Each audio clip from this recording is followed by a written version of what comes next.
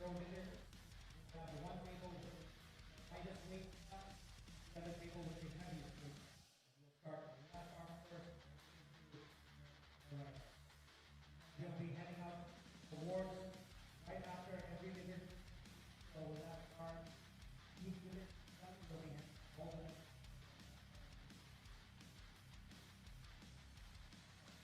Hold that one arm.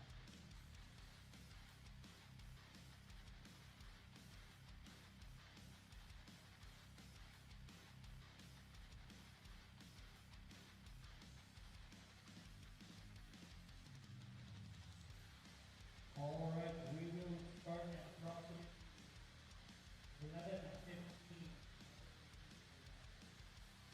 7 minutes.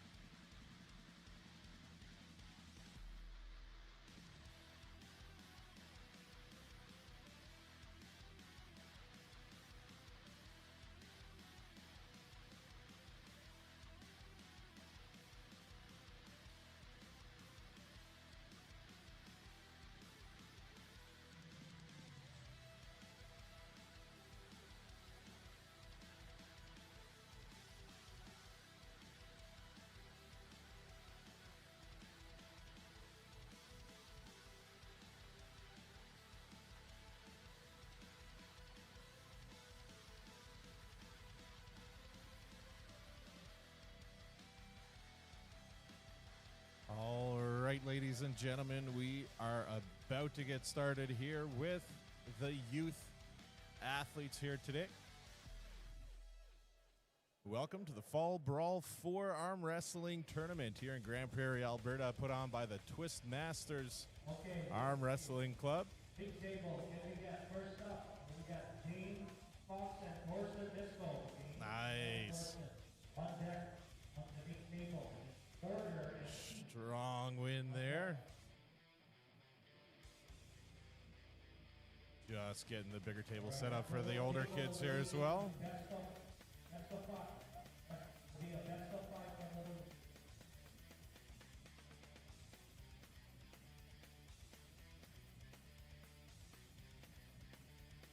All right, just a little confusion there. It is best of 5 for the youth athletes as well. So back up on the platform here, getting ready for another round. Nice, another strong win there. Good work.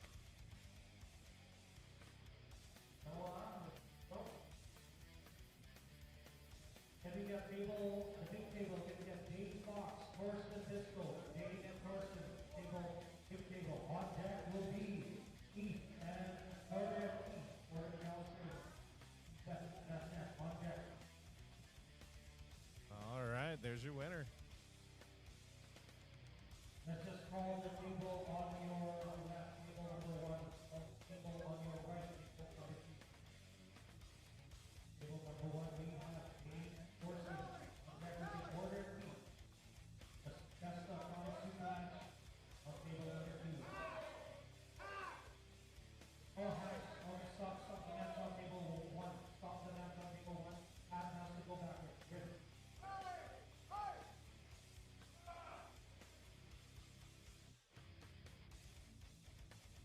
Little confusion there. Forgot to turn his hat back around there.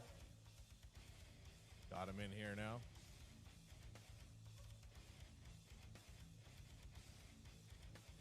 Got an elbow foul on table All right, elbow foul on the right there. Put his hat on backwards, threw off his game. Trying to get repositioned here. All right, table 1 is done. So we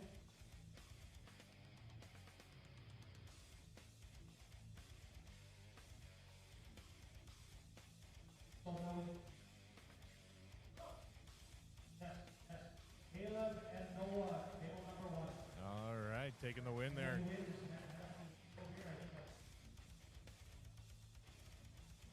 Dane with the win on table number 1. Then we got Porter and table number 1. All right, table number 1 is going to be Porter and Pete. Table number 2.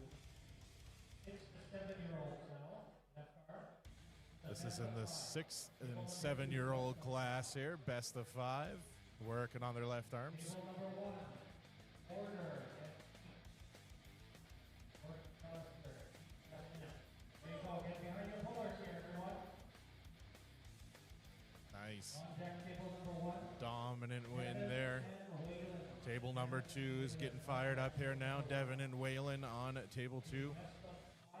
Best of 5 on table 2. Best of 5 on table 2. Who won that first round? That guy. Yay, Kyle's here to save the chat. Howdy, folks. Porter taking the win on table 1. We got Devin and Whalen. Table number 1. Alrighty, so it looks like we have Caleb, who I believe is fairly new to the sport, but looking pretty strong. Holding him here at center. Rotating over. Oh, but we're getting a good fight back. He's working. And fun fact, too, Caleb is actually, I believe, pulling up a division here on the left arm. Ooh, what an awesome match. Nice. Finishing up at the same time there. Absolutely. Raven with the win on table number 1. Is that Noah again with the win there? Noah with the win 2-0. Can we get?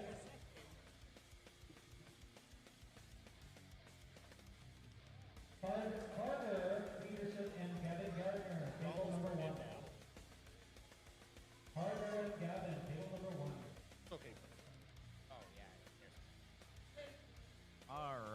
this is going to be a good match over here on the left table against Carter and Gavin. Right now we have the action setting up again on the little fellers. Left table's going to be a good one, though. Gavin's looked really, really strong as of late. I believe he placed quite well at Nationals. Carter Peterson, however, has a big frame and is very strong. His mom is a national champion, and he actually did quite well at Nationals himself. Looks like, ooh, wow, Gavin with that blazing quick hit. Speed. Terry and Patrick, we're just going to do the best of three there. Gavin in the win on table one. Can we get table one? Torsten and Keith, table number one. Torsten and Keith. On deck on table one will be Devin and Carter. On deck, table one. Torsten and Keith, table number one. Table two, can we get Carson Beebold and Mac K? Carson and Mac, table two. And roll. Let's just do a best of three.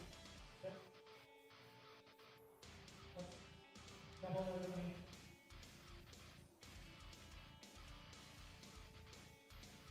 Do we need a bigger table for this guys?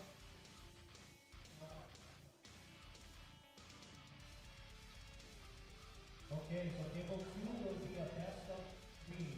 Table two will be best of three. Table one, on deck will be Devin and Carter.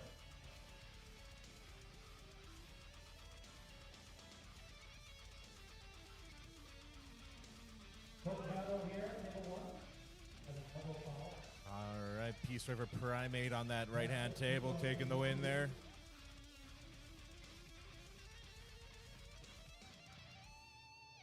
All right, looks like they're going to switch out the table for the little fellas there, get them a slightly bigger one. And we got the hook out of here, table one, and we got a winner.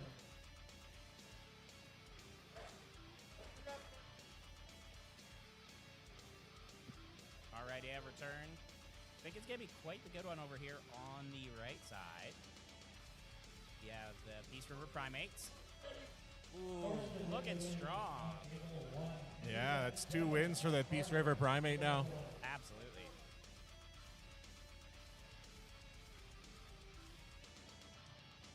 On deck table one will be Dane and Carter McAllister. This is going to be a good one here. We got Peterson against, I believe, one of the youth from the White Court Club. As Carson wins the match, wins that class on the left.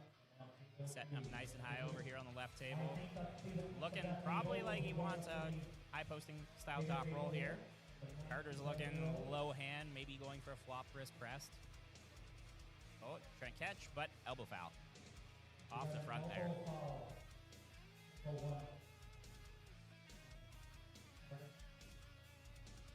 All right, table number two. We got Eric Peterson, Ty Townsend, Micah Gay, Owen Ziegler, and Tristan Arsenal. If your name is not called for this class, let us know, but we will be starting out. I can do that. All right. First up, table two, Owen and Tristan. Owen Ziegler, Tristan Arsenal, table number two. On deck on table number two, Ty Townsend and Micah Gay. On deck.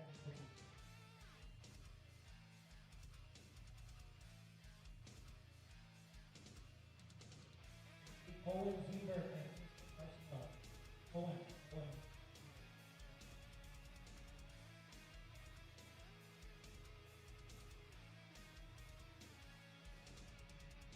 Owen.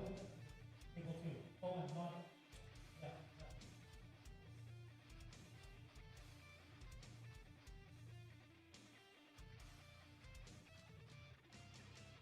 To be, Owen Ziegler and Tristan Arsenal, table two. On deck on table two, so next on table two will be Ty and Micah on deck. And by.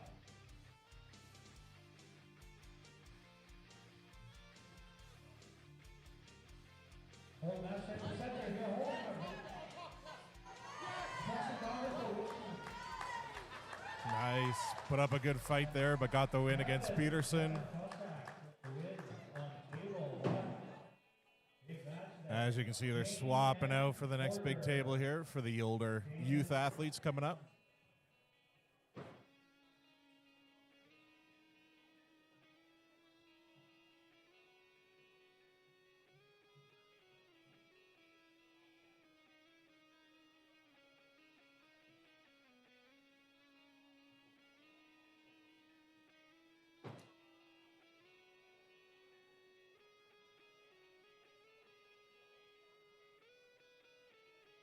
Just a little confusion this morning with the youth athletes trying to get everyone sorted, but they're coming together here now.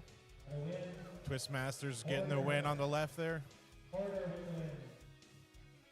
Porter McAllister getting the win. And we get Waylon and Gavin. Waylon and Gavin taking the one. All right, Team Extreme there on the right taking the win.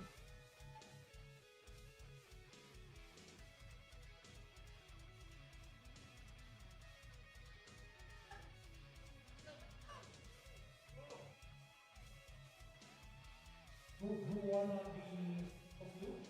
Tristan. Tristan with the win on table 2. Can we get Ty and Micah? Ty Carlson, Micah James. Table 2.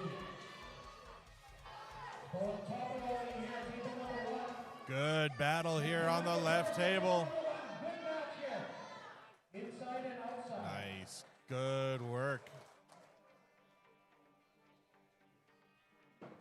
Table 2, we got Waylon and Gavin.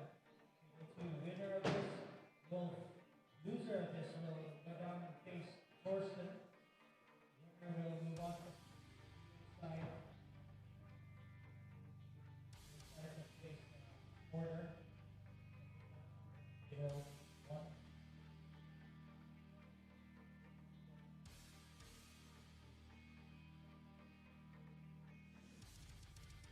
That's got the top, Micah. Table 2. And when you win, let us know. Just come up to the desk here. Let us know if you see a first name. That's Micah with 2. Strap match here. Table number 1. Still back and forth. Get behind the puller. Good battle here. Table 2. Tristan and Eric. Table 2. Tristan and Eric. Still going here. Cheer. Get behind your boys here. Back them up. Real close. Inches away. So close. And that's the hole. Starting to go in and out. Beefy boy going for the win here. It's good. Gavin, Beefy boy, taking the win.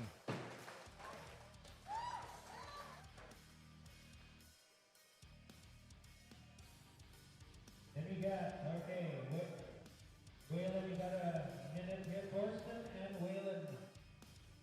Table 1. Now can you get Tristan and Eric Peterson? Eric Peterson, table 2.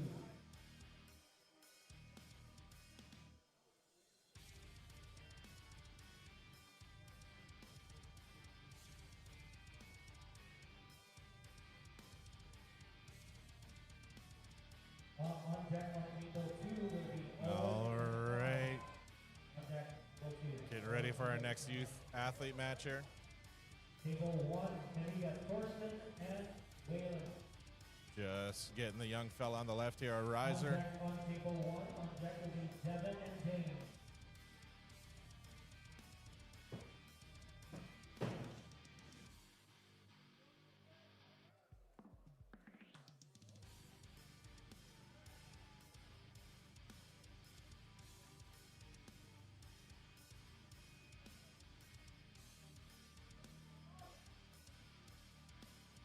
Got a false start on Tristan on table And 2. false start on We got Tristan Forster there. and Waylon, table 1. Forster and Waylon's going to be coming up on table 1 here shortly. And on deck table 1, Devin and James. Nice quick pin there for Edmonton Extreme. Tristan getting the win. Owen Ziebert, Guy Thompson on table 2. Owen. Table 2.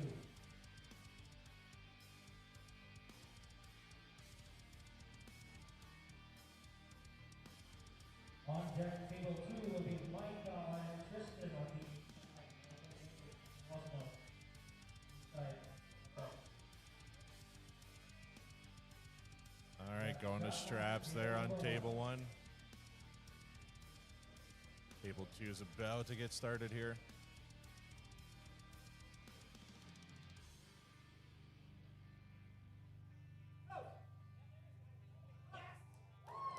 There it is. Kai getting the win on table 2. Kai with the win on table 2. Kai with the win. Now on the A side, big match here.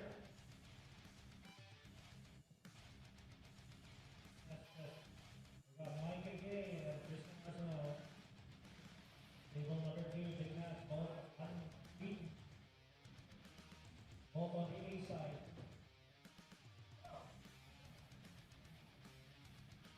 All right, looks like a speedy pin there for Waylon McAllister with the Twistmasters. Devin and James for 1. Devin and James for 1.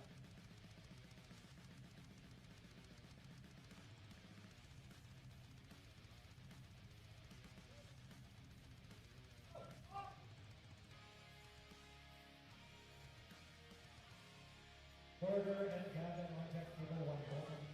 Porter.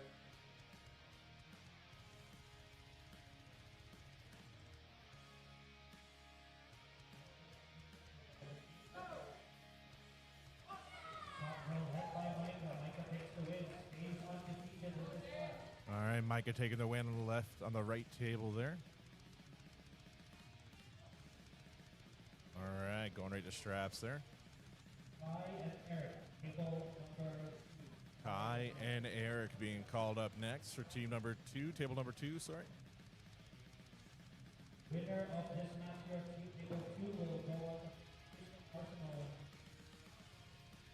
semifinal.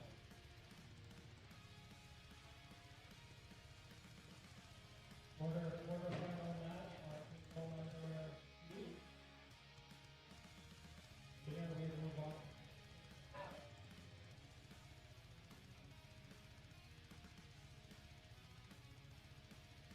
Table number 1.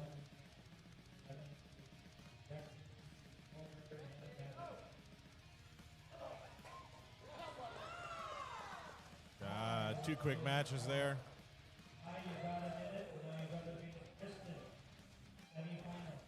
Tristan Arsenault. All right, good work from both athletes there. Who on table number 1? Kevin with the win on table 1. Yeah, Porter and Captain. Big match. Big match, table number 1, each side battle. Both undefeated.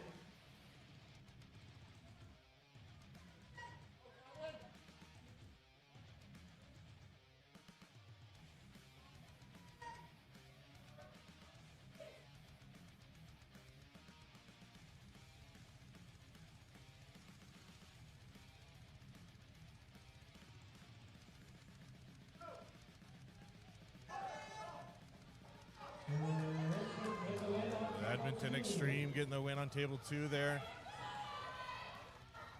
Match here. Porter trying to get the press. There it is. Twistmasters getting the pin there. Table number 1, good work. Porter to win on table 1. Then we get Waylon and Devin. Waylon and Devin, table number 1. Table 2, Micah and Tristan. This is the final. Micah on the A side, Tristan on the B side. Tristan has to win twice. One win to win this one. Guys,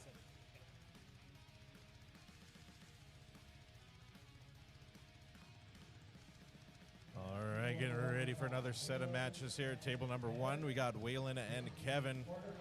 Going to be the quarterfinal. Winner of this one will be moving on to the semifinals. Not letting go of that thumb. Thought he was going to break his thumb on that one. oh, absolutely. Waylon has a mighty, mighty grip. Wow. Good grip strength, man. All right, elbow foul for Edmonton Extreme there. Got one elbow foul. This final match here. Final match on table number 2. All right, this should be a pretty good match over here on the right. Nice. At home. Micah, your champion. Micah, the champ, taking the win there. Tristan, I believe, has done quite well at nationals. Micah's father is Mark Gay, who has been to the WAL, a long-time super heavyweight competitive bowler. So he comes from a long line of skillful arm wrestlers.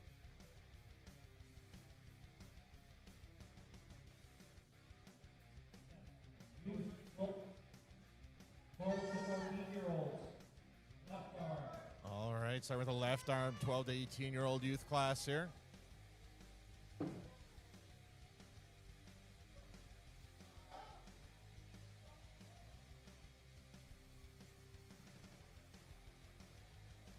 Gavin?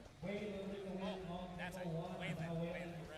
Oh, Jeremy. You got a minute now, your big brother there. Jeremy, can you stand on that side, if possible, please? Thank you. I appreciate it. Starts sweating immediately, like, oh. Yeah. Just a convenience thing. All right, now the 12 to 14-year-olds. Table number 2, then we got Patrick Griffin, Axton Draws, table 2. All right, getting started. Patrick Griffin, Tristan Arsenault, Sean Phillips, Axton Draws. If you're supposed to be in this class, let us know. 12 to 14, left arm. First up, Patrick and Axton. All right, Patrick and Ashton going to be coming up here on table number 2, youth class. Okay, McAllister's, you got it full. Table number 1, final match. All right, final match on table number 1.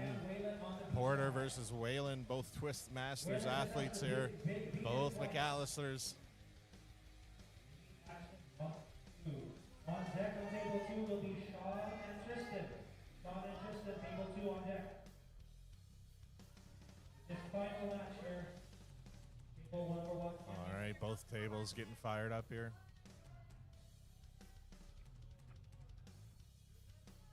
Whalen on the east side.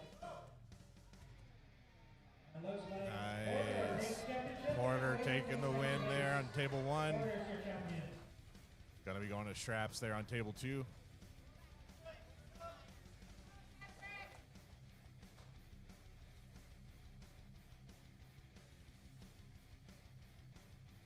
Okay, girls, the left arm.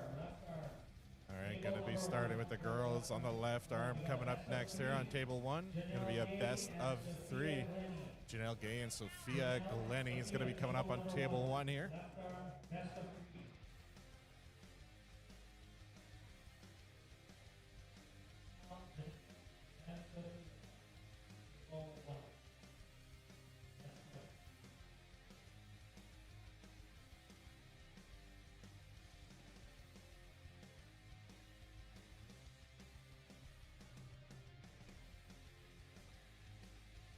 All right, folks, get behind your bowlers here.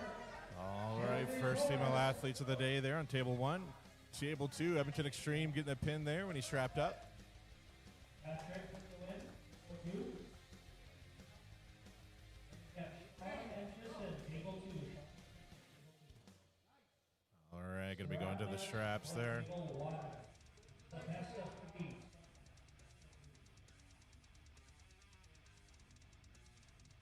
Just grabbing the riser here for the next athlete on table 2.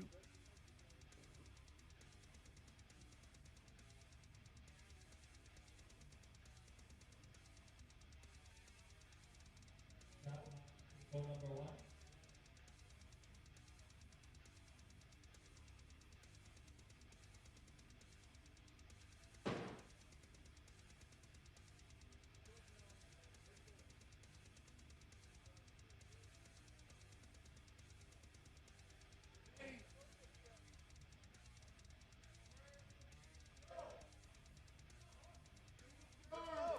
All right, looks like a foul on that table 2 there.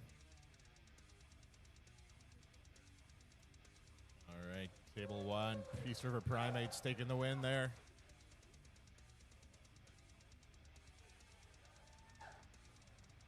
Three, yeah, that's what they said. Best of 3, who won that first round? Sophia?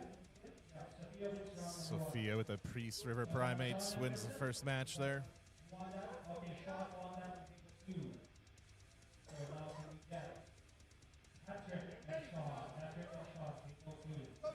Jack will be matched and Tristan, table 2. Wow, impressive grip strength there. Peace Favor Primates. Sophia taking the win there. Good work. Manel takes second place.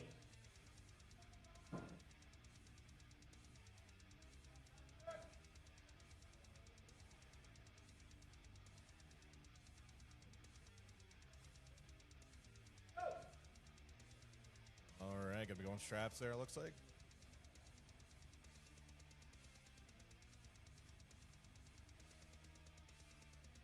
Oh, never mind, my apologies. Twistmasters taking the win there on table 2.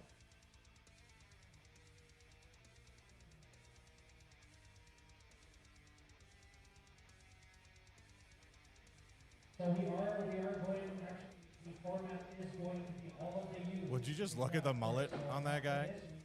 What a mullet. Just a fine specimen. Kyle Evanoff, ladies and gentlemen.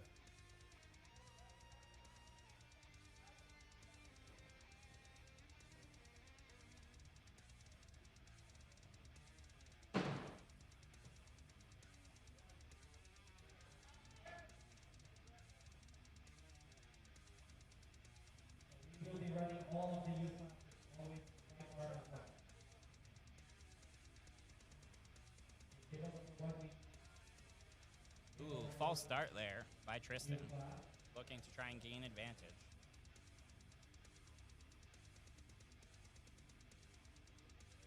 Looks like these kids are super serious at this point in time. Oh, elbow foul off the front. Looks like an elbow foul on Edmonton Extreme.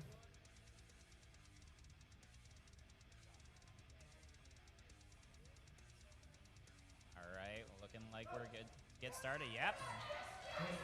Excellent top roll there Nice.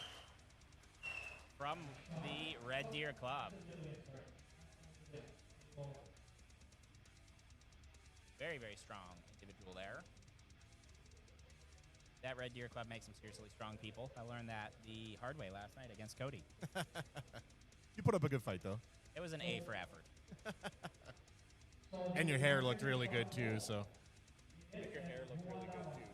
Well, I appreciate that. My hair, yeah, I tried. Well, last year, you know, Todd made the comment how the mullet adds, you know, 10% to my power. And, you know, I did okay against Evan, so I feel like the hair is helping with that. Beard's growing, the hair's growing. Something has to be working.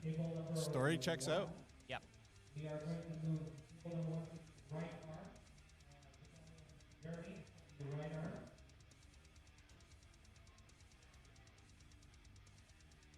All right. We have Team Edmonton versus Team Red Deer here. Gonna see how the Griffiths do against the Girouse House. I am just referring to them by last names. Ooh. Patrick hits. Oh. Yep. Just got the fingers there right at the end. Very, very good job.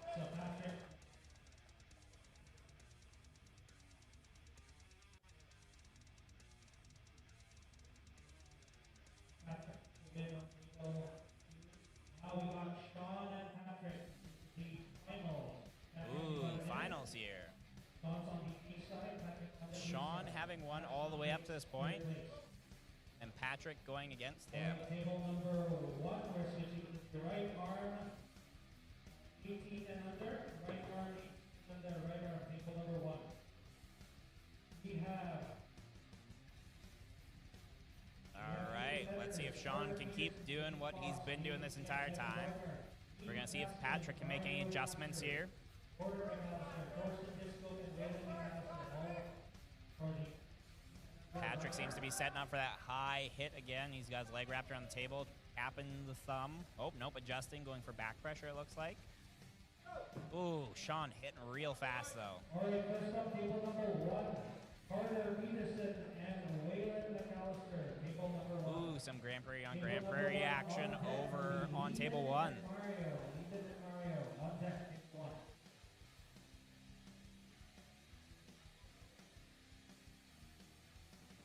All right, they're strapping up over on table 2, or the right table here. On your right is on the All right, this should probably be a pretty good match over here on the left. Waylon and Carter here. Wayland's comes from McAllister's. They're extraordinarily strong, hard-working individuals. Ooh, Carter's using his height, getting up out on the fingers. Is he going to hold? Making a lot of strong surges. Oh, Wayland's getting behind. Nope. Right there. Twice. Oh, and he rolls. Wow. Wow, that was a good one. The McAllisters are strong boys. That is no doubt about it. That was a fun one. Fun battle. Yep, any of the McAllisters, even their dad puts on some hell of a good performance. Like, that's talented, awesome. Talented family. Farm kids. Farm kids.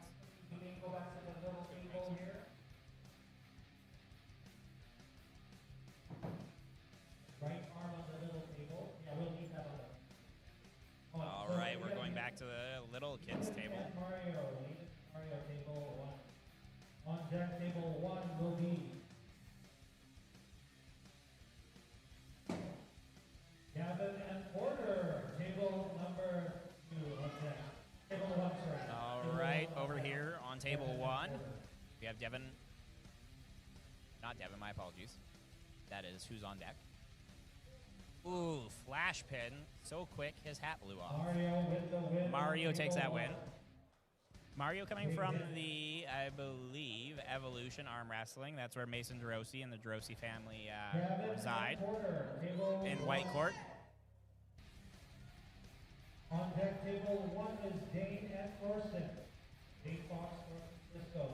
On deck table 1. All right. Table 2 is Porter versus Gavin here. Should be a very interesting one on the right arm.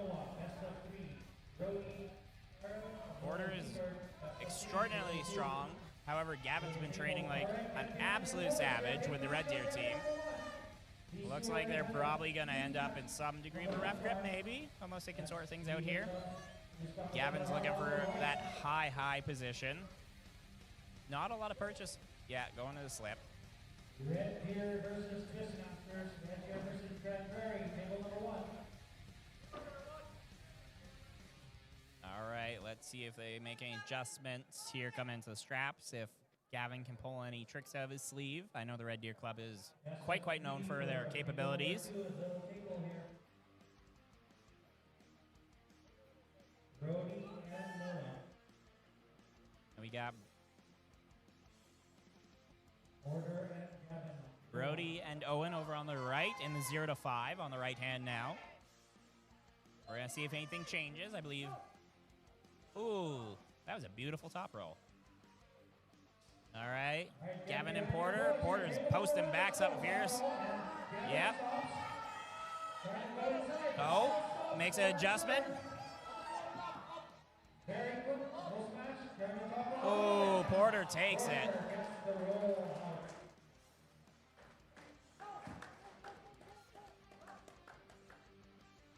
And we got Porter with table 1. We got Dane and Thorsten. Dane and Thorsten, table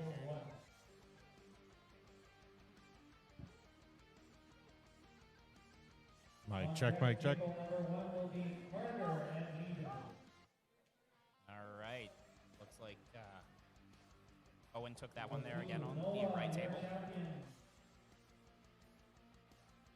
And we have Dane Fox over here on the left.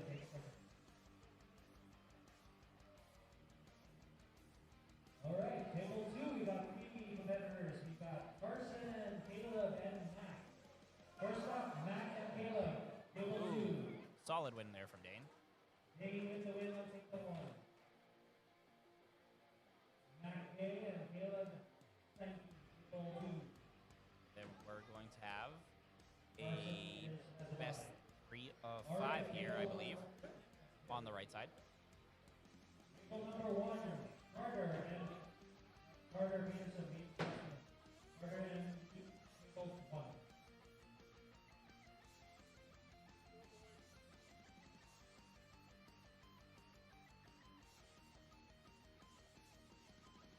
Carter coming back up here on the left. Loving these youth masters. It's fun seeing the kids get into it and get all serious and give it their all. Oh, absolutely. And sometimes they're some of the best matches overall, for sure. get set up over here on table 1. Carter's looking to go. Oh, foul. Oh, no, win.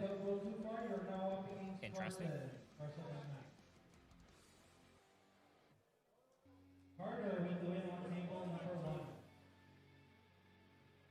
We got Gavin and Torsten.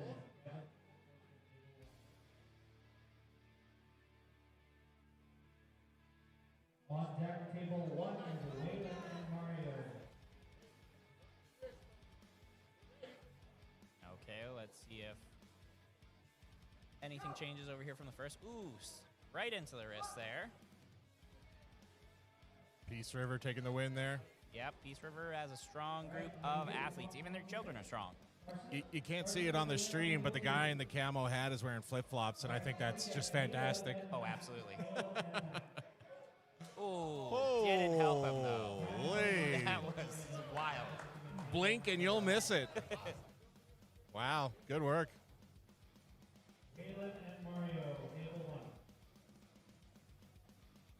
1. On deck table 1 is Porter and Dane. These are all A-side. This year, A-side. All right, we're going to see Waylon versus Mario here on the left side coming out. Mac with the win. Waylon had a bit of a barn burner there in the first one. We're going to see if he can make some changes here and try and get through this quick, hopefully. Mario's going to look to end this quick, I think. Probably that high kind of pop roll. Ooh, nope, going for that high hook. Nice. He's getting behind it, though. Ooh, good surge. Mario got it. Very, very good adjustment. Good battle. Absolutely.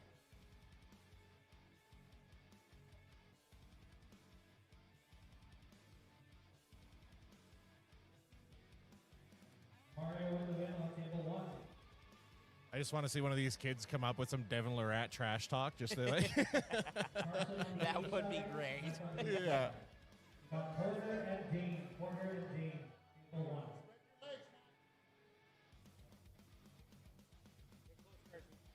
Got GP versus Peace River, table 2. All right. Carson looking to try and pull off the same thing here again. This same. Oh, entire table shifted. He hit with some power there. Oh, wow. That was impressive. Fun battle. For sure. Elbow foul on Porter there against Dave. All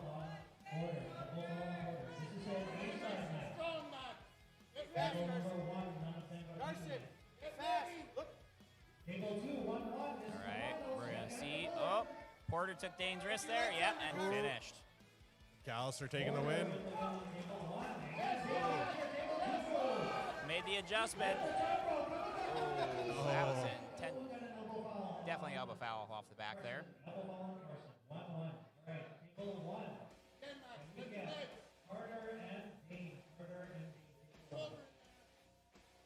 On deck table 1 is Gavin and Dylan.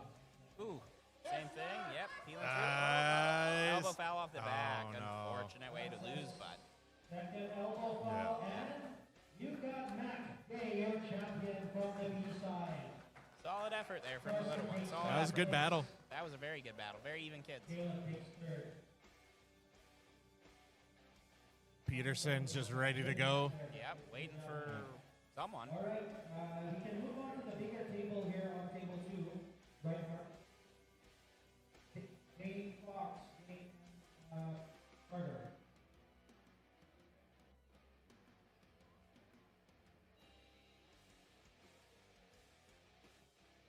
Right arm on table 2. We are now done with the small table.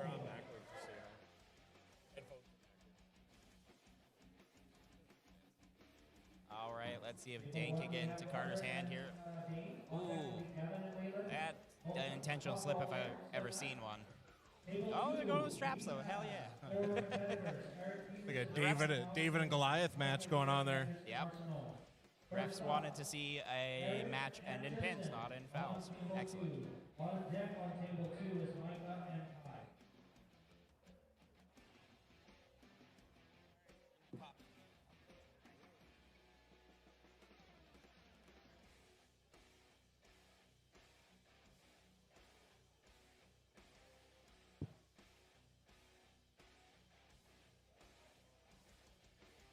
right, table 2 is about to get started here as well. Just going to give table 1 here the limelight while we're waiting. Peterson getting the pin. Back pressure by Carter takes the pin. Carter takes the win. All right, Peterson taking the win there on table 1. Table 2. Moving over to table 2 here now for another youth match. On track table 2 will be Micah. All right, quick pin for Edmonton Extreme there.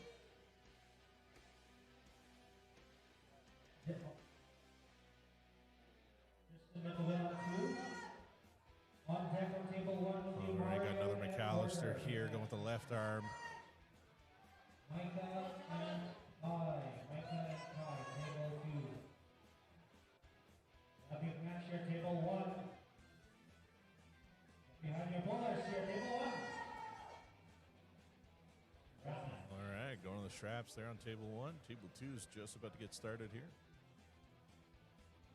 Opting for the bigger table.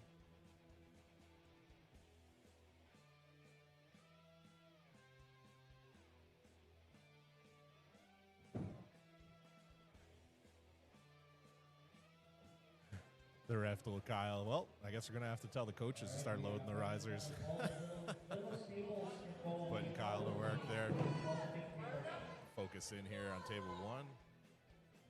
About to get started here. Gavin and Layla, table 1. Big hit by Gavin. Gavin takes the win. Speedy pin there for Gavin. All right, A-side, big match here. Mario and Porter. Mario and Porter, table 1. Yeah, elbow foul there on the right.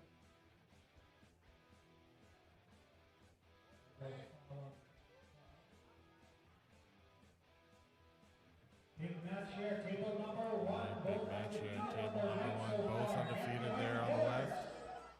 Strap match, table 2. Right, going into the straps there with table 2.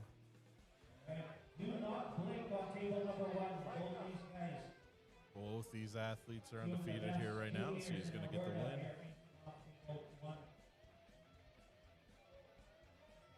Both shaking the hook. Elbow foul there on the right. Hook match, number 1. Still getting strapped up there on table 2, so just going to keep a focus on table 1 here.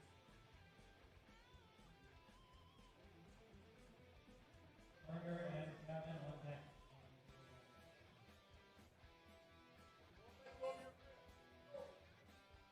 In the hook on table number 1 and Porter. Porter getting the win there on table number 1. Drags it down to the pin line. Carter and Gavin, table 1.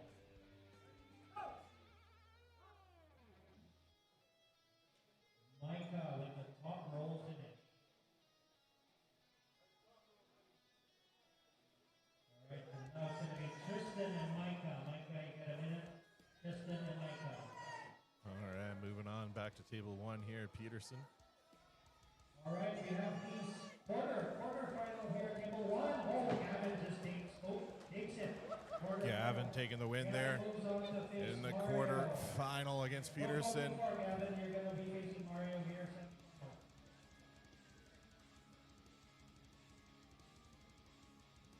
Mario and Gavin, semi. Table 2, Tristan and Micah. Table 2. On deck, table 2 will be Eric. All right, table 2, Edmonton Extreme. On the right, about to get started.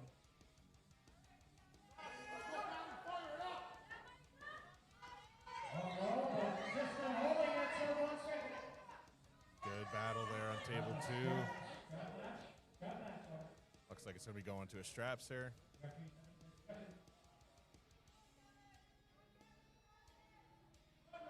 All right, elbow foul on table 2. That's the hold up there.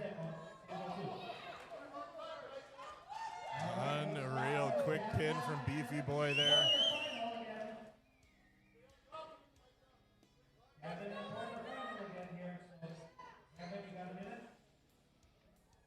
Order on the A side, Kevin on the B side. Table 2, we got the straps.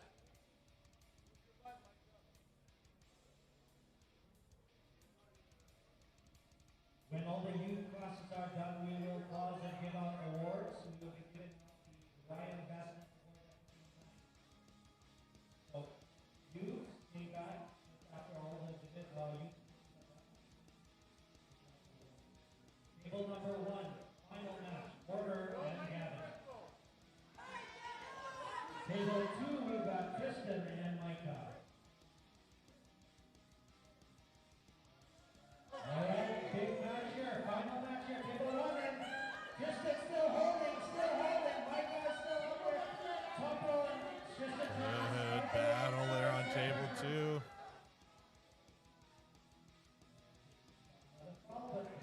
Looks like another foul on table 2. Focusing on table 1. McAllister.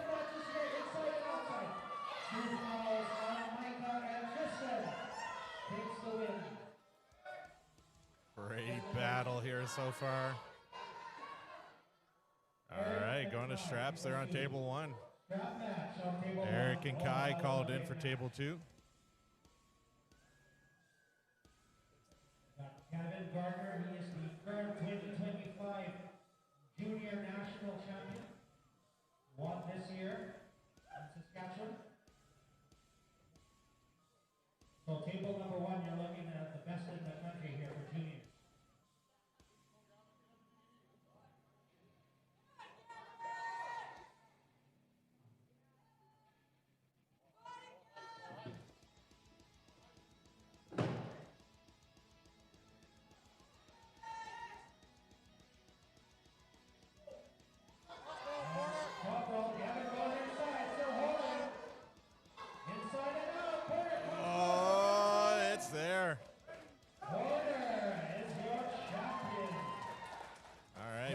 Taking the win, the champion here today. Mario takes third. Kai with the win on 2, table 2.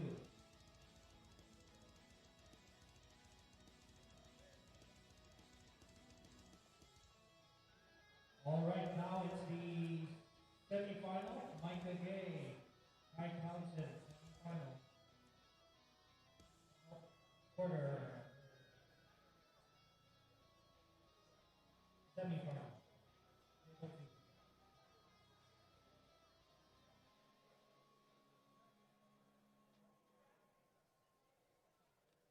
All right, table number 1, we got the girls again, right arm.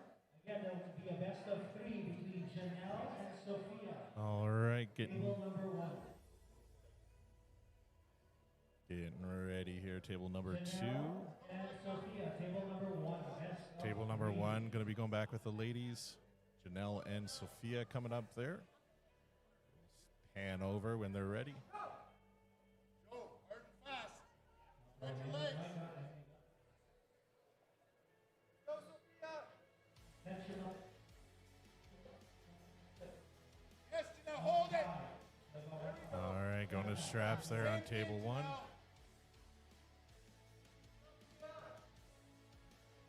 Same thing. Ready, Micah? Stay on top of it. Stay on top of it. Good battle forming here for these athletes. All right, going to straps there. Go, Janelle. Take your hand hard.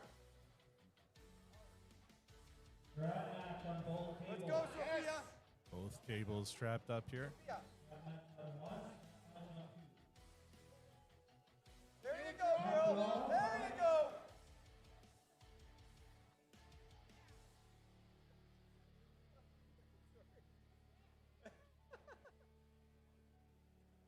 All right, Peace River taking the win there on table 1. Sophia. Janelle, one more time. Ladies got to go back. It's a best of 3 format here, so just calling them back up on table 1.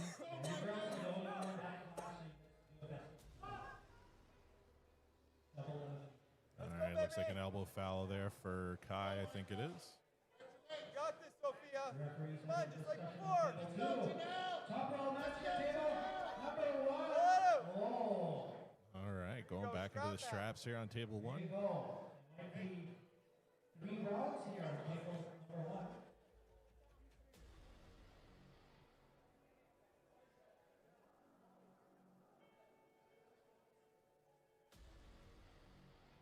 Sophia.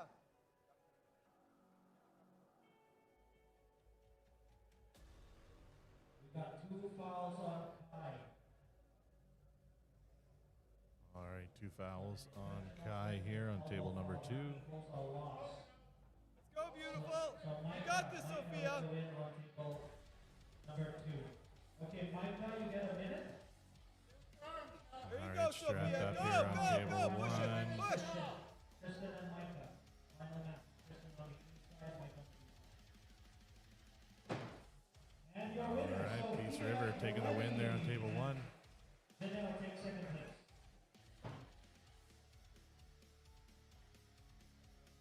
So you know, kids also get a wooden axe. A wooden axe is home. First place gets a wooden axe. The big boys get the wooden axe. Hopefully none of you have to go through Westgate. All right, we got Kyle back here in the booth with me now. Welcome back, Kyle. I have returned. What a barn burner over here on the right. Micah needs to be in twice. That's Tristan's holding on. probably going to end up in a slip, I figure. Yeah. Oh, might be intentional slip. That looks intentional. And also potentially losing position. Is that fairly common to go ahead with a intentional slip if you feel like you're going to lose? Not supposed to. But it happens. Yeah, I mean, it's trying to really disguise you being like, I'm losing this battle. I am losing this battle. So yeah, you want to find a crafty way to get a dodge real quick.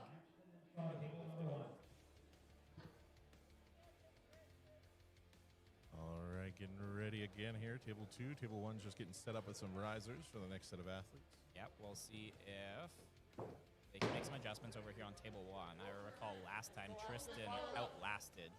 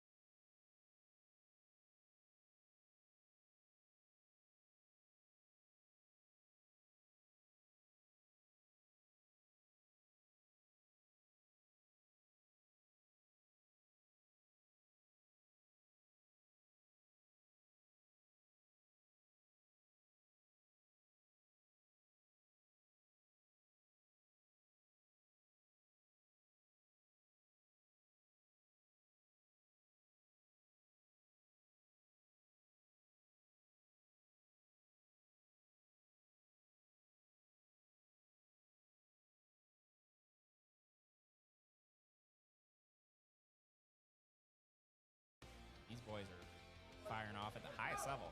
Yep. Good hit by Micah. He just needs to hang on and not make too many big adjustments. Otherwise, he's going to give Tristan a spot to find an opening. So he just needs to be constant with his pressure and hold there. Although Micah needs to readjust and, yep, get over just like that and keep with that rotation. He could open his grip slightly and try and get a little bit around Tristan's hand, but Tristan is maintaining that back pressure very, very, very well right now. Ooh. What was the call there? Was it a pin or? I think so. And if it was a foul on Micah, then it would still be a win for Tristan. So we're going to find out here what the final call is. All right, Tristan takes it on the right hand. He's happy about that. Absolutely. Unfortunately, you're also up against teammate. Yeah, good battle though from both sides there. For Really sure. giving it their all. Oh, he's got to go to the other table now. As he entered into 2 classes because he's a big achiever there. But I feel like that might bite him a little bit in the behind here today. So is there weight classes for kids too, or you mean just battling the older kids?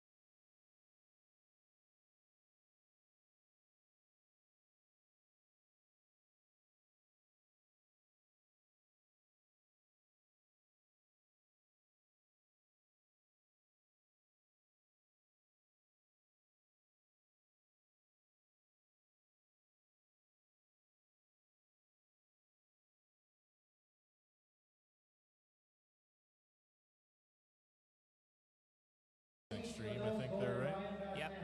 I believe Tristan trains slightly out of Red Deer as well. I know he's worked with Fraser Benoit and his coaching down there. Yeah, but I believe he's with Edmonton now officially. Cool.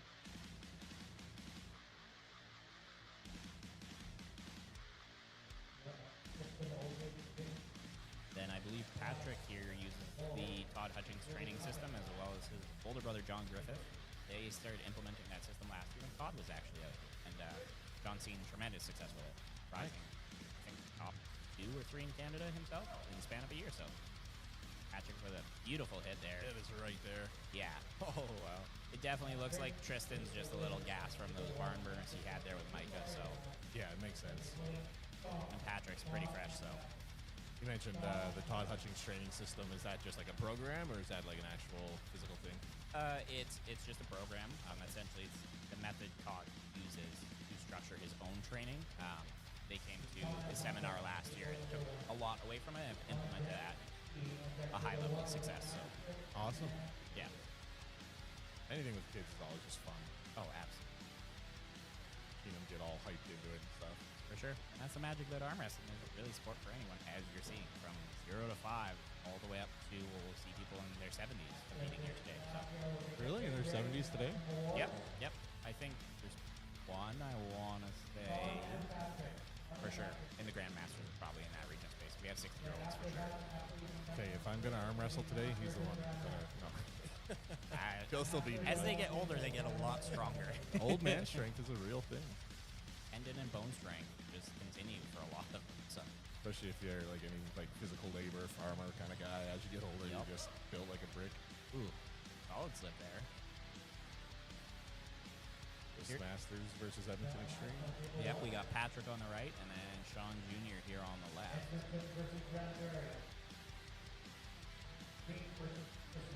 This one will be an interesting one. I'm curious to see if there's still a large level difference between Sean and Patrick, or if Patrick's a little bit stronger on the right. I know Sean has relatively equal strength arms, so it's not always the case with everyone, though.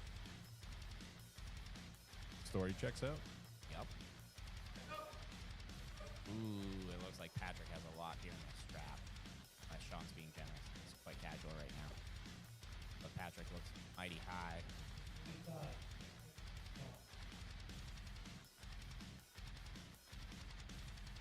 Patrick's definitely looking for that high. Posting top roll. Sean's wrist looking already kind of opened up there a little bit. But doesn't matter. He's just got that raw dog side pressure. Getting the win. I like it.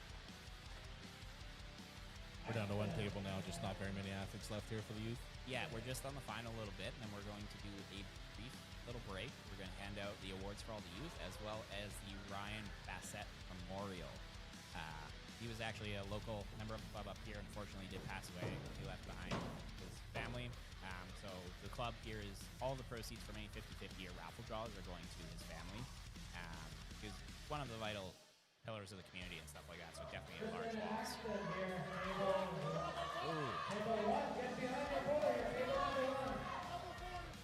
I like the way the ref shook his finger like, not yet. Yep. Good battle. Let's go. Straps. Yep. Gonna be interesting to see. Yeah, it should be a pretty good one. Yeah, as they mentioned, awards for all the adults today is really cool custom-made tomahawk axes. So I guess you guys were trying to figure out what to do for the children's awards, and you ended up with wooden tomahawk axes. That is correct. It's awesome. You still get the same award as the adults, and then you can still hit your brother with it when you go home and not get charged. Yes, we made sure to find the family-friendly children's version. Still will do some damage, let me tell you what. Yeah, I was playing with it yesterday. I was like, I hit my hand a little bit. I was like, yeah, no, that's, I'd cry it for mom too. Yep. All right. We're gonna see if it's a yeah. It really unfortunately looks like Tristan's wrist is just completely gassed. He's got a boatload of back pressure still and the ability to pull back, but his hand is completely neutralized, unfortunately, at this point. So she's just hanging out, slowly biding her time, transitioning slightly into that press, just waiting and waiting. Yeah, looking very like confident, calm. Yeah, so in this position, There it is. excellent win. Beautiful. In this specific position she was at, when you're there and you have all that, it's really like just the bone and structure of your body holding a lot of the weight. It's not actually a lot of the musculature, so that's why you hear some people say that they arm wrestle with their frame. It's just getting all of the bone behind everything, and then you kind of just hang out until someone fatigues. Okay. So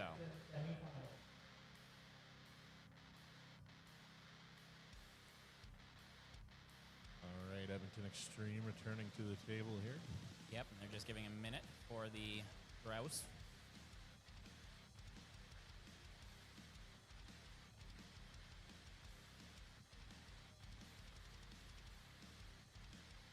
Yeah, not a lot of recovery time, hey? Nope, that's the unfortunate part about smaller categories is you're just kind of thrown right into the fire. Back at it pretty quick. Yeah, they're young. They got lots of energy. They're good. Yep. I think we're probably at about a minute there. Yep. Tally right on the ball with that one. Okay, semi-final, table one. This is the semi-final here. Yep. Fighting for everything and anything in the setup here. Drouse is Red Deer, correct? That is correct. Yep. Red Deer versus Edmonton. Potentially a little bias here. Her father is refereeing. Yeah, yeah. No conflict of interest there at all. No, Jeremy's a great ref. Yeah. He seems cool. He seems like he'd be fair. Yeah. I wouldn't. I would just immediately. My girl won. Patrick with a good hit. Oh. Transition to the press. Oh, yeah. Jeremy's hand went to the other side preemptively. So.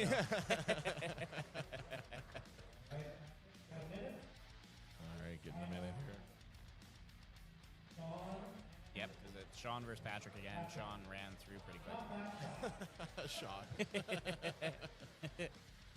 Is he pulling today? He is pulling, Sean I believe, Crowther? in the open weights. I mean, I guess maybe he wanted a wooden axe and gonna try for a big axe, but I think he has Josh to go through again. And historically, unfortunately for him, that's not been the best. Yeah. No, that's fair. Maybe Never- I'll hop up there and show you guys how to beat Josh. Okay. Yep, that would be quite the spectacle. Oh no, the camera was turned off for that whole thing. But I won, for the record. I won. Number one in Alberta. Canada. Oh, he's number one in Canada? Yeah, he won nationals this year. I think he's 5 nationals in a row now. However, like on the grand scheme, yes, there's Devin, there's Matt Mask, but he is the current national champion. So I was just kidding about beating him. Can I take that back? Is it too late? I don't know. I don't know if he heard you. He's lurking over there to the left, so I see him, yeah. How good's his hearing? not very. No. You're okay.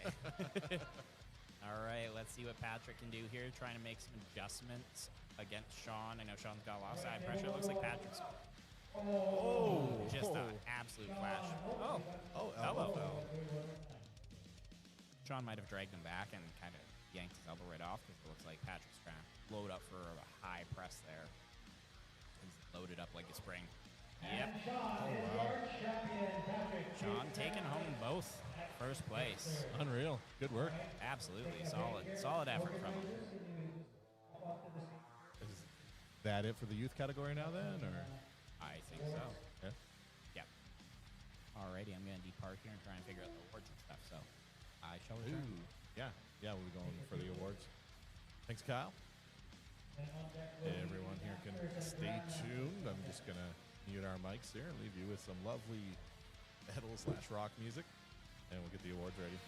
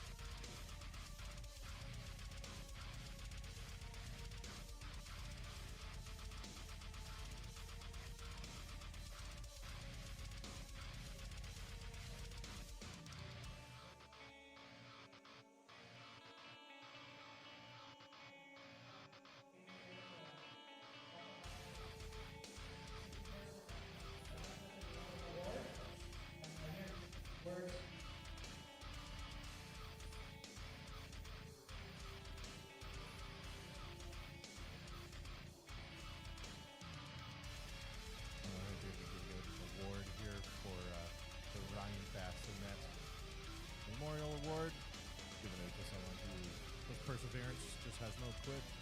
And Jay's just giving an announcement here. Unfortunately, our mics can't pick it up from here, but we will be here to hand it out.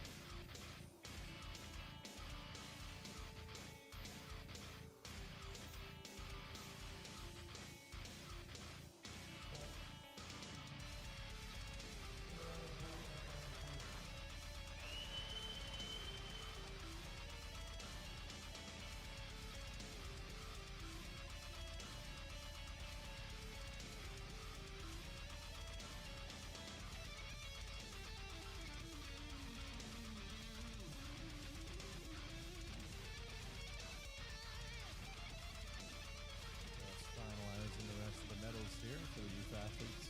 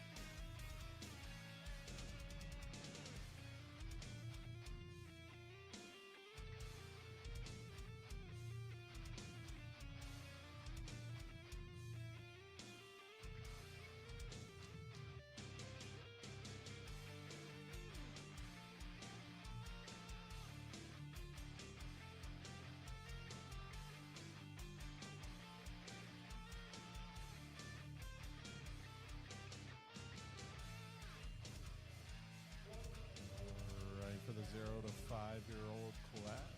We'll be giving those awards coming up next. Brody and Noah getting called up to the stage. Brody taking second place with Noah taking first. Alright, there's his wooden axe, a little Noah.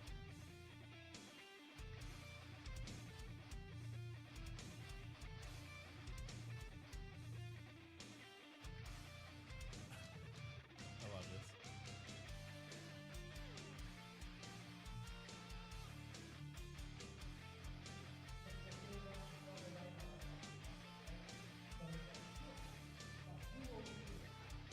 Nice dual axes for the Noah there. Good work.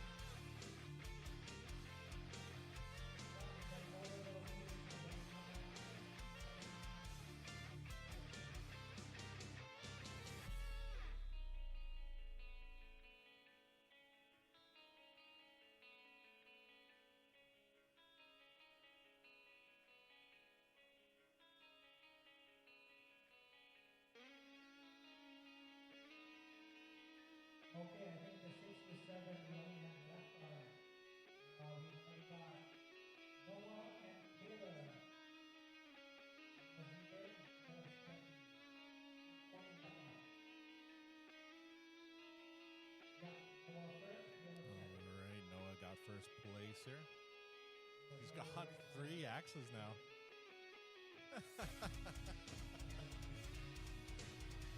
I love it. We're gonna have to make him a little necklace to hang them on a chain off his neck.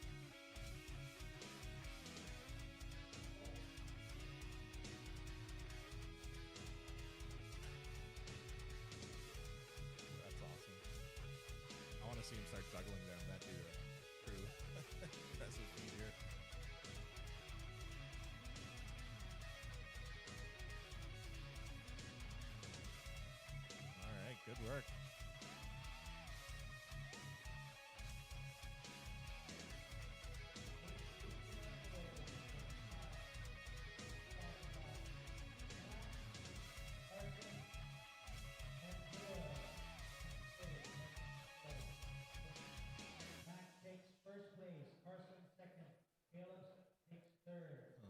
coming up next. Mark, Caleb, and Carson. Mark taking first place.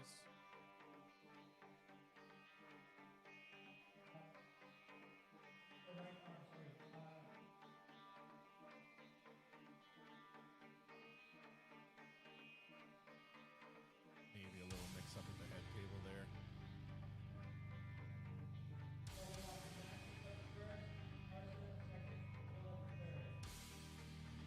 Mark first, Carson second, and Caleb in third.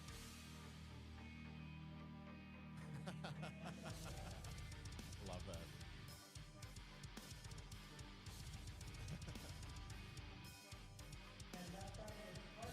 Love it. Good work, boys.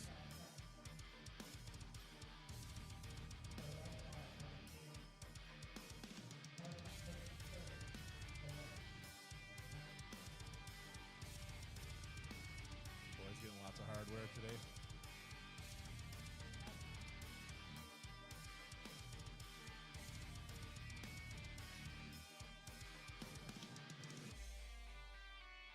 Awesome. Good work, gentlemen.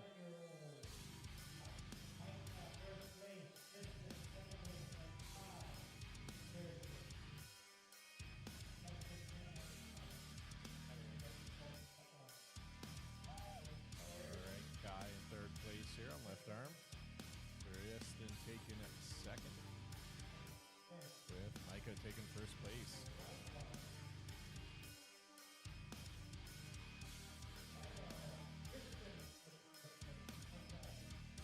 On the right arm, Tristan took first, Micah took second, and Kai took third.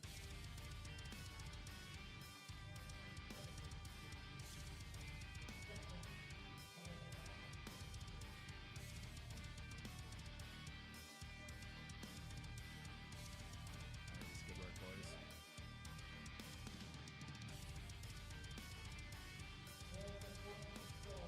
Alright, 12 to 14-year-olds coming up next.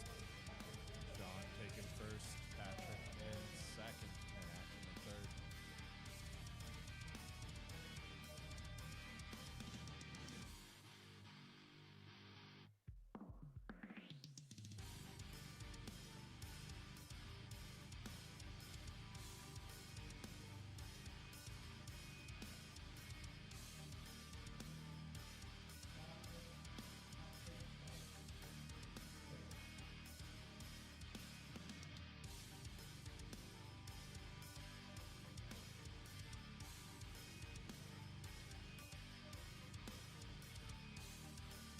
Alright, good work, athletes.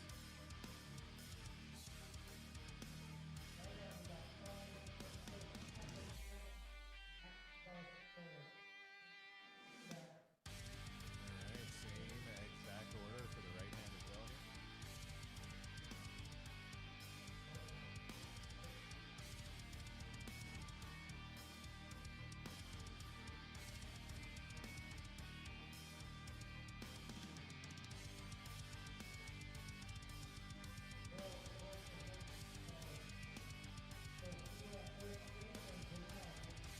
So now for the ladies, you're going to have Sophia in first place and Janelle in second. Same results on both arms here.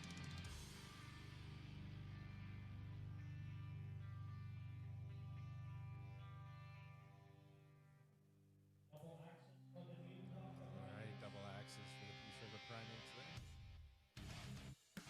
Going with the front double bicep pose. Good work, both athletes.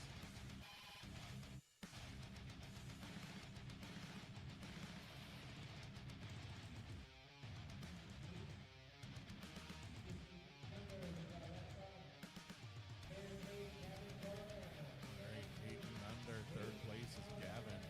Second place, Wade McAllister. First place, Porter McAllister.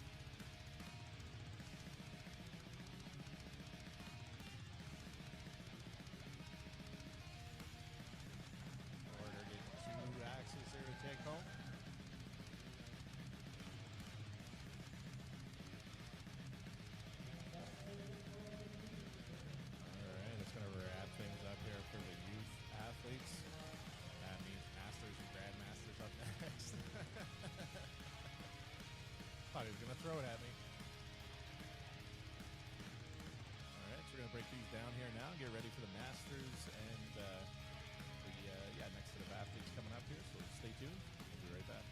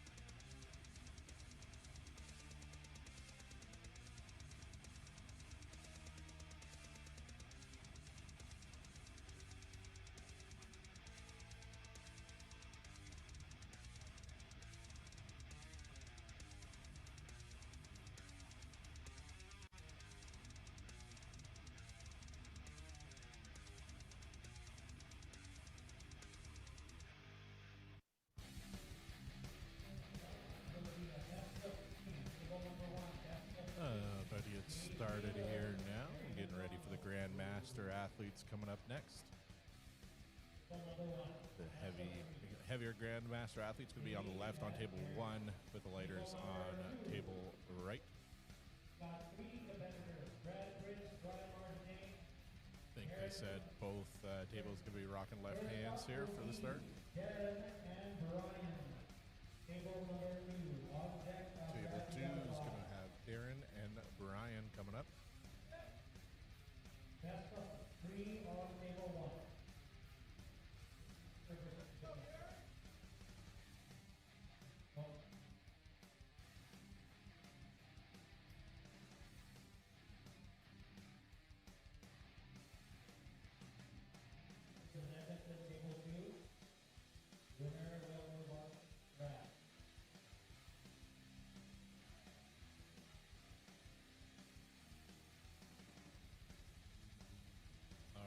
Grabbing a riser there on table 2. Table 1's just about ready to get started.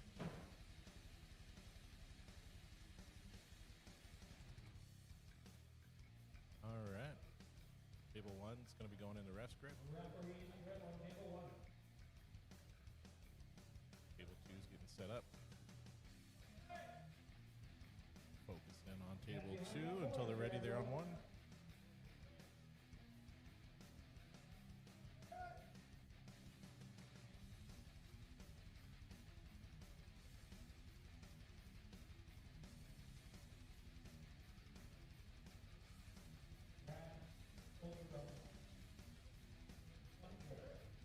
Grandmasters getting set up in the ref script there on table 1. All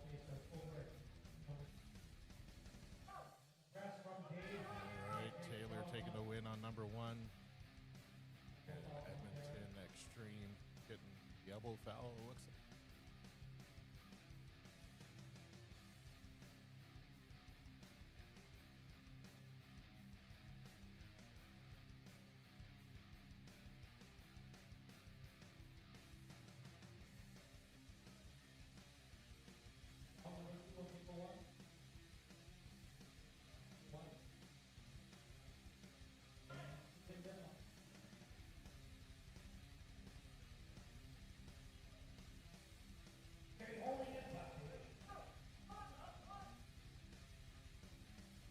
Second elbow foul there for Edmonton Extreme on table 2.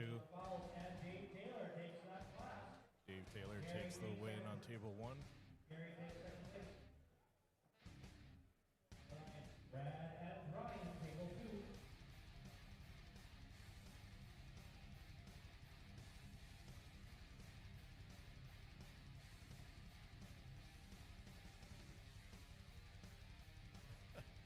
The referees are chirping each other. Guy on the front left has so many straps. He thinks he's playing flag football, he said.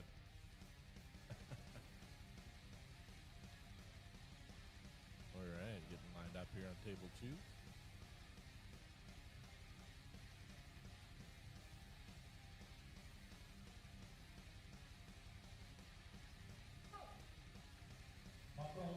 Table number 2. Table 1, we are now moving to the upper Grandmaster. All right, holding it, elbow foul there on Brian. 4 competitors in the Grand under 200. We got Ben Scariba, Brad Prince, Brian Martin, Eric McConnell. So, guys, for you.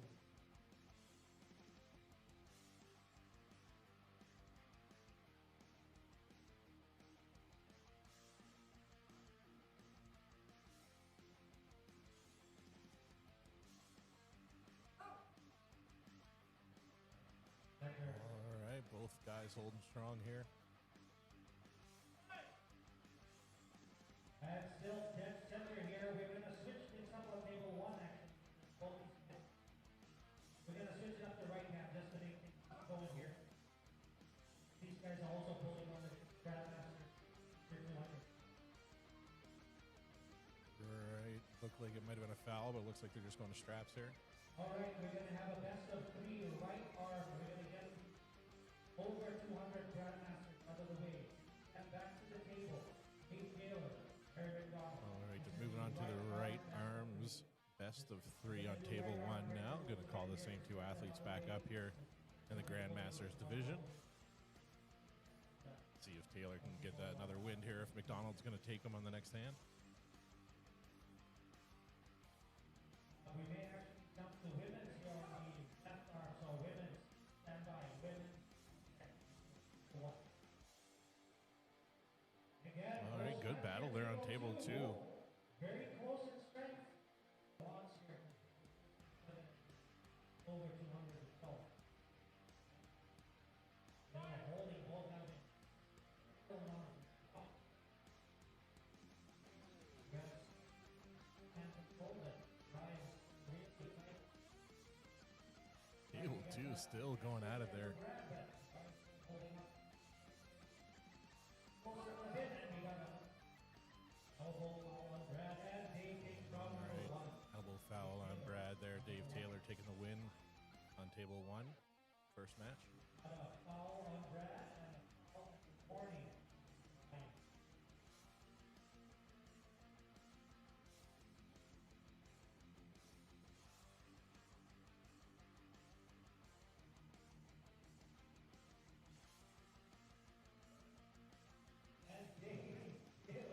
All right, Dave Taylor taking the win there on table 1 for the Grandmasters. All right, we can go back to the left arm on people one. Go on. Women's on people one on that. I have returned now. Welcome back, Kyle Evanoff. All right, we got some battle going on here between Brian Marginette and Brad Prinz here. These guys been having a real solid battle every match so far. Yeah, that's kind of what both of them do. They get stuck in the center sometimes, and Brian's real good at it, and Brad's real good at it, so we're seeing one of those classic barn burners. Just I wish there was a way to measure the torque on their forearms right now, you know what I mean? Oh, yeah. I mean, like, we're up in Grande Prairie, so we don't have that kind of budget, but, you know. I'm sure someone somewhere could. All right, ladies, table number one. Whilst this match is still going there, table number two. Unreal. This is just going to turn out to who has more heart in this one. Yep. Oh, Brian elbow fouled. That's 2. Brad takes the W. Yeah. Impressive match there. Yeah, absolutely.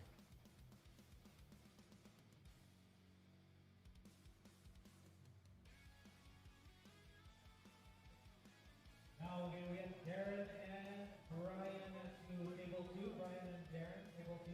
All right, called up Brian and Darren on table 2. Oh. This should be an interesting one for sure. Darren's got a solid hook and a fairly good frame. Brad's been getting a lot stronger lately, though. So, however, I feel like these barn burners could go in Darren's favor for sure. I believe Brad has the current winning record over Darren. But yeah, Brad's gonna need a little bit of that time for sure to kind of come around. Oh, Brian versus Darren. My apologies. This one will also be interesting. I feel like Darren's probably going to try and set up for a high hook, so that's kind of where he takes a higher purchase, gets that high cup, and tries to neutralize. Brian, once again, is going to go for his natural, like, high side pressure style.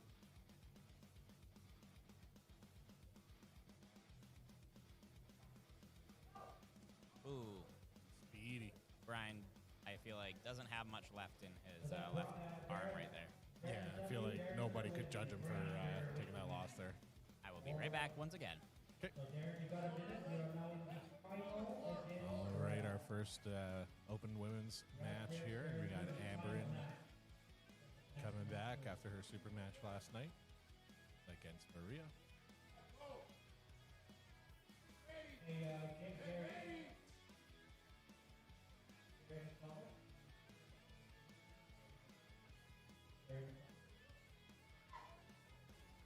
All right, Amberin getting a speedy pin there, taking that win. Nicole and Maria, please. All right, calling up Nicole and Maria up next on table 1 there for the ladies. Table 2 is about to get started again. All right, final here. Brad on the A side and Darren on the B side. Table 1, the first one, and now Nicole and Maria.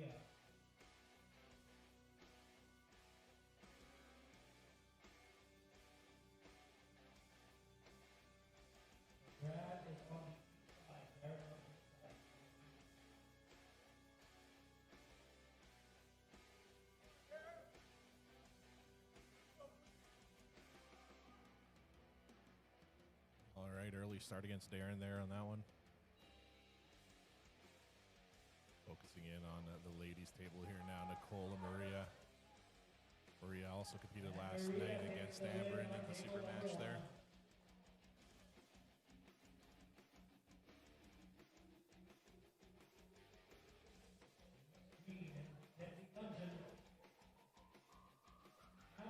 And Maria, big match, rematch here.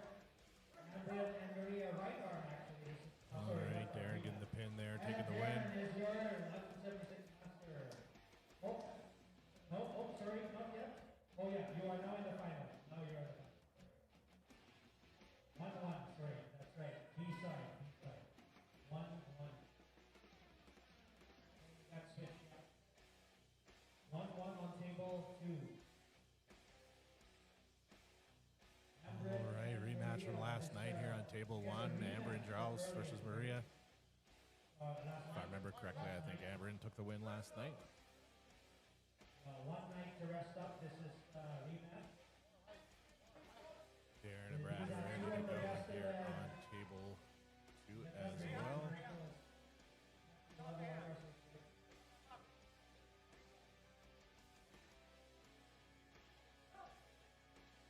And Darren. All right, Darren taking that win.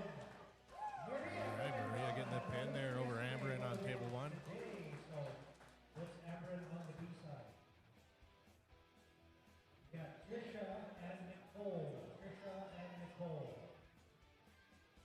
Table 1. Trisha and Nicole. All right, Trisha and Nicole coming up next, table 1.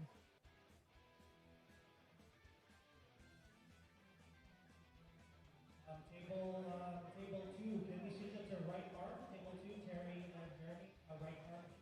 Just get the massive hands. And we'll be starting girls here soon as all these are done. It's the last one for women. All right, Trish getting the upper hand there, taking the pin over Nicole. And we've got, is Trisha? Is that Trisha? Who's going to win? Yeah, Trisha getting the win over Nicole there. That puts her into the semifinal coming up next. All right, table number 2. We have All right, table number 2, 198 Masters going to be coming up there next. Andrew Escoto, Brian Martinez, Darren. All right, Amber and Draus and Trisha here in the semifinals. And first up, we got Andrew and Brad. Table 2. On deck, table 2 is Darren and Brian. On deck. First up, Andrew and Brad.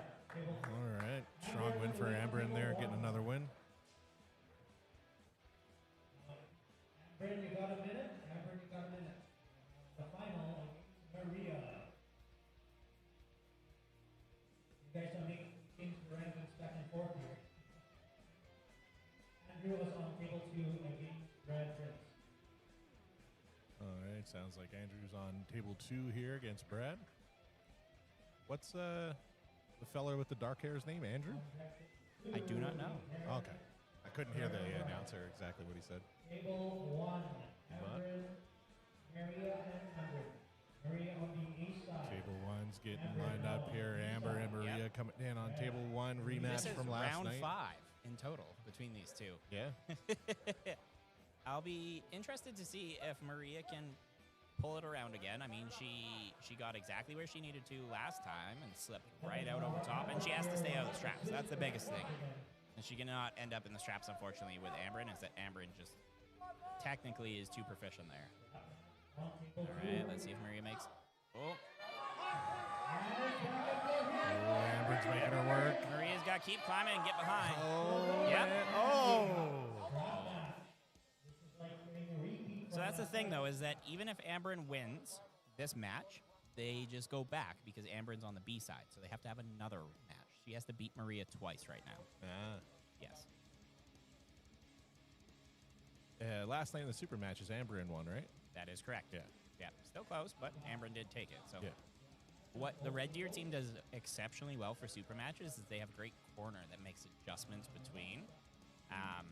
They they have a lot of people in there that are super, super technical, so that's a huge, huge benefit. Sean Crowther's traveled around the world and pulled the best, and he's here today helping coach, so it makes a big difference when you have someone that can see exactly what you're doing wrong or the little misadjustments and stuff like that.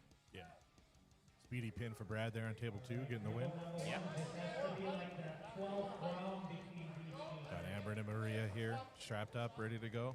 Yep, Amber's going with a much lower grip there, it looks like, trying to maybe use a lot more drag to get into the pinky and ring finger of Maria's hand here. Yeah, just like that. There we go. Maria, in the best case, There it is. however, they get a minute, and then they come back around and run it back. Good effort from both ladies there. Coming up next, it's Darren and Brad, correct? Brian. Brian, sorry. Yep, this is the right hand. Not quite sure why we're running the right hand back-to-back, but it is what it is. Center lock there. Right there, locking in. Both. Darren fighting for it, so close. Unfortunately, when Brian gets in that spot right there, it is very, very hard, even for someone like myself, to get him out of there. He's got a good bone lock when he gets down on that side of the table. So Darren made a solid effort with that surge, but yeah, you saw him disconnect a little bit from his arm there, and wasn't much that he could do. So Yeah, super impressive. absolutely. Just about ready for Amber and Maria to come back up here now. Yep, getting pretty close. They're probably about a minute now. All right, Brad and Brian's going to be called up to table 2 here. Yep.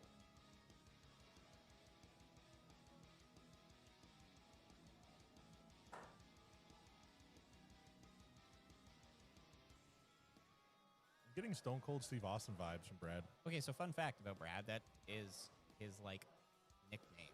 Yeah? Yeah, he's 100% like Brad Stone Cold Prince. I like it. Yeah. Gonna have to get the glass smashing sound effects when he walks up, just like his walkout song. Classic, yeah. Ooh, Brad looking exceptionally strong here. Wow, yeah. That was a very, very good lane for him. Yeah, absolutely. Well done, Brad. With the win on table 2. Okay, can we get Andrew and Darren?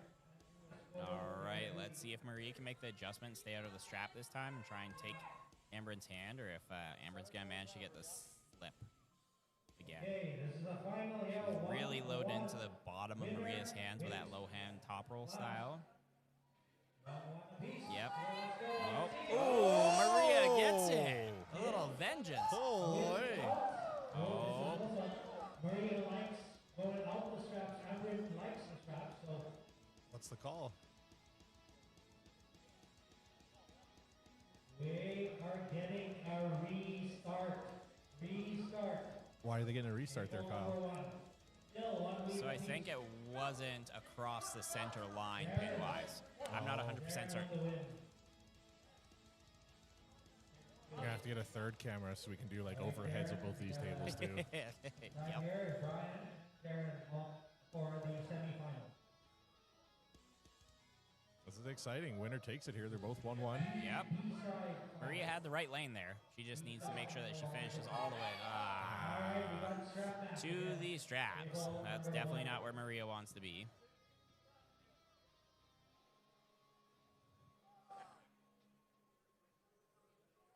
All right, Brad and Darren here. Table 2. Yep, we got Brian and Darren. Not Brad. Brad Stone Cold. Gonna keep getting that wrong. Yeah, that's fair. Oh no, I won't now that I know Brad is Stone Cold. Yeah, now you made that association. Stone Cold Brad Austin. Yep. Ooh, early start from Darren there. Early bird gets the worm, but you can't be too early. Yep. Oh, it's Ooh. Wow, what a very slow. good adjustment. That was awesome. Excellent Just work from Darren there. continuous pressure just all the way through. Yeah, That he was rolled nice. up and across through his hands there. That was a big, big, big difference. All right, Amber and All right. Maria strapped up here. The final round between these two, at least on the left arm today. Ooh, yeah. Wow. Amberin gets it. Still very, very close. Yeah. Good work, Amber and Drouse. Absolutely. She related to that referee, right? Yes, most definitely. Yeah, Okay. That is her Dad? father. Yeah. Okay. That is dad. And the youth athlete, Yep. Also. also, yeah. Yep. Cool. We're just gonna Love to see that stuff. Families like doing stuff like that together, just getting the kids involved, and 100%. those are the core memories. You know, like I remember me and my dad used to arm wrestle. Like that's awesome. I love that stuff. That's definitely a big thing for arm wrestling. How we actually see a lot of the champions nowadays is because their parents did it, and then they start their kids at the age of 5, and they keep doing it all the way till they're 20, and you're like, wow, we have a national champion now. So Yeah, that's awesome. 15 years in the sport. We'll do that. women's right arm, women's right arm. Ooh, Darren takes Brad's hand here. Oh, Brad makes a good adjustment. Beautiful win hey. from Brad. Is the Wow. champion. Darren takes second. Brian takes third. Good work, Brad. Awesome. Okay, table number. When you were coaching earlier, Yep. the refs were all chirping that one ref with the hat on because he had so many straps on his loops. And they're like, "What are you doing? You're playing flag football or what?" That's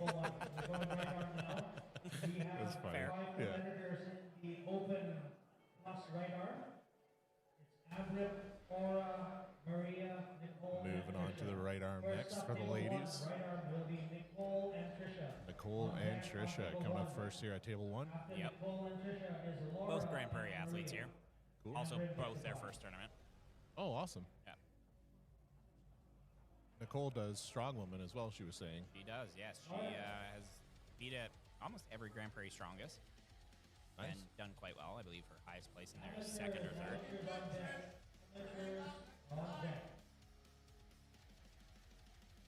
However, I would like to make note that Nicole is the only person who is below 160 here. Actually, she only was 140 pounds, so she was lumped in with all the heavyweight women. 200 plus left. That's the best Yeah, one for small you. lady. Yep. She's given up some serious weight, though. I missed the winner of that one, Trish. Trisha got her. Yeah. Nicole held her at center. Just some little technical adjustments need to be made there, and I think she'd do a little bit better. But once again, she's only been pulling, I think, for a total of 2 months, so not too Yeah. bad. And her son Kai took third in the 9 to 11 youth on both arms. Kai. Oh, Trisha's son. No, Nicole's son. Oh, okay, cool. Yeah, Kai Townsend with the long hair. Oh, yeah, you coached him too. I did, yes. Someone in the chat was wondering how many people entered this. I do not know at this point in time. More than one, less than 100? No, I think we're over 100. I want to Really? say we're close to over 100, yeah. Cool beans. All right, right arm. Coming up next, Maria. The lady she's competing against, I don't think she did left arm, did she? No, she did not. Yeah, first time seeing her here. London arm wrestling. I'm assuming Ontario and not Britain. Would be a safe assumption. Yeah. She's not familiar to me. I haven't seen her before, at least locally. So, based on her setup, though, she most definitely knows what she's doing. She's fighting Very for- aggressive in the Yeah. setup, yeah. Not giving anything to Maria here. No. She's giving it everything she got. Everything they got. Good old Brooklyn Nine-Nine. Yeah, that's good. Ooh, Maria. Well done, Maria. Maria, I believe, is the current right-hand national champion in Canada. So, and we have a rematch again from last night. We have Josh versus Sheldon in the Grandmasters over 200. Oh, yeah, that's right. I think this is the left arm, though. So, or is it the right arm? Oh, no, left arm. This one might be a little bit different. Josh's left arm is a reasonable amount weaker than his right arm. It's definitely not as strong. Still a freakishly strong individual, but yeah, not to the exact same level. So this should be interesting to see. Yeah, Albert and Trish, table 1. Yep. Ooh, elbow foul on Josh. He popped up and around. Ambrin taking that quite easily, as expected. I believe Ambrin podiumed at National this year. Trisha's all smiles, though. I love that. When you're just having fun, Yep. right? Like, yeah, you want to win. You know, you're having a good time, but Absolutely. yeah, I love to see that stuff. Yeah. And we got. Oh, Oh, Josh went down. that's just how much force he was pulling on that with, I guess. Yep. Josh also has bad knees, so. Oh, does he? Yeah, on the left side, he can't drop down quite the same. Nicole looking super strong off the center, though. Laura with the win But- on table number 1. Yeah, like you said, first comp. Yep, not bad. Can we get now a match we've been waiting for? Right farm, Maria and Abrin. Right farm.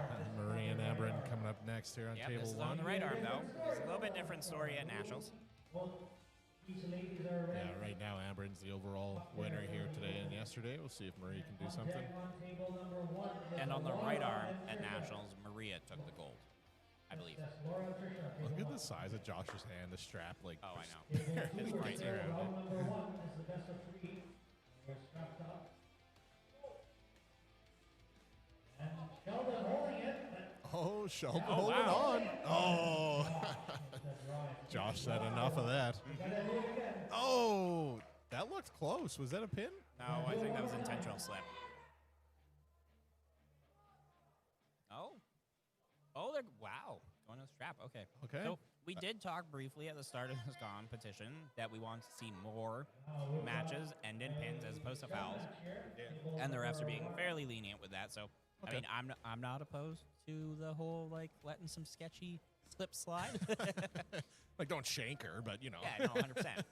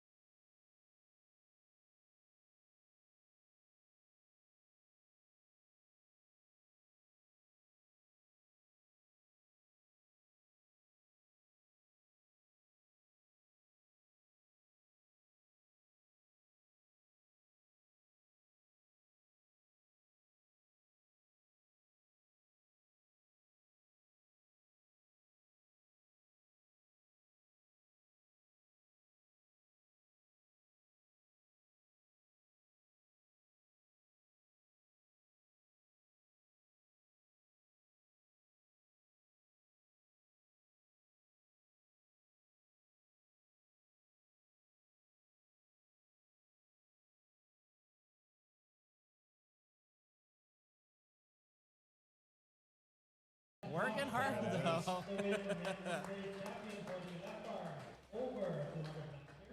Sheldon takes second place. Sheldon's probably feeling a lot better after that performance on the left than the right from last night. Yeah, last night was a different story. Absolutely. But there's, like I said, there's a big, big strength difference between the two arms. We have 4 competitors in the Masters. All right, here's Maria. Almost got Laura. It's right there. It's done. Ooh. Quick. We got a winner in Maria go. Peterson. Maria, you got a minute. You are now in the final of these. Good work, Maria Peterson. Table number 2. Absolutely. Brad Prince, Brian Cardinay, and Gary McDonald. First up, Ben and Gary. All right, coming up next, Ben and Gary on deck table will be 2. Brian and Brad up deck. Ben and Gary on table 2. Now I want Ben and Jerry's. Yeah, it's the fat kid in me. On table 1, we have Amber on the That kid and all of us, Yeah. Peterson on the as I'm sitting here eating matzo sticks. Yeah, I'm not even going to mention that you didn't offer me one, but whatever, that's fine. There's still 4 here. Would you? No, it's okay. I'm allergic. No, really, you're allergic? Okay. Sure you are. I can only eat leafy greens, man.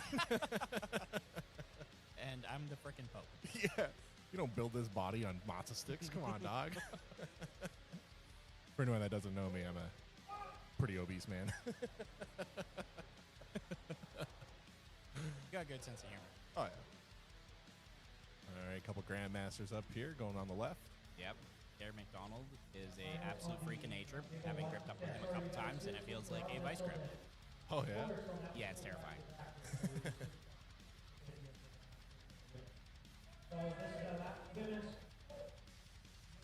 Go and slip. Do the strap. Rappity strap. His shirt says, "My favorite people call me Grandpa." I like that. That's a good one. Also, I want to say that Gary's at least in his mid-60s. I could be wrong. I'm sorry, Gary. But I'm pretty confident he's in his 60s for sure. If he could hear us, I'd say 50s, but since he can't, yeah, maybe 60. Okay. All right, Amber to Maria back at it. Right, Amber on the A side, Maria on the B side. Red here versus. All right. Let's see the final. So Maria has to beat Amber twice here to win. So she's in the position Amber was last time. Oh. Two of these straps. All right, back over to the Grandmasters here. Just about All right, ready getting to go. strapped up. Ooh. Impressive. Getting the pin over Gary there. Yeah, Ben cracked his wrist fairly easily once he had that strap. That was a good setup on his part. All right, so Maria is going to, I think, need a lot more back pressure here into Amber's hand. That is the route, if she has one. But it's looking like an unfortunate situation for Maria. The wrist is just kind of, I want to say it's potentially fatigue at this point in time, but hard to say for certain. All right, we got a rematch between Brian and Brad now.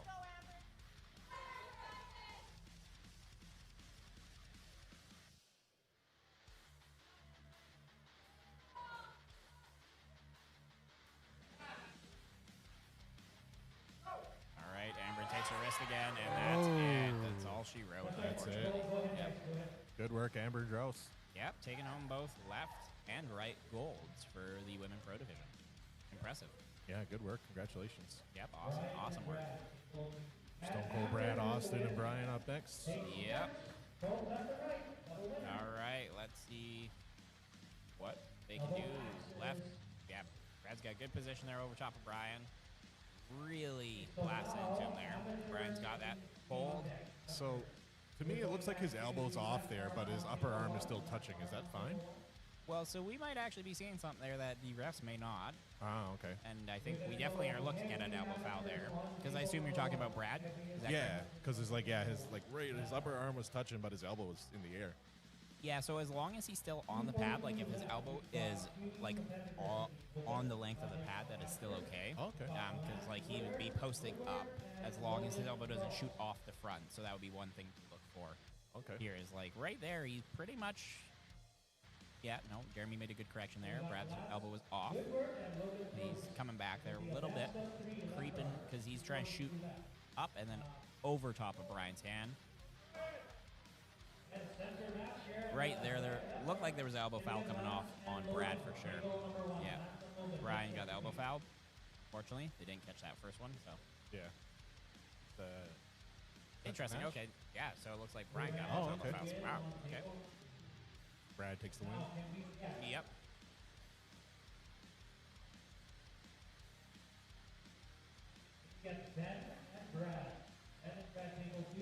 Ben and Brad being called up to table 2 now.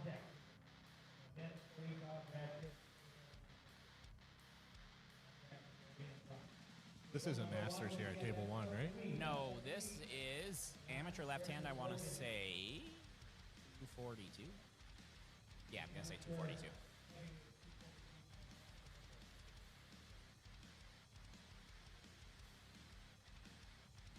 All right. Lance and Logan getting set up here on the left. Logan's looking mighty strong here. Good positioning, everything.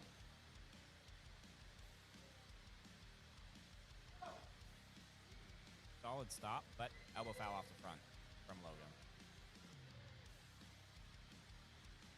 Lance needs to really dig in there. Brad holding on here. Ooh. But Ben has everything there. He's just chilling. He's just waiting for his moment to transition up and over, make an adjustment.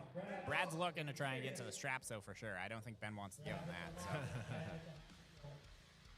And Ben doesn't look to be struggling too much. Yep. Yep. To the strap. Yeah, Ben looked very strong there, even me as an inexperienced arm wrestling fan. Yep. You just look at him and be like, yeah, he's not moving. Yeah, when you're just chilling like that, that's a bit worrisome. Yeah. At least if you're on the other side of the table and they're kind of looking at your eyes and you're like, yeah, you just keep going. Especially if you're smiling. Like, that's one thing when Yeah. you watch the pros, like Devin Lorette and those guys, when he's just looking at him and laughing, he's like, come on, man. And you're just like, it's so emasculating. Yep. Yep, it is.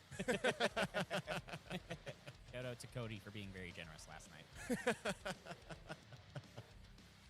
Yeah. Give you $20 not to make me look bad. The family's watching.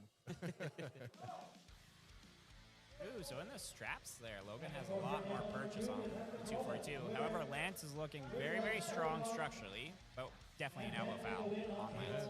Ben taking the win over Brad there on table 2. Yep. I'm going to pop off here real quick. I will be returning in a second.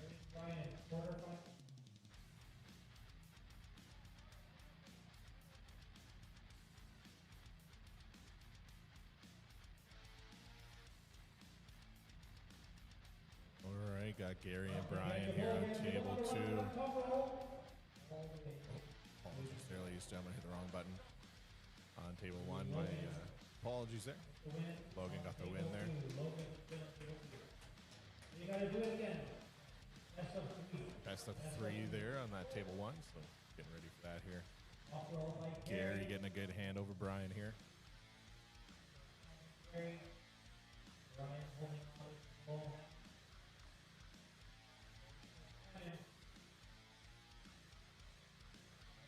Good battle there on table 2. Brian's not giving him very much. Gary's trying to get in there. All right, Logan getting that pin on table 2, taking the win there. Oh, elbow foul looked like on Gary there.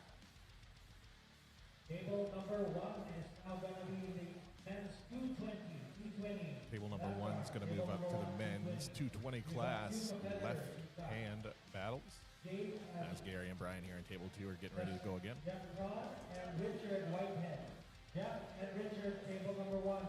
Going to be a best of 3. Table number 1, left arm. Yes, left arm 220. Had to go retrieve myself an energy drink. Big hit from Gary, table 2. Yes.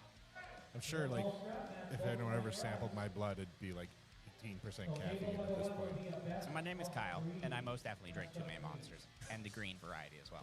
So, yeah. How many holes have you put in the drywall? None in the last decade. That's growth. I'm proud of you. Yeah, me too. Pre-20s, I can't say the same thing. Yeah, you grew a mullet and just kind of calmed down a bit. 100%. You have a kid, and you're like, drywall's not so bad. Kids and mullets will change a man, I'm telling Absolutely. Kids, mullets, and beards. Ooh, very solid effort here by this amateur. you. Gary and Brian are really evenly matched here. They're just hanging on. Oh, elbow foul Another there. elbow foul, Yep. yeah. Brian's just not giving him anything, and Gary's just giving him maximum effort, but nothing there. All right, table 1 here now. Our first match in the 220 class men's left-hand matches. I believe the individual on the right is from BC. Okay. And the individual from the left is Winning. from here. And yes, winning. He's friends with Davin Newdorf, who is a Grande Prairie Twistmaster. Cool. I believe this is also his first tournament, too. And apparently has very, very good top roll technique. He's off to a good start, yeah. Absolutely. All right, Brad and Brian back at it here. I think Brian's hurt. Yeah, he clearly didn't fight that. Yeah. We got Brad, take that. Brad, you got a minute? Brad's in the final. Brad and Brian, they're masters, right? What is it, like strongman, like 40-plus masters in this? Yeah, sport. Yeah. I think they're both pulling masters and grandmasters. And that's just an age difference between masters and grand? Correct, 40 and 50. 40 and 50, okay. Corbin Disco, hypothetically, if they wanted to, like, they could also drop down to like the 220 or the men's open type Oh thing. yeah, Brian, I believe, is pulling in the 156 pros. Nice. So yeah. Sometimes the unfortunate part is that the amount of time rest between certain divisions. If you pull every Masters, Grandmasters, and the Amateurs moves quickly, and unfortunately it doesn't make a big jump between. So doesn't give them a lot of time to rest. All right, Brad and Ben, spooling up here, getting Yep. ready. Ooh, we definitely want to watch the left here on the left table. It's gonna be fast. Big height difference too. So the guy in the green is Rod. He's from our club. He showed up from Ukraine one day and just creamed us all. Oh, I remember that. He was here last year. He just started last year, didn't he? Yeah, I don't think Rod pulled last year. Maybe he did. But yeah, he's a freak of nature. Yeah, I remember talking about him. Yeah, Holy. yeah, Just opened his mouth and just took a breath. And, wow. yeah. Rod, Good work, Rod. he's impressive. Very impressive. So this will be another good match here, I think. Ben getting Brad. Ooh, good Yeah, job. that's good. Yeah, Ben taking the win. Well Thought done, Brad Ben. was going to take it. That was a solid effort. Yeah, good work, Ben. So over on the left here, we have Porter McAllister and Greg Burnett. Greg hails from Williams Lake, is now currently residing in Edmonton. Very, very dedicated trainer, and Porter obviously being a Twistmaster. From what I understand about Greg, he's a very, very good inside puller. Has a very, very strong cup and containment. So we're going to see what direction he goes here, if he's going to try and get to the strap. Looks like he's got a warning. Yeah, I seen Greg compete at that arm wrestling show I did in Lethbridge, I think, for Travis Robertson, I think his name Lloyd is. Minster. Lloyd Minster, Border yeah. Rivals, yeah. Yeah, Greg was there competing at that one. Good, strong fella. Oh, absolutely. Yeah, great arm wrestler. Yeah, so he's in the amateurs on the left today, but he's in the pro on the right division. And you'll see a lot of people do that. One arm's a little bit weaker than the other, so they stay in the amateurs on one and test the waters on the pro on the other. I believe today he was the first day he moved up to the pro division on the right arm, so we'll see how he fares. Going to a ref script, it looks like, because they couldn't settle the differences themselves, so the refs have to do it for us. Once you compete in a pro match, are you allowed to drop back down to amateur, or are you locked into pro? So that's one of those weird regions of space. There's not really a set of rules for it. Like, let's say if there's only 2 or 3 pros in a division, it's not necessarily like, if you tend to win and like clear cut a pro division, yes, you should probably stay there. But once again, it's more so on who is competing in said class, and then also you yourself as a competitor understanding when you're just like shooting fish out of barrel and trophy collecting. Good battle here. Nope. Looking like elbow foul on Greg. All right, over on the right, we have Luke, who is also from Grande Prairie. This will be his first tournament as well. Very, very strong individual. I believe he works hydro back. Which one's Luke? One on the right. Right, okay. Ooh, elbow foul, though. Flip-flop guy. Take your time, Luke. So Luke, being brand new, and this is his first tournament, I'm sure he has a little bit of the jitters there. He just needs to slow down a little bit, maintain that control, and just work through. It looks like... Going to straps Strap. on table 1. Yep. Luke got it there with a good press.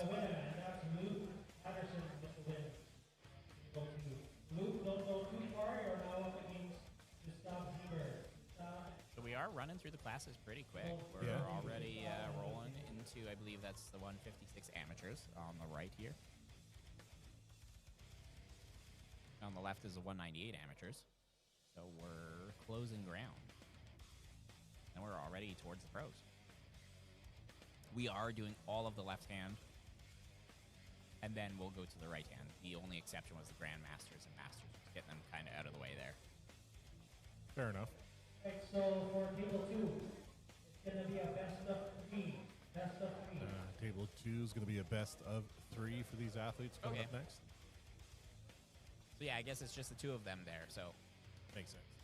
yeah.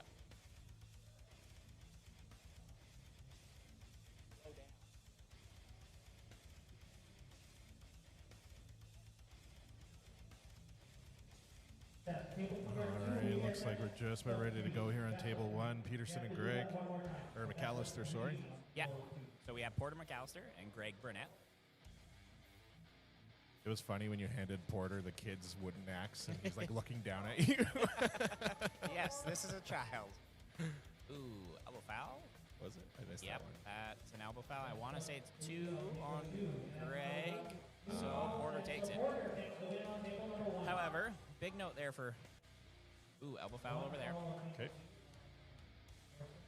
Carson, is his name, with the camo hat. Carson in the camo. Flip-flop Carson. Yep. Okay, let's see if Carson can make adjustments. Ooh, much better there at the start. Luke's taking his time. He's transition. Yep. Yep, working through. Yep. Good job. Just taking his time, making sure that he's very conscious and concise with what he's doing. Slow and steady wins the race. There's clearly a power difference there. Luke looked very, very comfortable. So, I mean, that's the thing, too, when you're new. Sometimes you don't want to rush it because then you might elbow foul off or do simple things like that. So, yeah. Yeah. Nerves are a big thing, whether it's this or strongman, powerlifting, whatever, especially when it's your first matchup, first lift, whatever. The nerves are the biggest thing you got to overcome. Absolutely.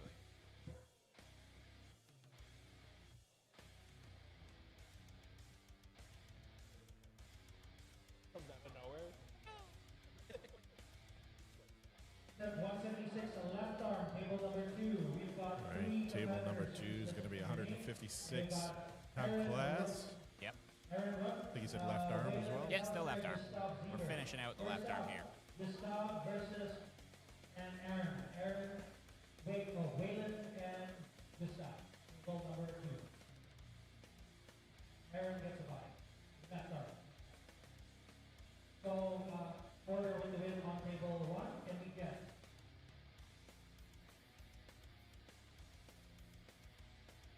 I'd like to also just give a big shout out to Jason T-Bog for stepping up being our MC today. It was a last minute thing, and Jason came to save the day there, so I appreciate him. And then as well, Bonnie DeRossi running the bracket listing. It's never an easy job doing all that, so we appreciate the other clubs coming out and helping us out. So yeah, big thank you to Jason and Bonnie for sure. Oh, yeah. Whether any kind of show, having the people there to help you run it is everything. Absolutely. Okay, so we got 2 McAllisters up there on opposite tables. Rod is with our club. Porter's loading up with everything he has. We're going to see, yep, Rod doing what Rod does. Is Rod ranked yet? No. Why? So he actually is pulling the Pro 176 today. So he's pulling the amateur there. Oh, what happened? False start? Or maybe... Oh, elbow foul on Porter. He popped up. So if I'm thinking about this correctly, there is no rankings for amateurs, just pros? Correct. Okay. Yeah. All right. Yeah. That's a shame. I mean, the big thing is a lot of times some amateurs don't necessarily stay around super long. It's hard to keep track of, where once you get to the pro region space, you tend to be going to tournaments frequently, that kind of stuff. So, and anyone can also enter the pro division at any given time. And if you beat a ranked individual, you then are ranked yourself. So, Cool. yep. That happened last night with was it Simon? Oh, Pierre. Or Pierre, yeah, Pierre. Perub, Yeah, so Pierre just jumped into the ranks and would have bumped Evan down because on the left arm, Evan is 12th. Yes. So that would move Evan to 13th. So I actually put Pierre right behind myself. It's exciting Absolutely. getting to that point where you're finally ranked. Big Yeah, moment. for sure. Battle of the ponytails here on the platform. Yep, both Edmonton Extreme members, so they probably do work together. All right, we're going to see what kind of tricks they pull out, though. Let's see who's... Ooh, both going on the straps. They knew where they wanted to go. Yeah. All right. McAllister's getting lined up here. Ooh. There, McAllister with that nice. classic side pressure they all have. Beautiful.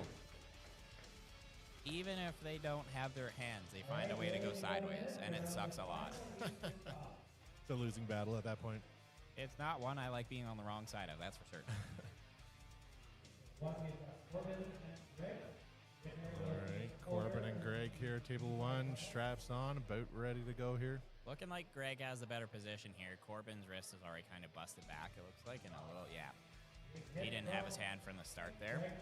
That's a big, big sign of sometimes you just get in a poor position in the strap, and you kind of know right off the get-go that it's not going your way unless you pull some Hail Mary stuff. So, well done by Greg.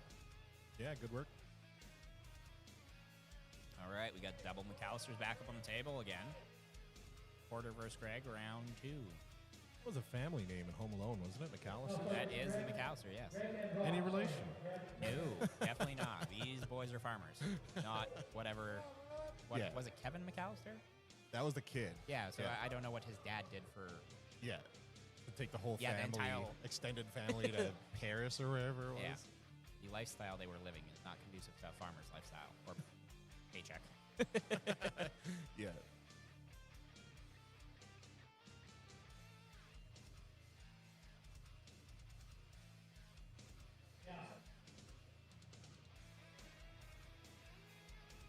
Seems like they're just having a little sorting thing here. First place Gustav, second place Waylon, and third place Eric. Okay, so we finished at the 176 class. Looks like. It's just 198s now.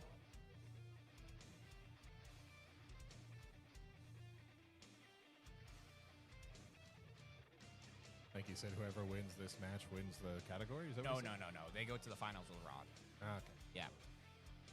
So Rod's going to... No. No disrespect. I'm not going to say it. I'm not going to say it. No disrespect, but the way Rod's... Well, you never know. We haven't seen Greg versus Rod pull yet, I don't think. Ooh. Ooh. Trying- Hold him by his pinky? Yep, you take whatever you can get sometimes. Ew. I broke this pinky before. You can see it's still kind of crooked. Yep, that was definitely a little janky. He grabbed onto that. He's taking it with him, I think. Yep, that for sure. She gone. All right, back in the straps here.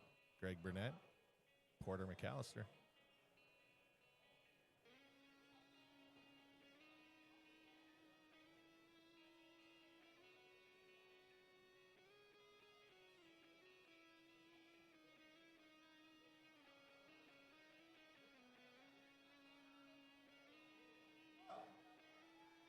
All right.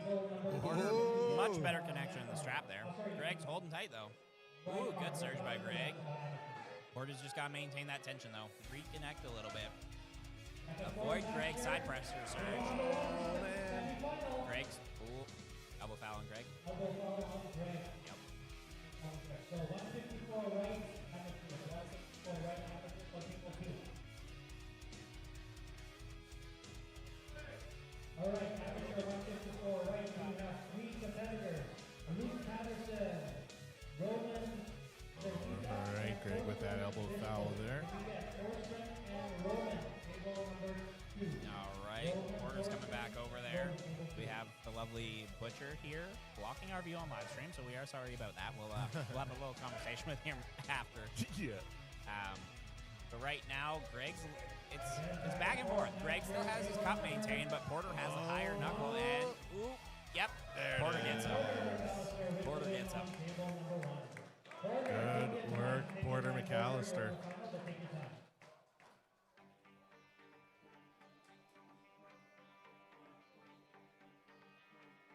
Porter's now in the final. That puts Porter McAllister in the final against Rod there. That is correct. Table number 2, we have Thorsten and Roman. Patrick. Winner will Karsten and Roland here on table 2.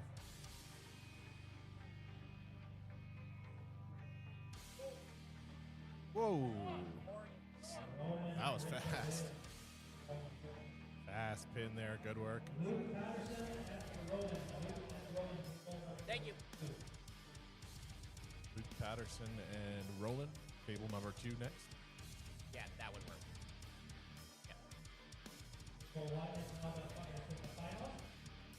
Table 1's getting set up for the finals here. Going to be Rod and Porter in the finals.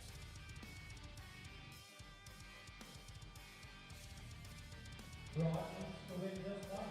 Porter needs to beat it twice to win it. The last round match was in amateur.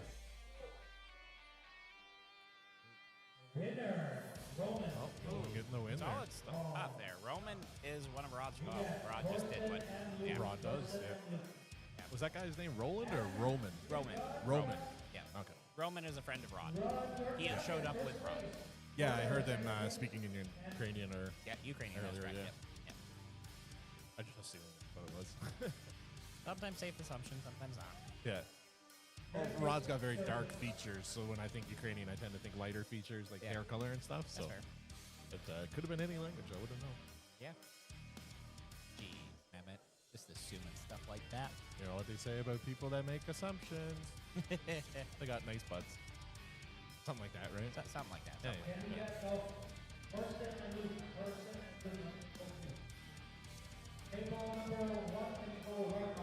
Carson and Luke here, table number Looks 2. like they're pulling the right arm. All right, interesting choice. Not. I will be right back.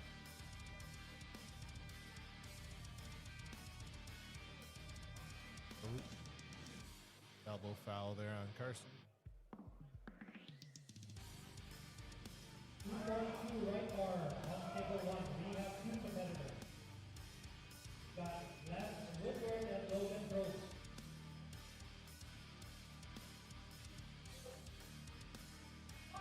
There you go. Luke getting the pin there, taking the win on table number 2.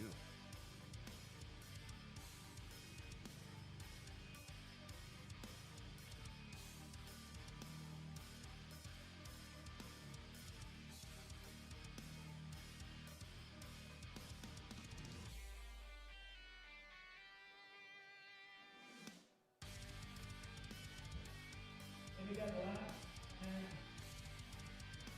and table number 1. This is all again best of Right, table number 1, Lance and Logan back up here, best of 3.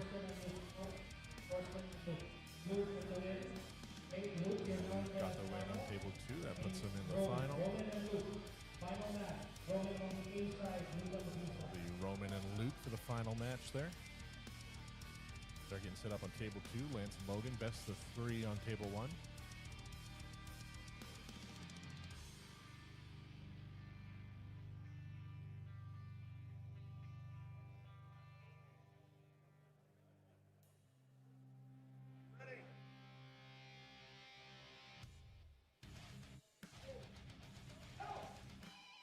Speedy pin for Roman there.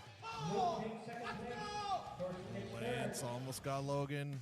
Yeah, Lance taking the win there. That will be a best of 3 for those gentlemen there, though. So switching sides, getting ready to go again. Right arm 176. We have 4 competitors. Table number 2. Table number 2 is going to be right arm 176 class. 4 athletes in that one. Getting ready to get started here.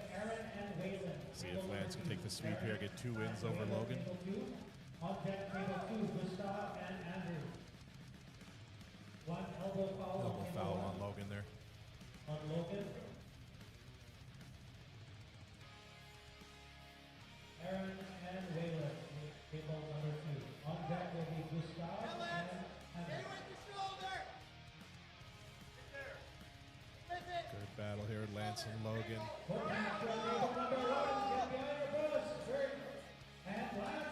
There it is. Lance taking the win on table 1 there.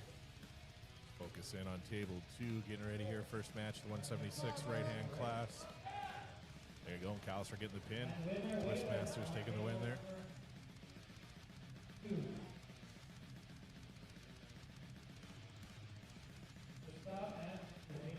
Table number 1 is now the Gustav and Andrew. Again, best of 3. Brian Friesen, Defron. Brian and Defron, table number 1. Brian and Jeff getting called up for table number 1 there. Best of 3 on table 1 as well.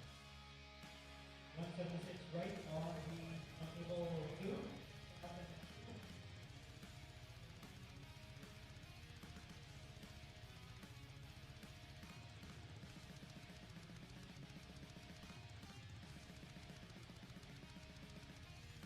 Alrighty, I have returned. We got a best of 3 on the left. These are the only 220 amateurs this time around.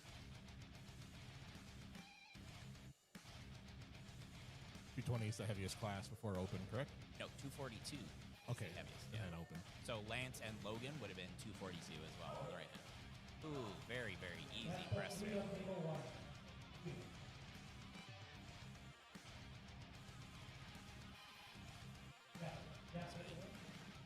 Yeah, is his name. My name is Jeff. Name is Jeff. I swear this is a professional live stream. Sure. Professional, yes, but we have fun here. Oh yeah, yeah. It looks good. We just like to have fun while we're doing it. Yep. The magic of it. It's like Disney World. Ooh, yep, just same thing. Right on through to the other side. BD pin, yeah. Oh, elbow foul. Oh, almost fell there. Okay. Ooh, Oh wow. right through. Wow, that was solid. Andrew got it. Dominant performance there. Absolutely. Very, very strong individual. The power of the grunt. Yep, sometimes it works. It does, yeah.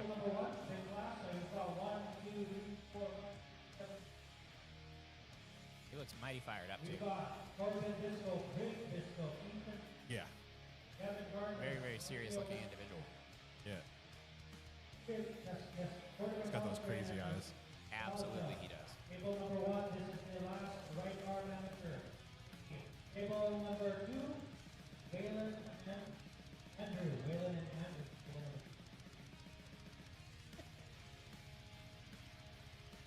And then table number 1, can we get Gavin and Mario? Gavin and Mario, table number 1. Gavin and Mario coming up on table number 1. Table number 1 is Exciting. Ethan and Porter. On deck, table number 1. Gavin and Mario, table 1. All right, so I think we're starting with a lighter weight class. I think they'll probably announce the class here. Oh, right to the straps there.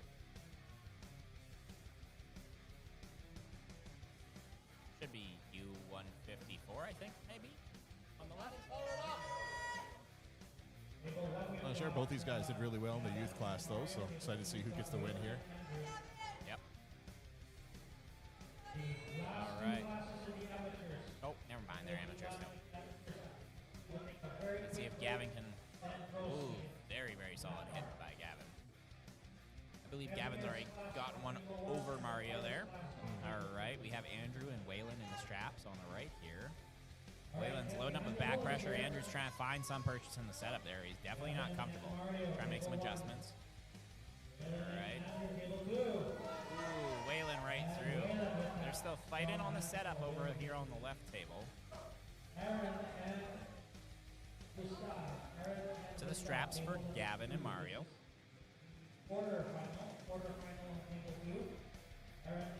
Table 2 is going to be the quarterfinal here. Number 1, Gavin, Mario.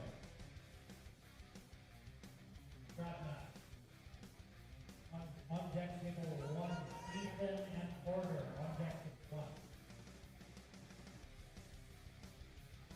No, Mario doesn't feel good in that strap already. It looks like Gavin loading up. I have a feeling he's going to blast right back through Mario's hands. Kind of look at the pressure there in the strap. Mario does not look comfortable. His wrist is already rolling back there so slightly. That's... Ooh, shooting forward, but big elbow foul.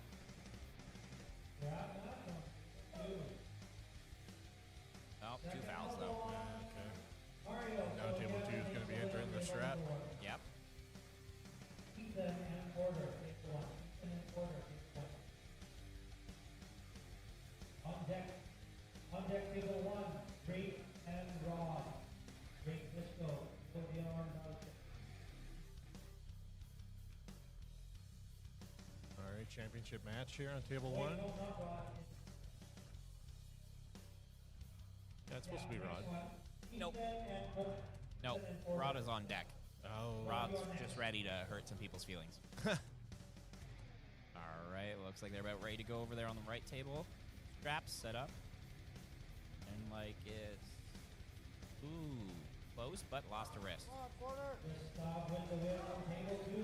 Porter's got his wrist and just falling right on through to the other side. Excellent work by Porter there. Yeah, getting the win.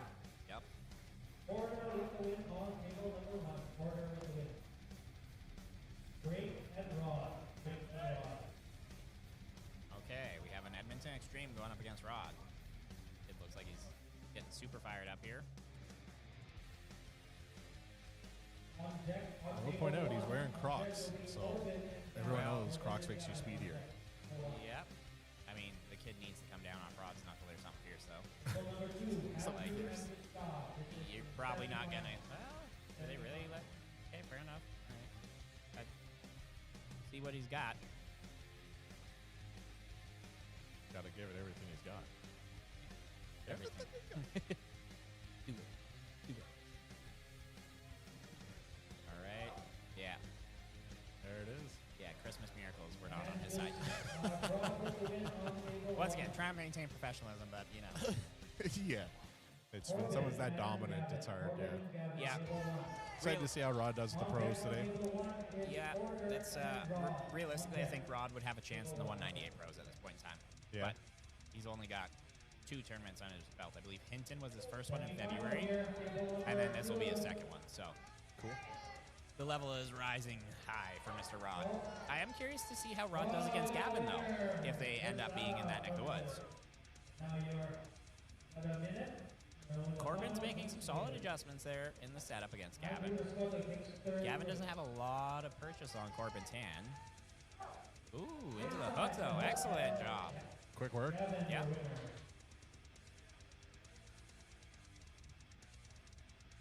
Porter and Rod, big match here. Porter, McAllister, Rod, All right, this will be the final here. Table number 1. Do not blink. Both game sides. Porter McAllister. What's Rod's last name? I don't know how to pronounce it. I'm not even going to try. Probably got a couple Z's and V's and O's in there. Pretty much. I think it's Balashuk, maybe.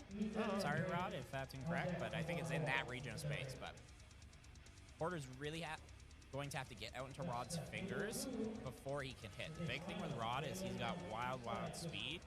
Sometimes in the strap you can negate it a little bit. But the big... Ooh, there we go. He found purchase. Porter looked like he realized he found a little bit of a lane there. Now he has to definitely replicate that in the strap. Because if he can crack Rod's wrist a little bit, that's good. You can see the look on Porter's face there when his hand came free. He like paused for a moment. He was like, Wow, I did oh it. wow. The look on his face is perfect. Yeah. Yeah, good work, man.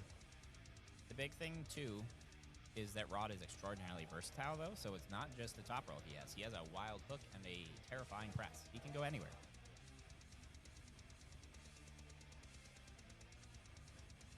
He's a Twistmaster as well, Rod? Yep, he's a Twistmaster. Unfortunately, our new shirts didn't arrive in time for the tournament, so Rod doesn't have his shirt yet. But he's still wearing green. Yeah, it counts. Yep. Yeah. Yep. Rod's got that back pressure. Yeah. Oh, fun fact, too. So Rod was testing the dynamometer there. So Rod weighed in at 175 pounds, and his grip strength rate at 226. Josh Bellin was 231. Mine was 213. That's impressive. Mine, I'm not going to say on air.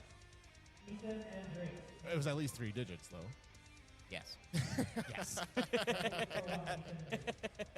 Including the decimal point. It was at least 3 without a decimal. I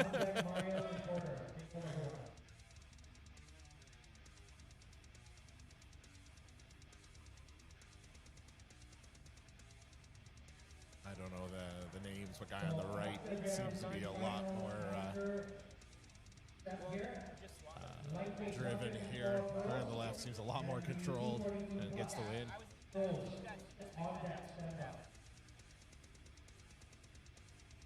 Winner is, come up, let us know who won. Is that great? Who won that last one? Not Drake. Okay, Ethan with the win. We get Mario and Porter. Big match here, Mario and Porter. Table All number right, 1. Mario and Porter coming back up to table number 1 here. On deck table 1 is Ethan and Corbin.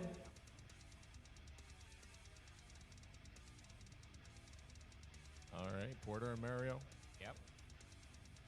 Both had some good matches today. Porter's really trying to get purchase here.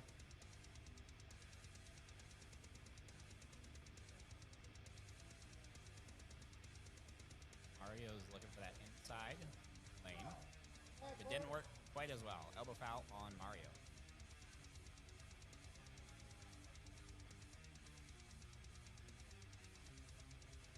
And all the throws, all the lefty, keepers, the right. All right, Mario's making a big adjustment. He's going down, trying to neutralize Porter's prone. His pronation, but it didn't matter. Porter with the win. Porter with the win. Oh, speedy. 2 fouls, but Porter would have finished that still, even without the elbow foul assistance. I think.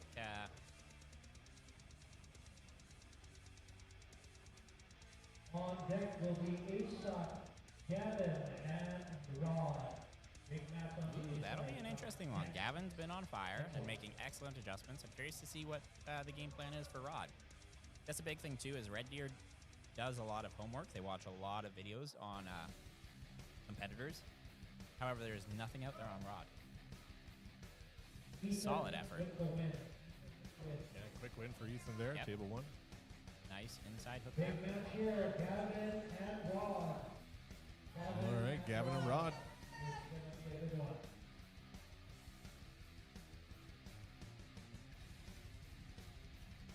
Alrighty.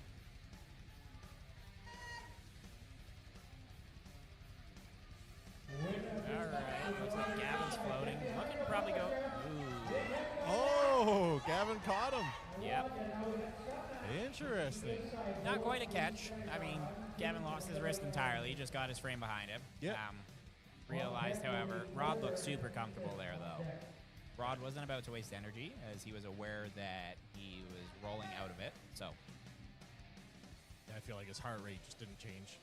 nah, he's pretty chill. Very calm guy.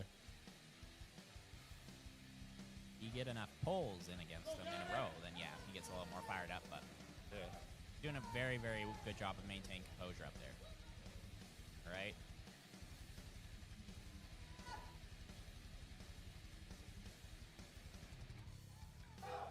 Man, that's all she wrote. Yeah, I got him that time.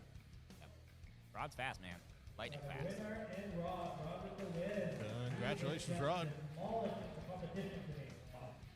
Yeah, that's 2 golds on the amateur for left and right for Rod. The 176 better have their pants buckle up because Rod's coming for them too. I feel like you should bar him from amateur side now. Yeah, well, we talked about it a little bit. And once again, it was only his second tournament. He never pulled pro. Yeah. So that's why he is pulling the pro today, but he also wanted to pull 198 because he weighed in at 175, like in all of his clothes. So, ooh, solid hit there by Porter. Ooh, Ethan made the right adjustment at the right Yep. time and caught the surge. Very well done. Beautiful. Good work. Yep, so it looks like Ethan's going against Rod. Oh, yeah, I guess we're not done yet. We've got a minute here. We are now in the semifinal. Oh, it's only semifinal. Okay, we kind of jumped the gun there. Rod has not won this category yet. Semifinal. Whoops. We've got a couple of bets here left. So Let's see Giannis off to the side there getting warmed up. Yeah, so Giannis is actually pulling the 220-pound division. Giannis also weighed in at 176 pounds. So, I mean, Pulling the 220s. yes. Nice. Yes. Well, I mean, like, you know, world level, world champion, you tend to pull up and above. It's also today, I would say, is probably the most talent stacked division we do have in the pro division is the 220. We have Alex Martisis there. We have Giannis, Hugh Nutbrown. Cody Sluggett on the left hand is pulling because unfortunately I wasn't able to do enough damage to stop him. So yeah, Cody's hanging around. And we have a couple others as well. The super heavyweight division has a good lineup as well, but that's a little bit more than, you know, someone wants to bite off, giving up literally like double your body weight.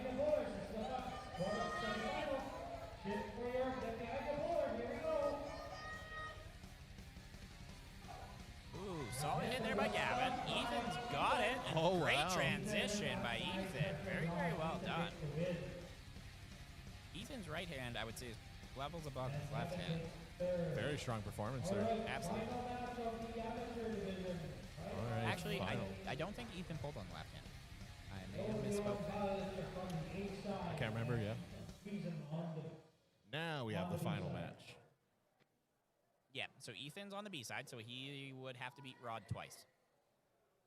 very possible. I mean, you never know. Ethan's looking exceptionally strong. He's made very, very good adjustments against some of the top guys in this amateur division. I mean, Porter is a very talented puller as well as Gavin. And Ethan's managed to do quite a good job against both of them. So Ron is on the A side, Ethan on the B side. Ron just needs one win. Ethan's got good position. Rod in his typical setup. He's going to go for that high sweeping top roll, and that's all she wrote. Ethan did slow him down, though. He did. He almost had him. It wasn't a straight blow through, so that's good indication. But, you know, Rod doing what Rod does. Remind me of that scene from the first Fast and Furious where Brian was talking to Vin. He's like, I almost had you. He's like, you never had me. You never had your car. Yeah, that's the truth. That's the truth. That's a little bit of what we saw there. It's my ADHD brain getting the better of me there. Hey, man, that's the same thing I do. Is I always quote movie reference and people just look at me and they're like, what? Like, didn't get it, I guess. Yeah, for me, it's The Office. Like, Oh. I'll reference stuff, and then when someone's like, oh, I never seen The Office, I just get so disappointed in them as a human being. Well, yeah, I mean, like, yeah, that's just some general levels of disappointment. Looks like we're taking a little bit of a break here. We're going to be swapping over the pros, so I'm assuming probably like a 5-10 minute break just for everyone to get sorted out, and then we're going to carry through. All right. Yeah, stay tuned. We'll have everyone grab some snacks, have a little washroom break, and we'll be back here in a couple minutes. Alrighty.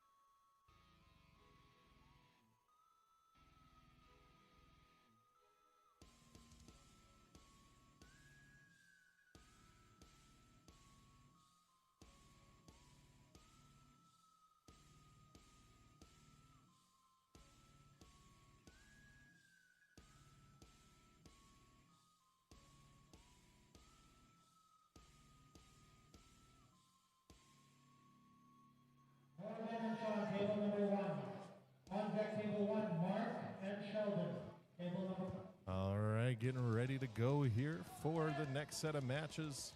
These are going to be the pros now, correct, Kyle? That is correct. We have the 154s starting out. We have the son of Gary McDonald here on the left, and then we have John Griffin. So fun fact about the son of Gary, he showed up to practice last week, hadn't been to a practice in 4 years, and yeah, ran through a bunch of us. However, it didn't make a difference because John Griffith is quick like lightning. Yeah. That's a big thing. Oh, left side, we have Sean versus Morgan. Morgan, there was no open amateur, so he did step up into the open pros. Okay. I was going to say, he looks pretty young. How old is he? I don't know. I think he would have just turned 18, maybe 19. Yeah, he looks pretty young. Yeah, he's quite young. Big fella, but young face. Absolutely. Sean's got everything there in the setup. He's broken down Morgan's riser already. Yeah. Very, very safe, though.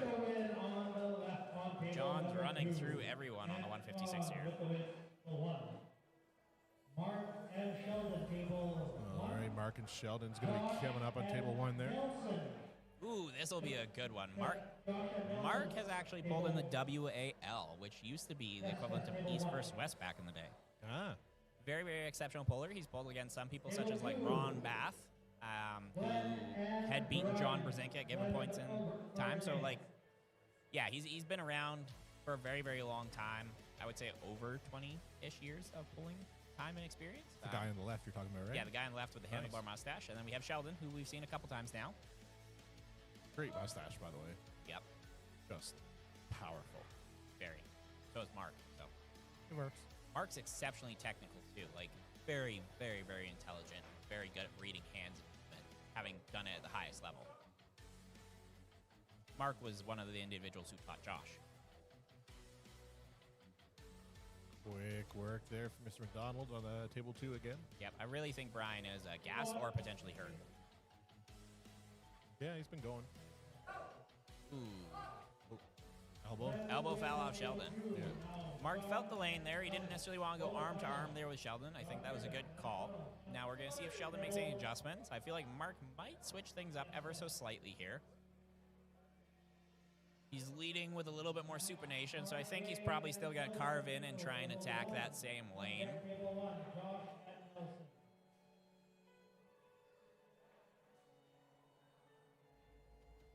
He's looking to neutralize a little bit of Sheldon's hand there. All right, we're going to see if John gets the same repeat attack here. Yep. Wow. John's fast. Wow. Speedy. Yep.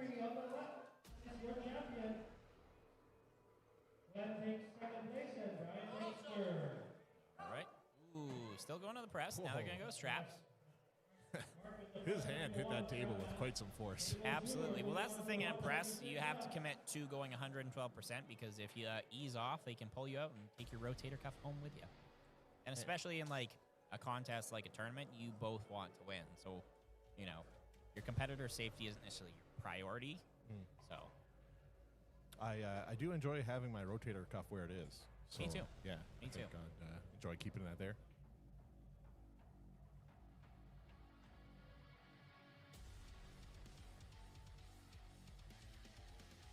So the one thing I am seeing a little bit there is it looked like Sheldon made enough adjustments to kind of keep Mark's hand up and out, so there was less total stress on Sheldon's arm. Not quite as close to the pin pad that time around. We'll see if Sheldon can access more back pressure now on the left. However, I do feel as though there will be some fatigue in Sheldon's arm, having pulled Josh those couple times in not such close matches.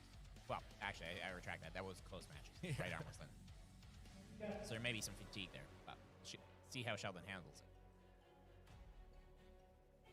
All right, looking Sheldon's wrist back now.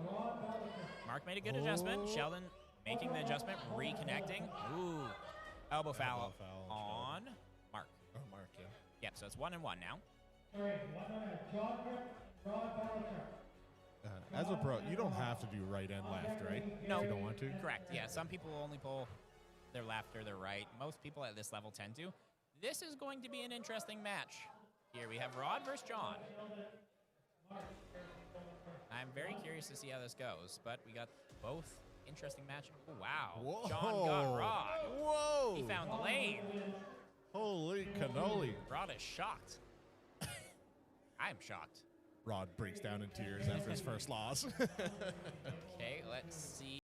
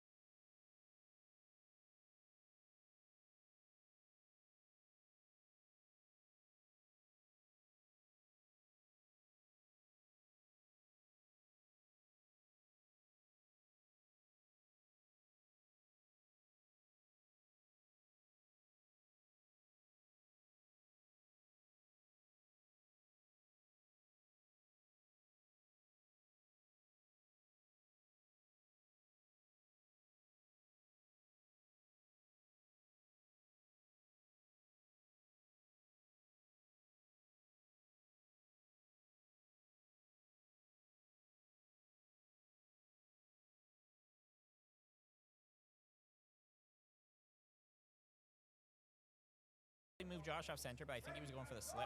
That was early. It's a foul, right? Nope, just a Oh, warning. just a warning? So Okay. early starts are warning. You get 2 of those, and then it's a foul. So in reality, you can have up to 4. That would mean you lose. Darren taking the win over John there on table 2. What? Yep. Oh, damn. Surprise. Impressive. Very impressive. Darren's improved substantially in the last year. That Josh is hanging out. All right. Nice. All right, Gary and Rod here on table 2. This one will be an interesting one. Rod's left hand isn't as good as his right. Still very strong. Rod got him. Yeah. Like the light of day. Not much doubt on that one. Gary, I feel like if they started slowly, does have the strength to hold him. Gary's very, very strong, but it's that initial hit can sometimes negate your body's ability to react with strength. This guy's a big fella too. Yep. He's from Prince George, I believe. Ah. Yep. I used to live out in Mackenzie, not too far from Prince George. Oh, yeah. My fiance's sister used to live in Mackenzie. Huh. Now she lives in Prince George. Nice. Yep. Bit of an upgrade. It's not much in Mackenzie. Yeah. That's what I've heard. Give us the view of both tables here. Go. Darren and Curious Rod, to see table how 2. Darren's going to do against Rod, and Rod versus Darren. Darren's really crowding that center. I think he's going in for a press, it kind of looks like. Yep, but Rod got him. Not today, he said. Smart attempt, though, to try a different lane on Rod. Yeah. Got to test out things until you find something that sticks. That's for true. So now Rod's got to try and figure out the mystery that is John. Ooh, very impressive. Didn't move Sean quite off center, however. Sean also didn't do much himself there. I think Sean wants the scrap because he's very, very comfortable there. All right, we're going to see if Rod can negate John's speed and who is the quicker one to go here. Ah! Very good, very good. Good work, Rod. So I think, I'm not 100% certain, having not gripped John recently, but I feel like John would have just floated his hand lightly, so he has quicker reaction where Rod grips very, very tight. When you grip extraordinarily tight, your body moves a lot slower.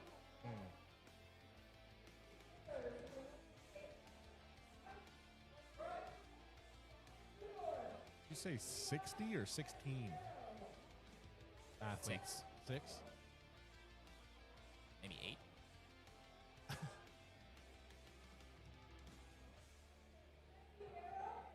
All right, we got the straps on here. We got the 198 on the right side. The heavyweights are taking much, much longer in the pro division. There's a lot more technicality. Ooh. Wow. Oh. Okay. Elbow foul, though. On who? On the Prince George fellow. Very, very impressive, because Sean is, I believe, used to be ranked in the top 20 in North America. So Yeah. that would be quite the large upgrade.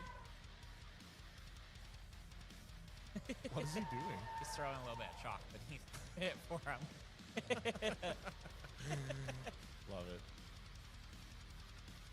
All right, we'll see if Sean makes an adjustment there. We'll see if the individual from Prince George can keep his elbow down, because he definitely had a solid lane there. Jesse on table 2 here. Jesse, yep, looking mighty strong. Got very, very, very solid pull there at the center. Ooh, Sean found the lane. There it is. Much better. Oh, no. Warning. For what? Started early. Oh. Took him right to the pad.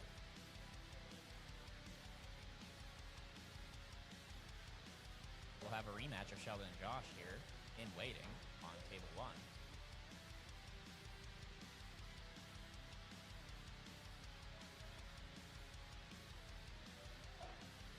I believe it's Brett on the left against Sean. Okay. I've heard some people cheering in the crowd. Let's go, Brett. Oh, that's Brett from Edmonton over on the right. There's just someone breakdancing behind us and cheering him on. Pretty much, yeah. All right. Both looking about ready to get rolling. Ooh, he found a good lane. Oh. What was it? No. Elbow foul again, I think, on the right. Oh, no. Elbow foul on Don. Oh, foul. What? No match on both tables there. They're both going again. So it looks like they had a coincidental on the right. They both fouled, I think, at the same time there. See that kind of Russian MMA thing where they beat Yep. their hands together in the middle and then fight? I have. All right. Jesse in a very, very strong position there, looking to press. If Jesse used a riser, he might be able to finish this press. I can say that because we trained him. But Jesse's in a very comfortable position, just looking to wait it out.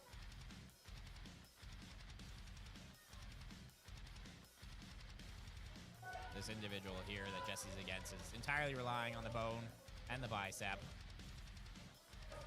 in a nasty, nasty king move without his hand.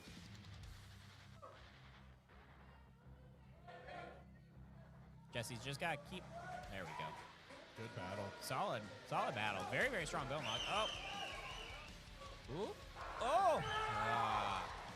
Solid effort. That was a fantastic match there on both tables. Very, very well done. Sean had enough. Yep, Sean had enough. He found the lane. Good work. That was a good Excellent. fight. Excellent match.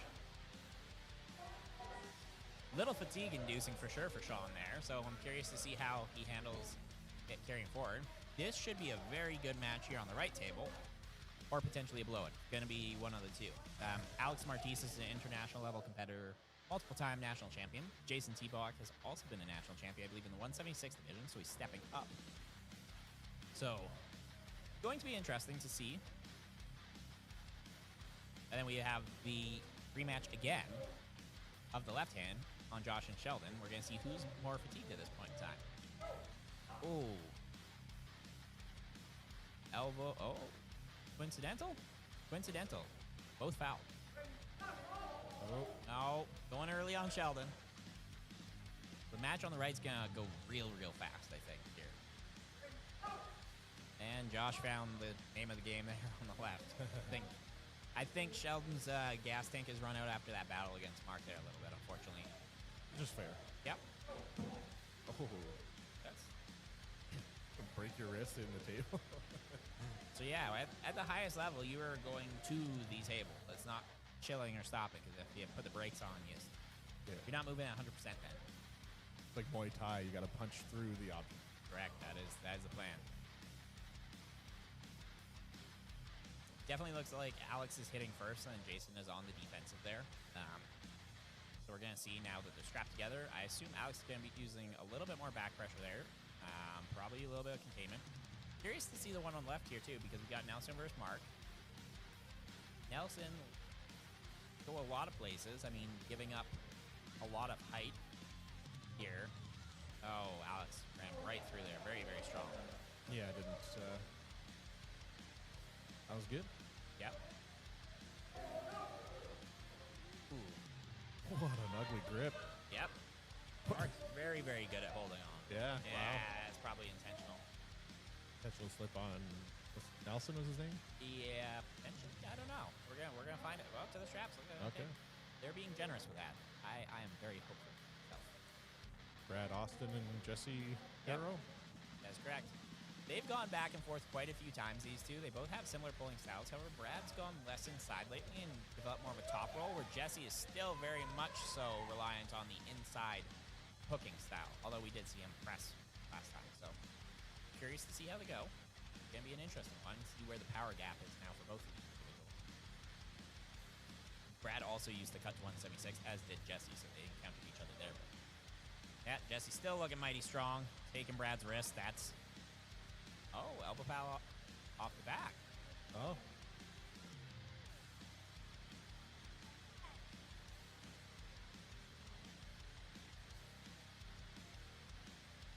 Table one strapped up, about Yep. ready to go here. Yep. Jesse and Brad ready. Yep. Brad got more of a hit there. Jesse just has to make sure that he keeps everything together, doesn't make any mistakes. He's in a comfortable spot. Just needs to keep rolling through the hand.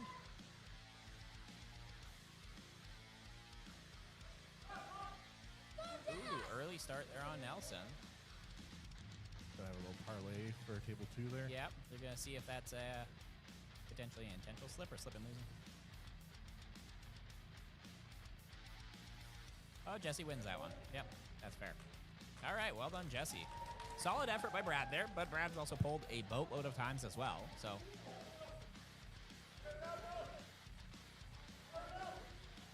So I believe that was an intentional slip there, which would have been the foul. Ooh. Nelson's looking strong. Got Nelson good purchase holding. there. But Mark's not giving up. Good fight here. All right, unfortunately for Davin, I do believe that the absolute level here between him and Alex is just a little bit too much. We have a foul over on the left table. We're going to see what Alex... Ooh, just quick and inside from Alex Martinez. Good learning experience for Davin. Yep. Pulling literally one of the best in Canada. I think. All right. Still lots of battles over here on the left.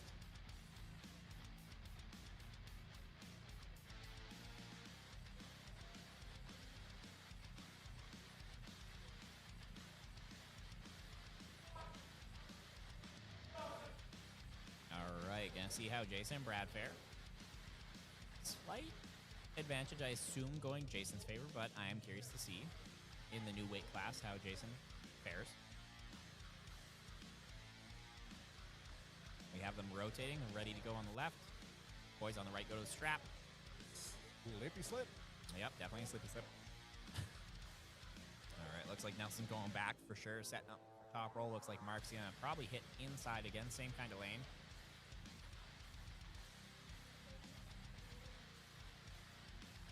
They're fighting for absolutely everything in the setup. Oh, Nelson got a much elbow foul off the front on Mark. Yeah, elbow foul. What, are they 1-for-1 for fouls now then? Yeah, I think there's a couple warnings, a couple fouls. Yeah. It's getting Long deep match. in there. Yeah. See the look on Nelson's face just there. He's like, yeah, this is Yeah. getting sick of it. But that's the thing. I mean, the heavy at the pro level, you're just punching up. Jason found the lane there against Oh, no. Early start. Early start, yeah. Yeah. Jason does like to go first. You don't finish first. Ah. You're last. If you ain't first, you're last. Ricky Bobby.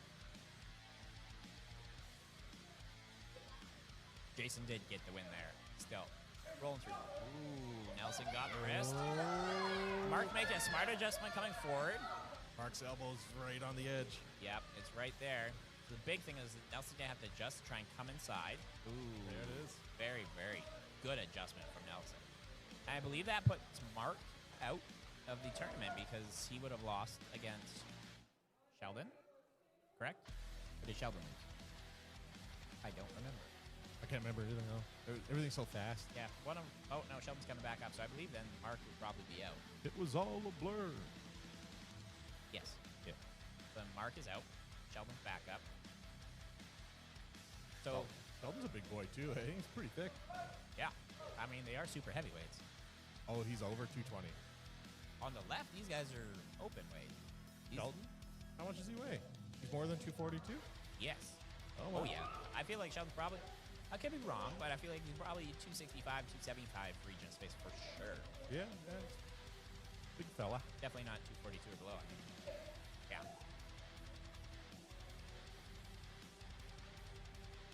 Guy keeps showing off because he jumps up on stage instead of taking the stairs. Yeah, Alex Marquezes. Ooh. Wow, Morgan's actually doing. Oh, yeah, it's going to the straps. It's with the straps. Very, very well done by Morgan. He's hanging there with some of the top guys. Jesse's got his little cheering squad. I love it. Jesse's kids here cheering him on. I do really hope that Jesse can even put the brakes on Alex slightly. That would be a big win, even if he slows it down.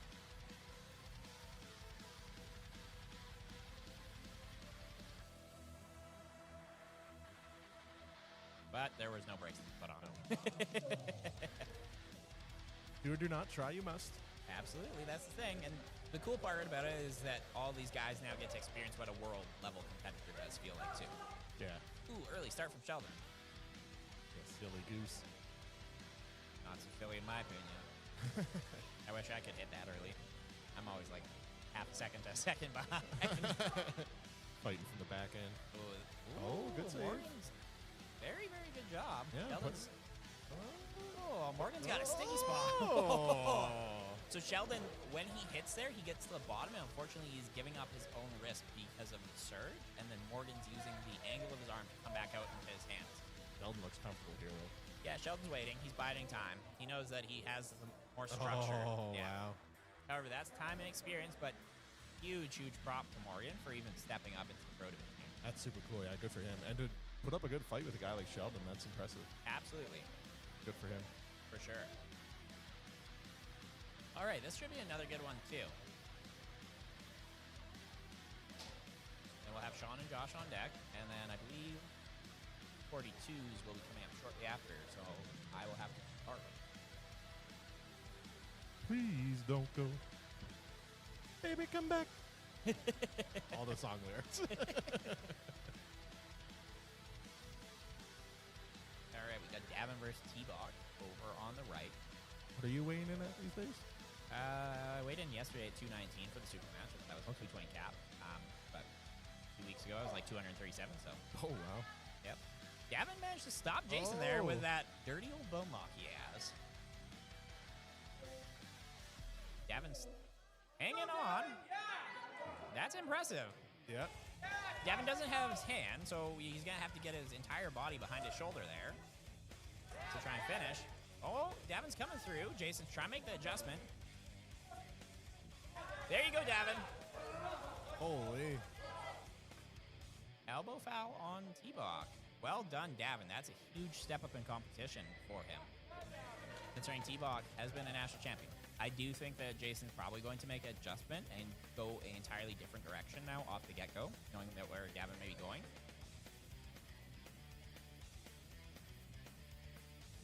And as they tighten the strap there, you'll see that Jason carved in much more, also gaining depth as well on Davin's hand. So they're going to have to physically force Jason's arm. Yeah. Different lane. Mission accomplished. Solid work by Davin, though. Yeah, absolutely. Unfortunately, Davin did get the short straw of the draw as he got Alex Martises first and then Jason T-Block second. So, international level and national level. Although Jason's also been to Worlds as well, so can't say that Jason's not international. So, both international level athletes. So, impressive.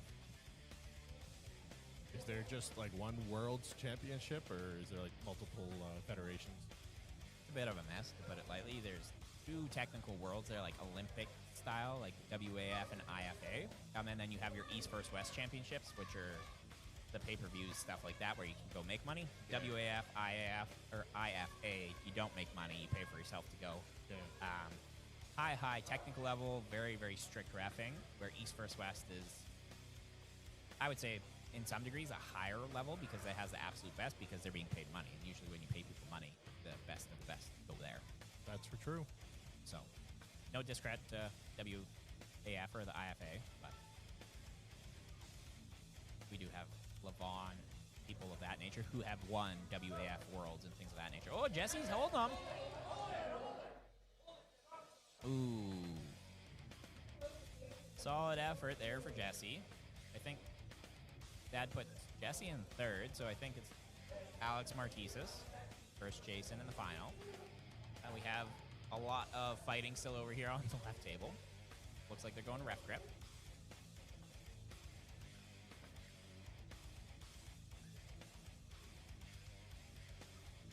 Yeah, lots of power there on that table 1 match.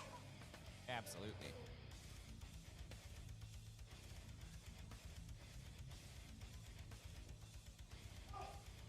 Ooh. Holy.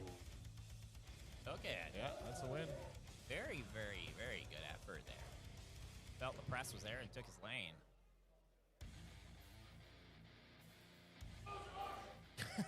Sean. He's fired up.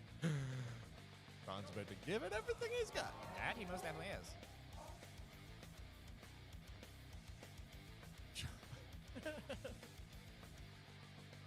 Sean's a showman for sure. Yep.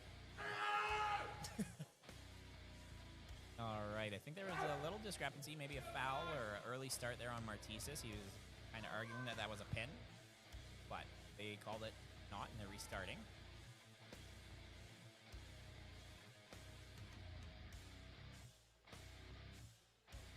That's a pin for sure. Yeah. All right, easy day for Alex.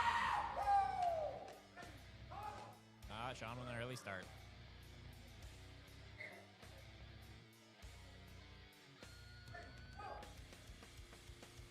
Oh! What? Does that count? It was an elbow foul for sure off the back, I think. Yeah, I was like, that wasn't a pin. That didn't look right. However, Sean did get purchased, and I think that's why he's fired up about.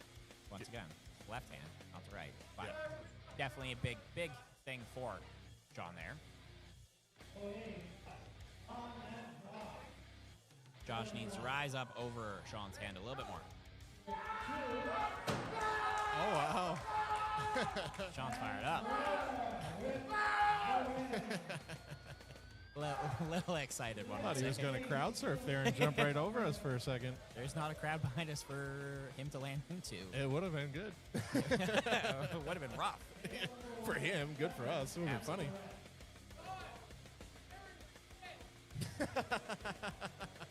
Someone in the crowd just yelled, "Sean, you're scaring my kids."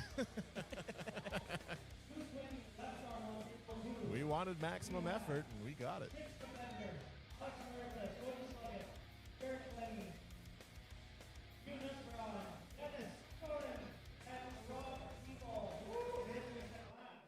Yeah, this 220 class is going to be a barn burner. I am so sorry, you and Giannis.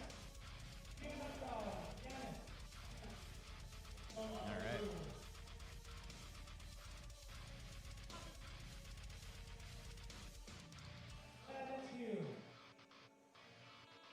All right. He was a very strong individual, but he's going against Giannis here.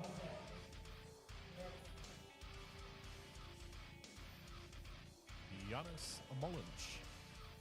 Amolinch. Amolinch. told me yesterday is not a Oh, okay, fair enough. Never mind. I'll shut the hell up. that stupid Kyle guy was. Yeah. That was a horrible impression. He sounds nothing like that. Sorry. I'm very curious to see how both these matches go. It's like looking in, knowing Giannis is. Gonna wait for them to straighten him out. Ooh, early start.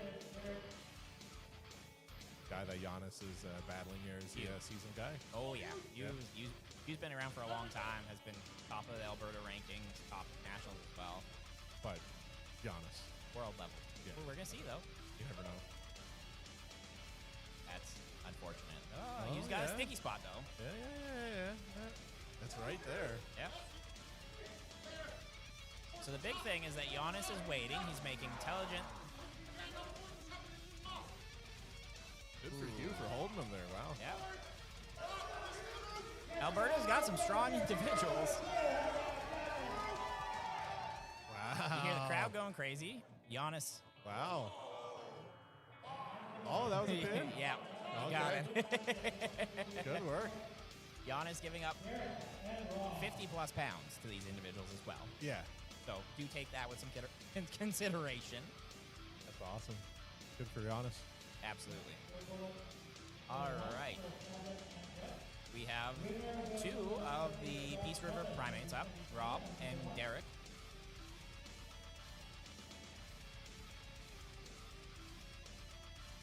One thing to consider too, though, is Giannis' left arm is weaker than his right. So yes, quite the difference there from what he was explaining to me. But still a higher caliber, but not something he would say is his strongest arm either. Curious to see how this goes. I believe, from my understanding, that Rob tends to be the favorite in these encounters between the two Peace River primates. Sheldon gave up his hand there on the left against Brett. He's got to try and still carve in. Ooh, Rob took it. Strap it is. These boys are going to war.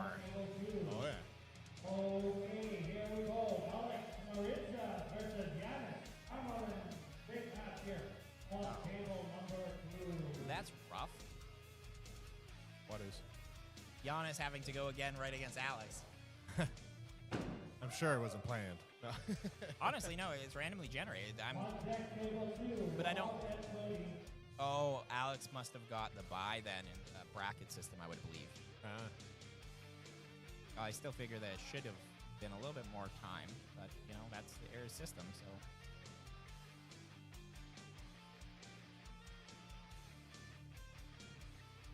All right. Latvia versus PG. Alex is very, very strong and has pulled some serious guys internationally, so I'm curious to see this. It's going to be one of those technical battles, I think.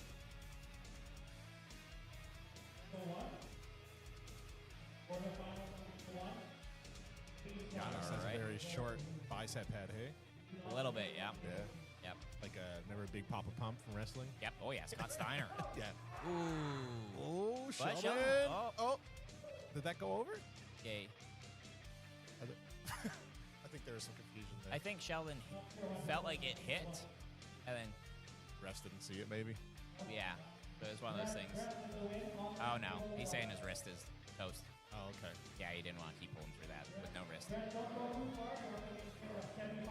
Funny about Giannis, too. Like, even when he's in it, he still looks like a nice guy. You Oh, know what yeah. I mean? Like, he's just 100%. so happy. Like, got this nice smile. All right. Giannis first. Alex Martises here.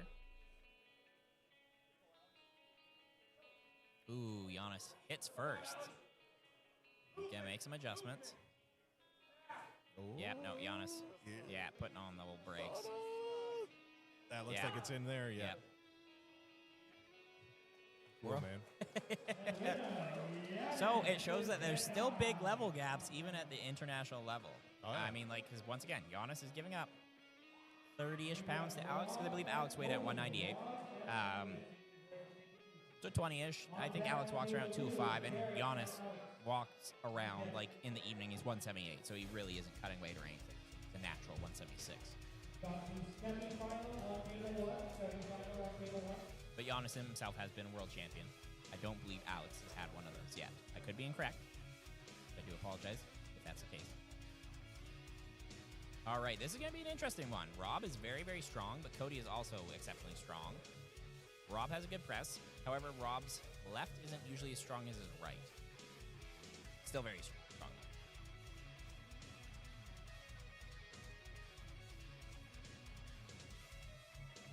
A lot of weight on that table one there. Oh, yeah, some big boys. Big boys. I'm curious to see how Josh, his left wrist is holding up now. It's taken a lot of hits so far. And Sean got through it too, and Brett and Sean were pretty even at the center there. And Brett's looking a little bit fresh. Wow. Ooh.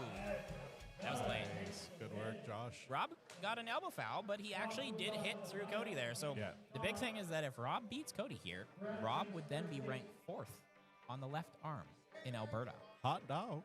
Yep, and he'd be beating, I believe, number 4 in the nation as well. Something I wasn't able to do is take Cody off center. So, however, Rob did elbow foul. So Rob's got a good lane, though. Josh and Sean back for a rematch here. No, there we go. Cody found a better purchase. Yep.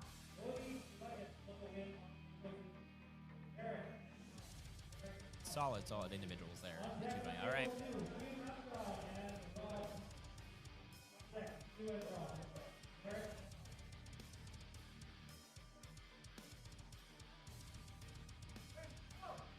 Ooh, Josh making a much better hit. Josh sitting down into it. Yep. Oh, traps. Sean. The showman at his core. So Josh does have to beat Sean here twice, being he is on the B side. That was a pin. Good.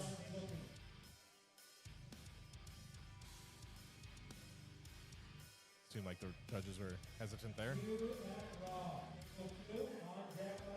Yeah, I think it was one of those early start things again.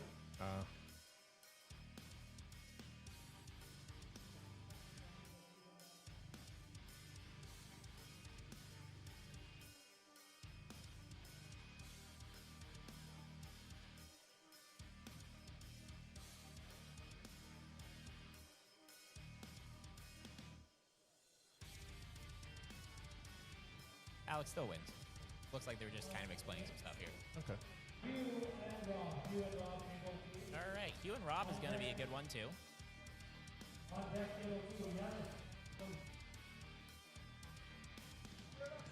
Josh and Sean about to go here. Yep.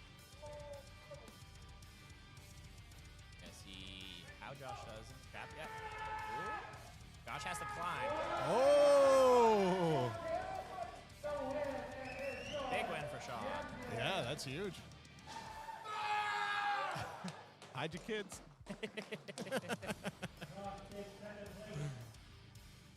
Well, congrats to Sean there, getting the win on the left hand. Yep, I think I have to bid you adieu. I believe is that the 242 is coming up now, so I'm gonna wander up there. A single tear rolling down my cheek right now. That's fair. I will remember you. First up, table number 1. Chris and Logan. All right, Chris and Logan's going to be coming up on table 1 here. Going with the referee's grip here on table 2.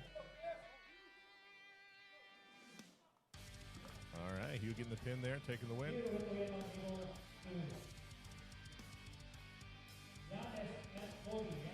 Giannis and Cody Sluggett going to be going on table 2 here. Table 2 is Alex and Hugh.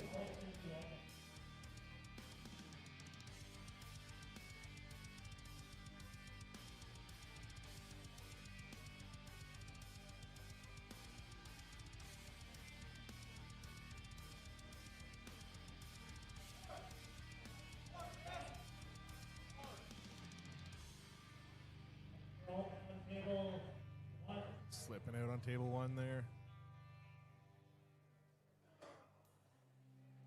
All right, elbow there on table 1.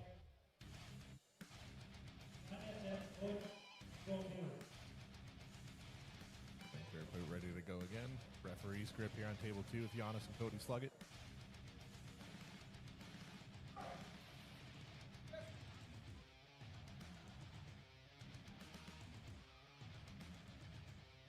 say there. Intentional slip. Yeah, intentional slip on the guy on the left there. Right takes the win. Giannis and Cody about to get started here on table 2.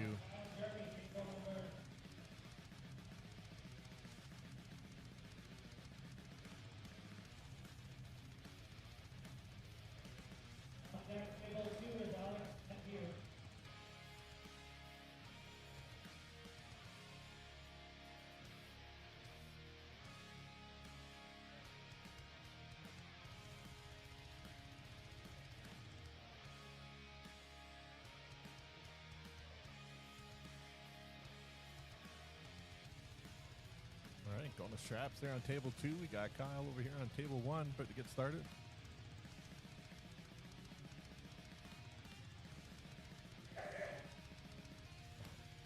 Brown's getting into it.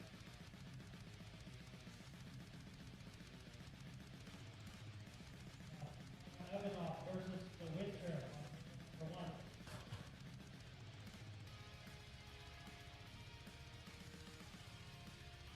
Brown's getting strapped up on table 2 there.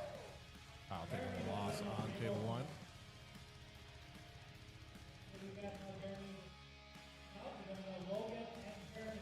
Logan and Jeremy's going to be coming up next on table 1.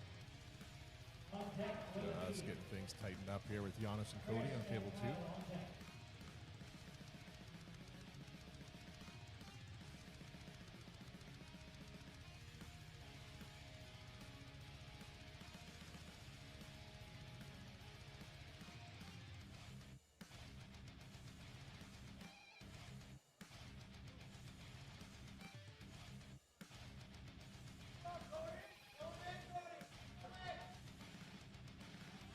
Cody making Giannis work here a little bit.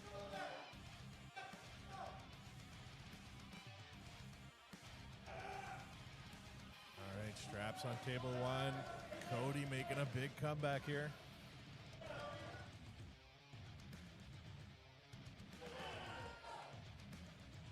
Cody's giving it all he's got here. Giannis is making him work. There it is. Good fight from Cody, though. Holy. Great match there. Unreal. Good work for Giannis. Alex and Hugh coming up next on table 2 there.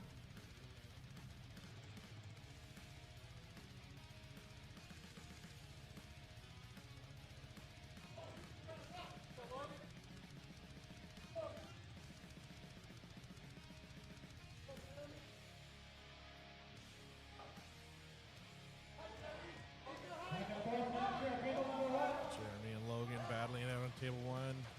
All right, he expects to see the 4 of the Winter. All right. Jeremy getting the win there on table 1. Hugh putting on some force here at table 2. All right, good match here, table 2 and Alex. Table 2. Hugh's so close. Oh, man. Elbow foul on Hugh. All right, setting up table 1 here now. Kyle Evanoff.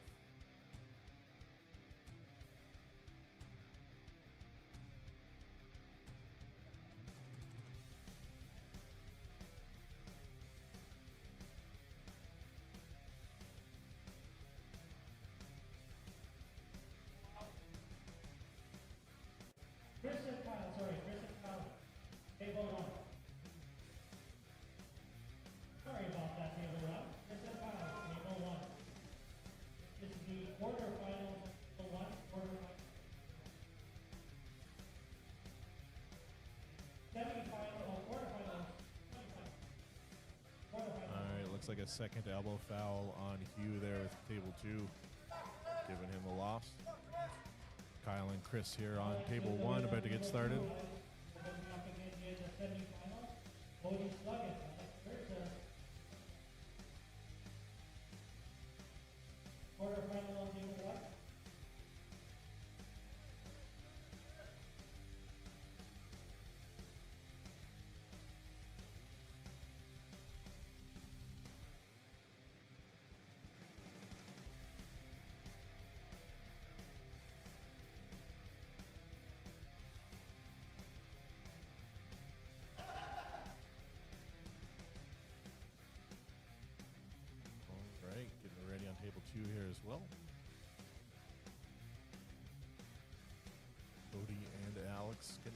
in Chris and Kyle on table 1.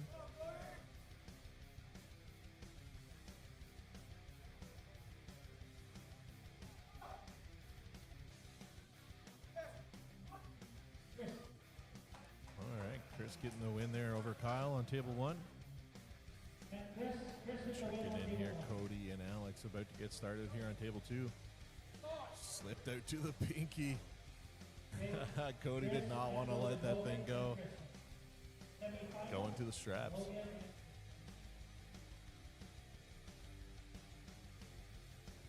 I'm still proud of you. I'm proud of you. Is that it? You done?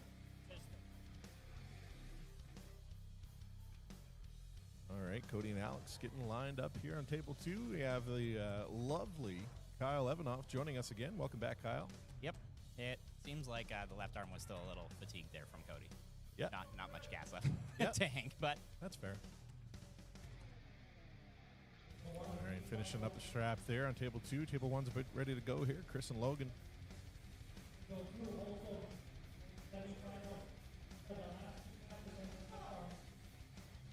Logan out over top a little bit. Fighting. They're fighting for everything.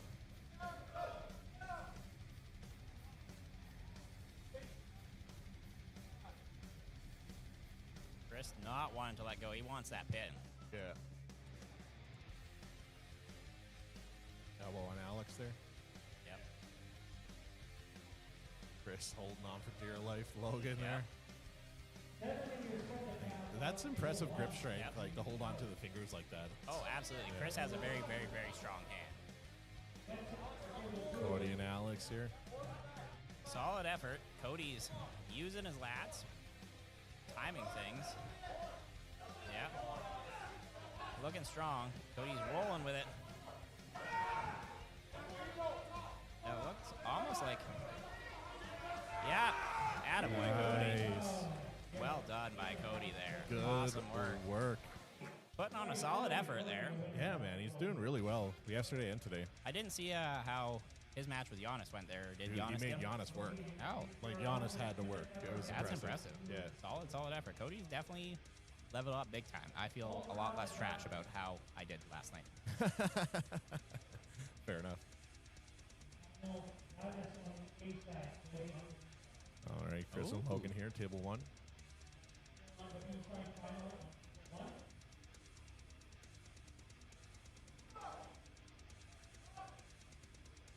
Elbow foul off the Elbow back on foul. Chris. Yeah.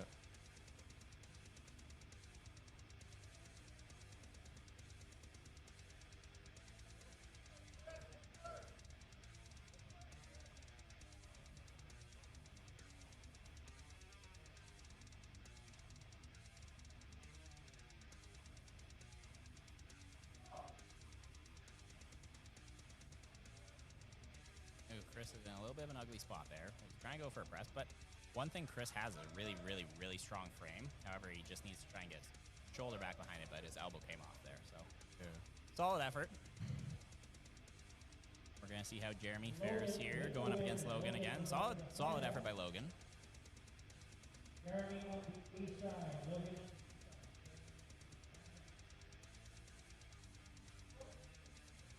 Cody and Giannis coming up. Yep, this is the finals for the 220.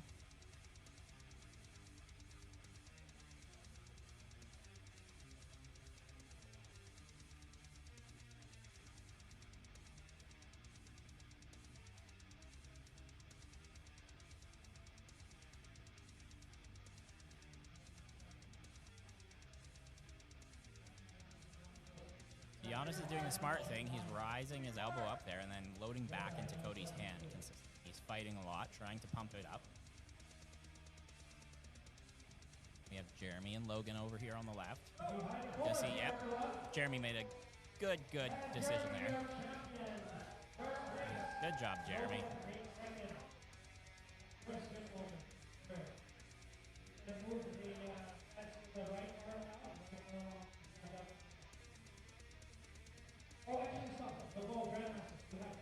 Seems like we're moving pretty quick, hey? Yeah, no, it's moving good pace here so far. So. Grandmaster right. 317, yeah. Yeah, not too bad. Table number 1. We have Andrew Escoto, Red Prince, Brian Marjorie, and Joel Christensen. Table number 1. Grandmaster under 200. First up. Who you betting on here, Cody or Giannis? Andrew Escoto. Probably still Giannis. Okay. I'll see. The big thing is I think because it's a tournament setting, Giannis has probably made an adjustment in his game plan of how he's going to start now. Table number 2. Cody is probably going to go the exact same spot, I think, if he saw success with it. I didn't watch the match, so I don't know for certain. This is the final. Table 2, let's go. Table 1 getting fired up here as well. Yep. Could be Andrew versus Joel Christensen. Grandmasters. He did happen to miss them. Ooh, Giannis. Elbow foul? Second warning, he said. No, that's elbow foul, I think. Oh. All right, so Giannis with 1 foul. That's a big, big advantage for Cody. What was the foul there? Elbow foul. I didn't see it. I think it bobbled up.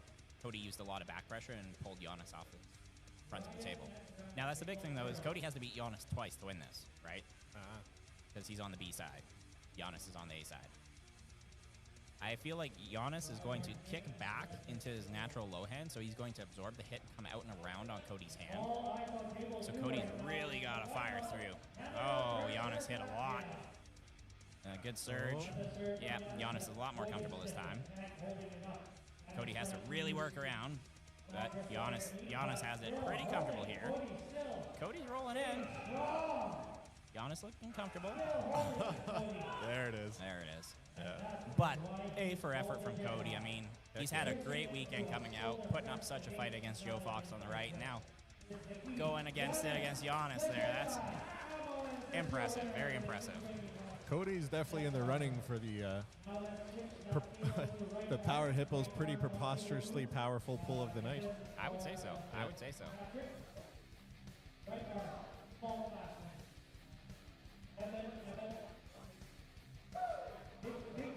All right, Brad Austin taking the win there over Brian. Yep.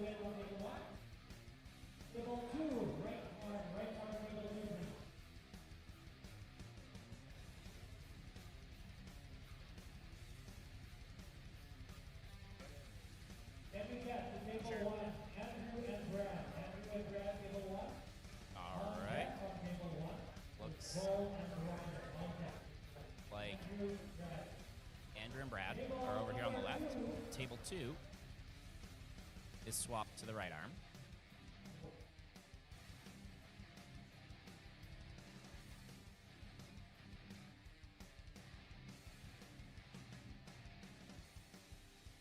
All right, we have Andrew and Brad over here on the left. Andrew's going with that high posting style. Brad's trying to look like get a little bit of containment there. We're going to see who can get off with a good hit here first. Ooh. Punched himself right in the face. The old classic going for the slip.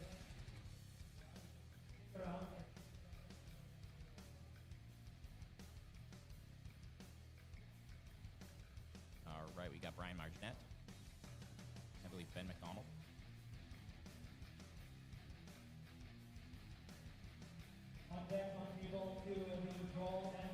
All right, Brian takes the initial hit there. Getting in a good spot. Dan McDonald. My apologies. And then on table 1, they're just getting strapped up between Andrew and Brad here. Setting in that strap. Now they're going to fight for grip, it looks like. Looks like Andrew's got a little bit.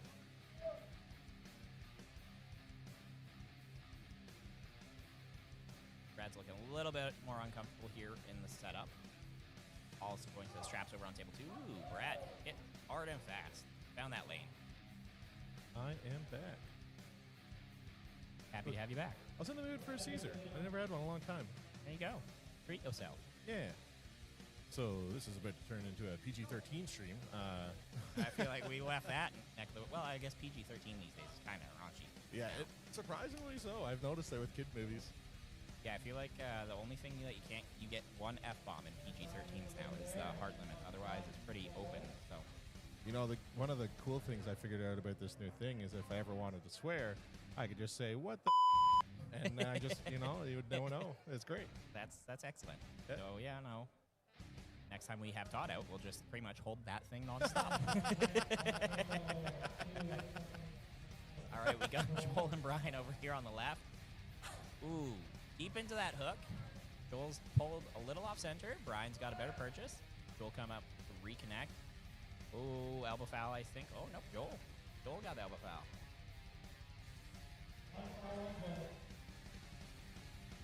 He definitely owns a Harley, doesn't he? Yes. Yeah.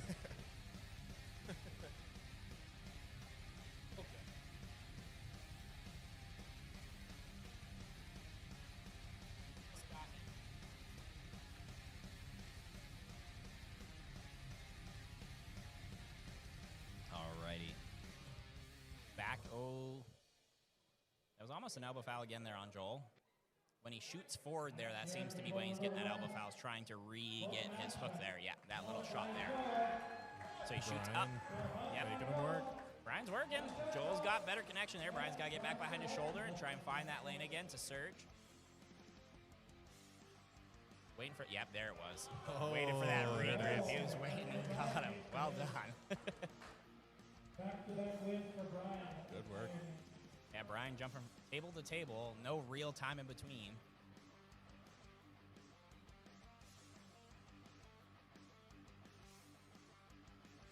Where's Evolution Arm Wrestling out of? I believe a white court. Bonnie DeRossi, who's up there doing the scorekeeping, is one of the members. Her husband, Scott DeRossi, and then son, Mason DeRossi as well. Mason's world champion. Unfortunately, they couldn't make it up, Scott and Mason, but Bonnie and a bunch of the other club members managed to make it out, so we were very appreciative for that.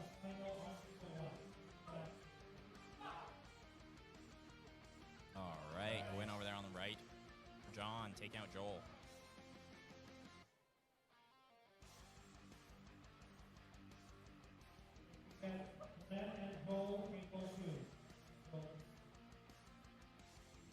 All right, Brad Austin.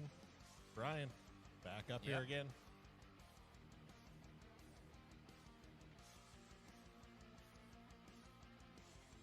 I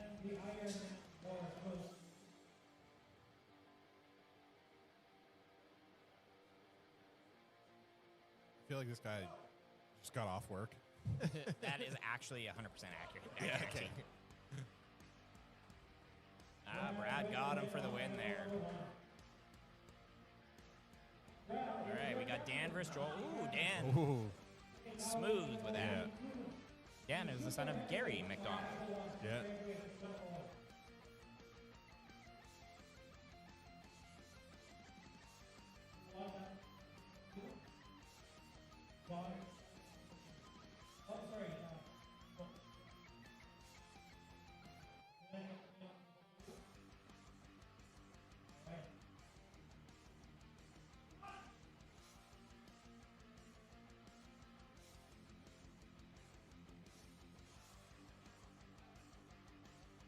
All right, table number 2, can you get Brian and John?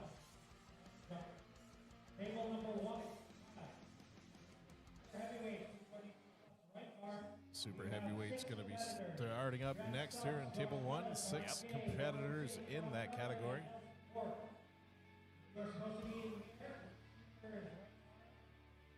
Otherwise, first up, Morgan and Sean. Table 1. The way Brian flopped his arm up on the table there. That was funny. On deck, on table 1 is Mark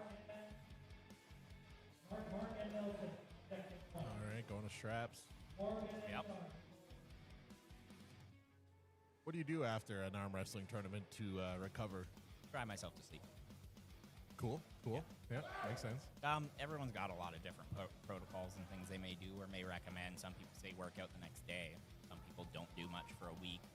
Ideally, based on usually what science says, is there should be some light blood flow to try and, flush out and get new blood in to help repair a little bit quicker. Oh, yeah. But obviously, if there's major injuries, things like that, kind of take your time, rest, rehab. Nothing crazy, no high impact, because that's what a lot of this is essentially. You hitting against something trying to hit you. Elbow foul. Sean being very kind and generous. Yeah.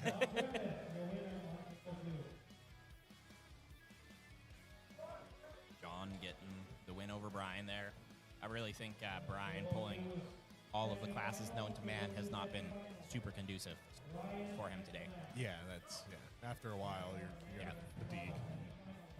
Yeah, it's surprising what, even just a little bit can take out of you. Like, having thought I wasn't too fatigued there from Cody, but clear as day up there on the table, it felt as though I had a whole lot of nothing. So, learning curves and experiences. We'll see, hopefully, if the right hand holds up a little bit better, but...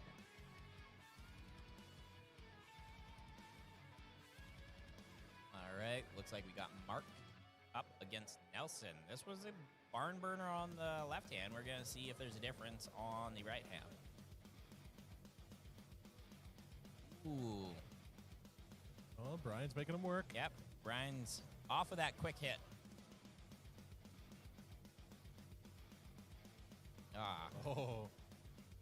He gets Winner. it. Yeah. Solid effort. All right, let's look at Mark and Nelson here, about to get started.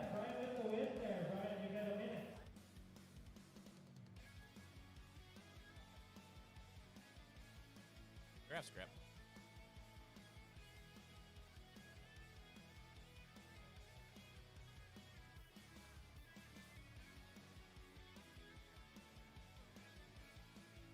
Shout out to all the sponsors as well for this event here.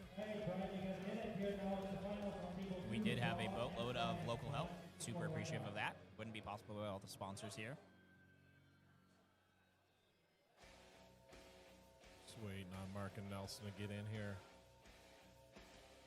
Mark have a Band-Aid on his hand? Is that what Possible. Yeah, very possible. In the middle of the back of his hand. Yeah, sometimes it happens. Maybe from when he's like hitting the table or something. I don't know. Or someone like slipping off, potentially like fingernails a little bit too long. Could be a variety of issues, or even just a regular household injury. Slip. Brian might as well just put a chair up here, I think. Yeah, I feel like at this point in time, he should just probably set up a little camping chair, hang out. Ooh, better purchase there. This is the finals, I believe, on the right table. However, Brian would need to beat John twice, and in the strap, it seems that John has a lot more power.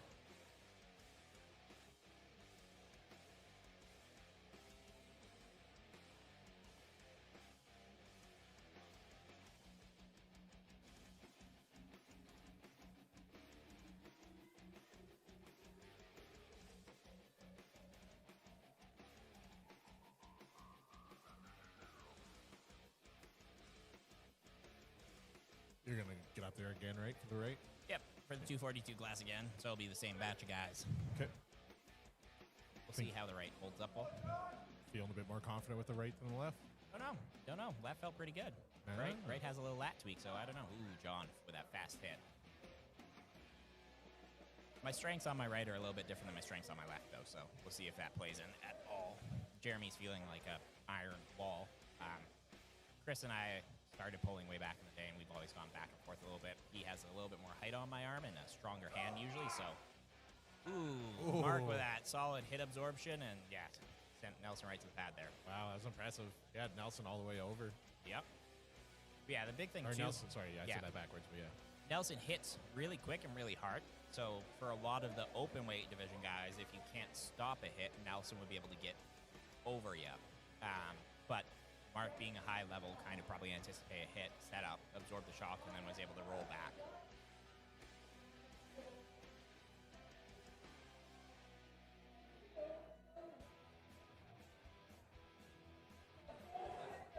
All right, Pro 176ers. All right, let's see Sean and Brett getting into it. screaming and yelling. Oh, that's funny. Big old folks.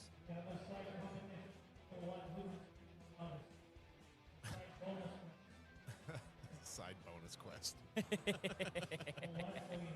Those at home that couldn't hear the announcer said there's a bonus quest on table 1 to who can scream the loudest. Right now, Sean's winning. Yeah. Oh, show. All right hand, Darren versus Rod here.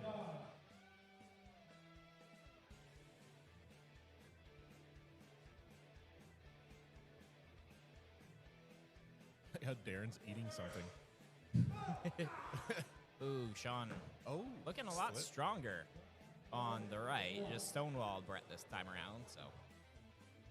And that's a big thing, too. So sometimes, like you'll see, is that there's a lot closer of a match on certain arms. Ooh, Rod Yeah. with the win. Quick like lightning.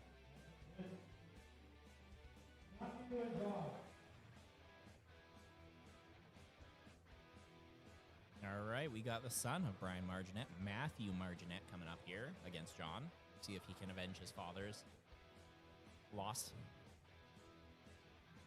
Do it for the family name, son. Matthew is exceptionally strong as well. Probably genetic, yeah. No, they're just hardworking guys. Yeah. And I mean, training with Brian forever, once again, it's one of those family things. When your dad's national level champion, you know, and you train with him all the time, you yourself become high caliber. Farmers? Yep, farmers. Colton Sloan's going to be putting on another strongman competition, Farm Strong again. Yep. And I was asking him about why Farm Strong makes sense. Brett's rolling back through it. But Sean made a good transition into a cupped press as opposed to finishing with just that top roll there. Yeah. Solid effort from Brett there, holding them up.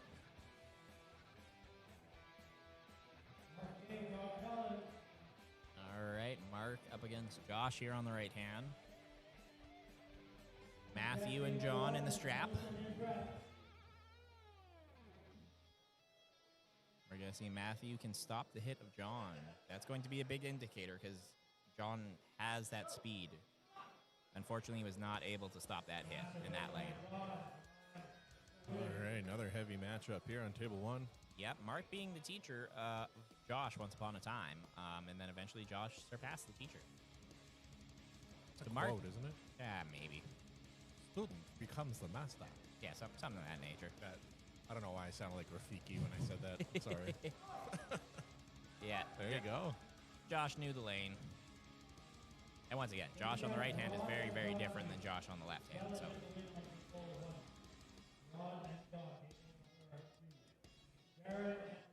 All right, we got Rod versus John on table 2 here on the right hand. I'm curious to see how the Speedster gun show is going to go this time around. Who's going to beat who to the punch?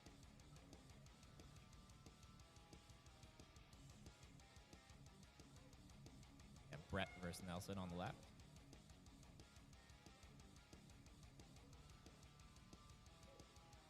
Ooh, John got Rod again. Wow. Impressive. Got his number. Yep, he's found the lane. Slipping. All right, Nelson slipped out there, yeah. On straps. What ethnicity is Nelson? I'm getting either like Filipino or Samoan. I don't know. I really tell. don't know. Strong. The answer is strong. Yes, this is true. On deck table 1 is Morgan and Mark. That's Morgan and Mark on deck table 1.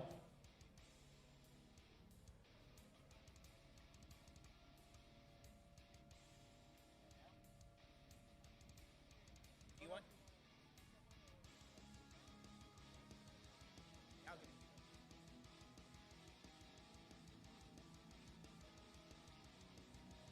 Prairie versus Edmonton, table 2.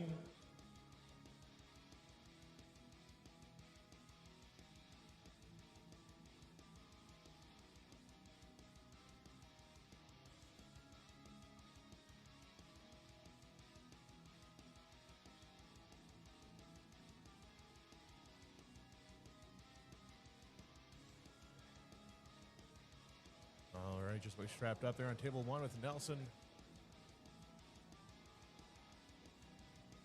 Rod waiting on table 2 here for Darren. Wow, Nelson with a dominant performance there.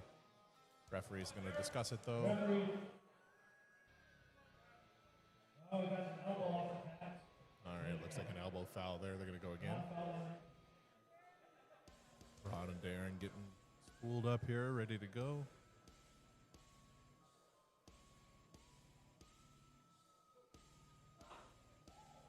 All right, speedy press there from Rod getting the win over Darren. John Griffith.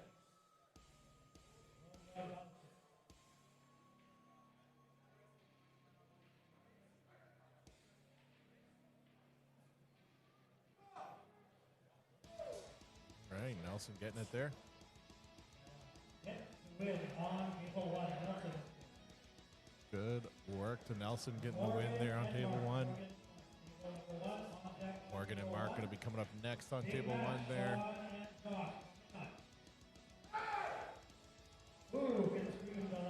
All right, I've returned. And now he's back from outer space. Pretty much, yep. All right, we got Mark versus Morgan, and then we got John versus Rod. And yeah, John. Oh, strap.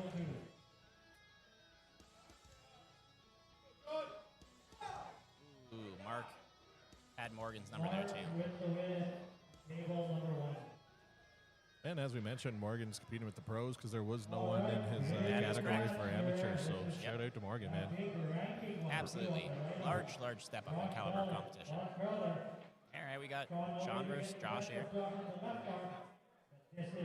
Sean is ready to go. He looks like he's about to levitate. So fired up. Yep, he's getting red. He's getting serious. Rod and John here on table 2. Yep, in the straps. There it is. Rod's got. Oh! Shoulder touch, I think. What's that rule?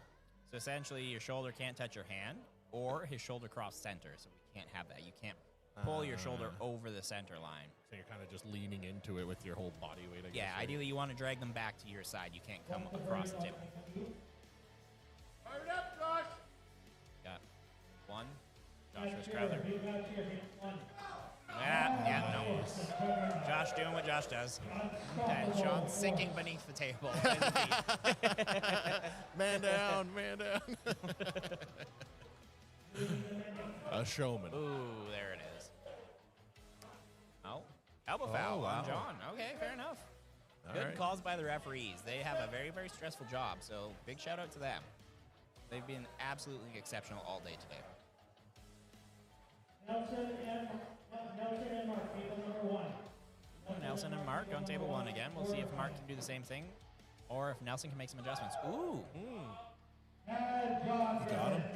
He did, but it looked like Rod had slowed him down ever so slightly right at the bottom, but it wasn't fast enough. He's taking like 4 axes, I think. Oh, 1 for each family member, Tim. 1 axe for each family member away. Got 4 axes to bring home.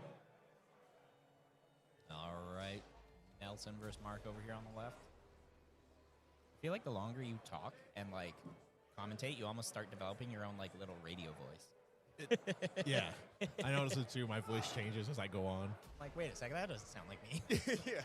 All right, ladies and gentlemen. All right. Who was the guy on the mic last year here again? Their special Uncle guest. John. No, like that mic. On Yeah, the other. Uncle John. I know, it's Uncle Todd, Uncle John. There's a lot of Oh, uncles. that's what. Yeah, because Todd was the guy that was here with Correct. me. Yeah. Yeah. Ooh, solid slip. Maybe. I mean, Nelson, Nelson's elbow looked like it could have gone off the front. Maybe intentional slip. Elbow foul. Winner. All right. wins a win. Yep.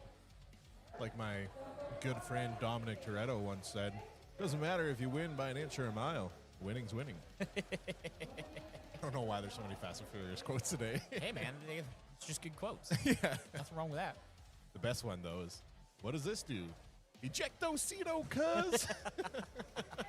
Oh, man, that was full of good ones. Ludacris in it as well. The afro. Yeah. All right, Sean getting fired up. Mark's looking to make some adjustments here. Going to see if he can find Sean's number.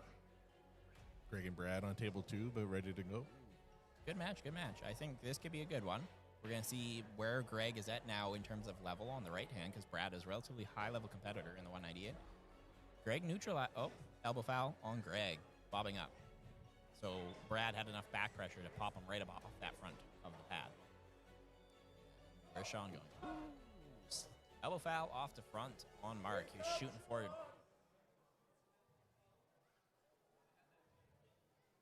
Having a hard time getting Greg and Brad set up there.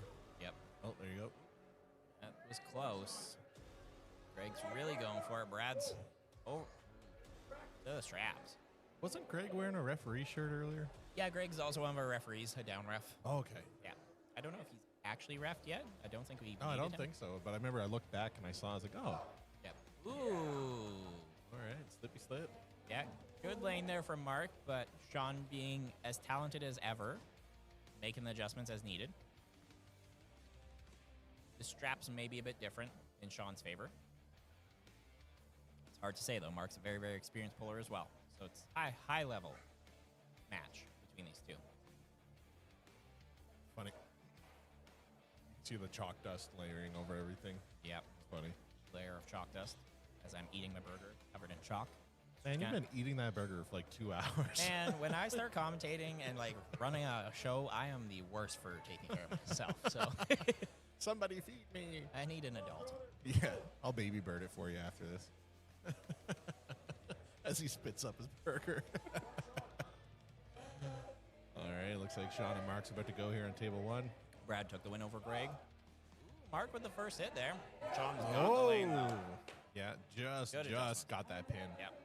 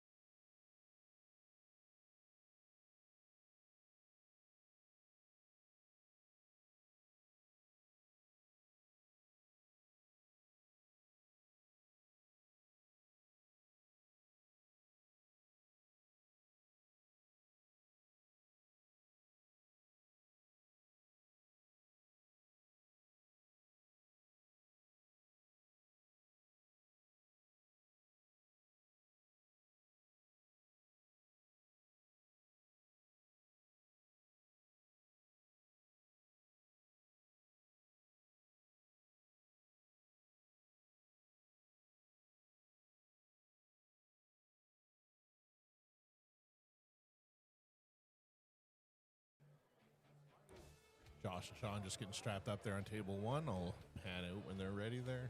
Sean's trying to use every trick in the book here with the whole strap setup.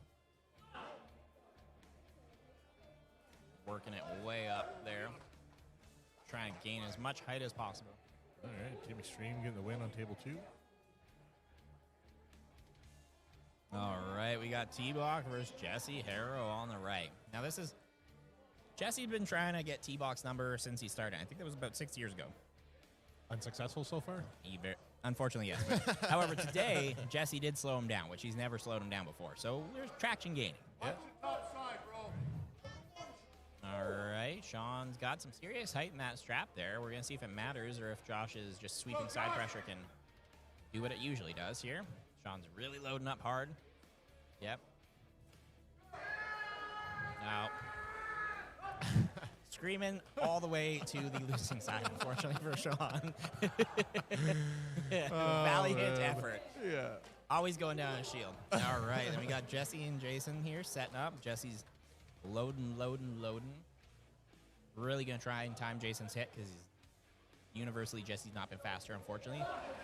Jesse was not faster again today, unfortunately.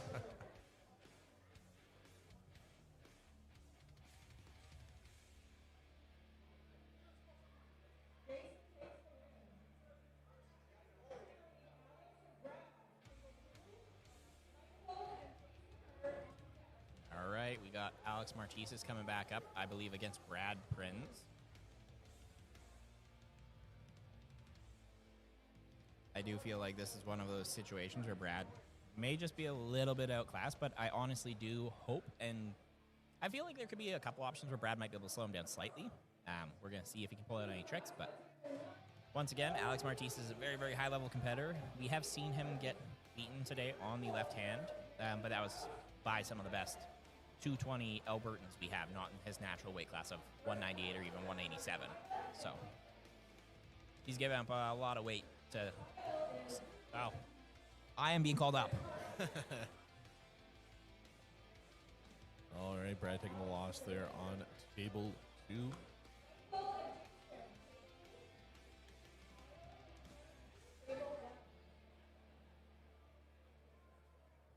All right, Kyle and Jeremy back here on table 1.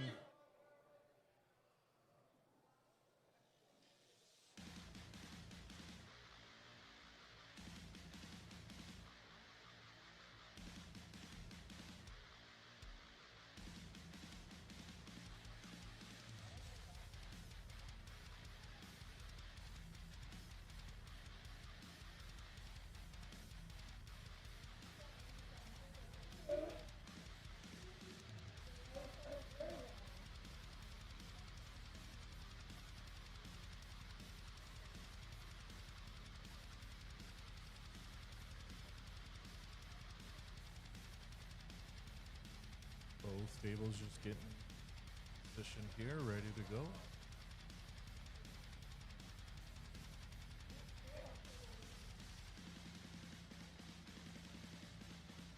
All right, going to the straps on table 1 there.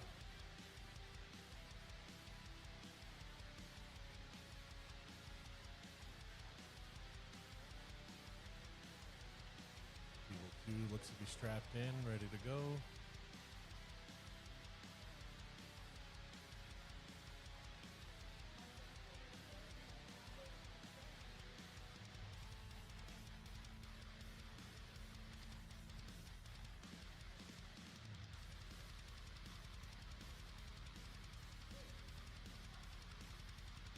All right, quick finish there on table 2.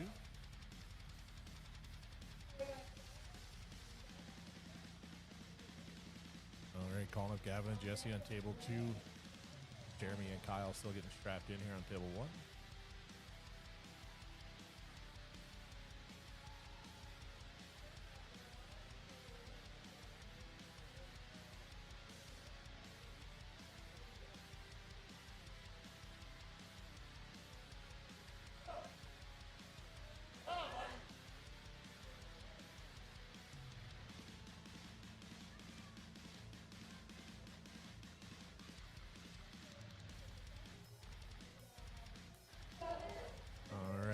Table 2, Jesse Harrow's kids are here cheering him on again. It's adorable.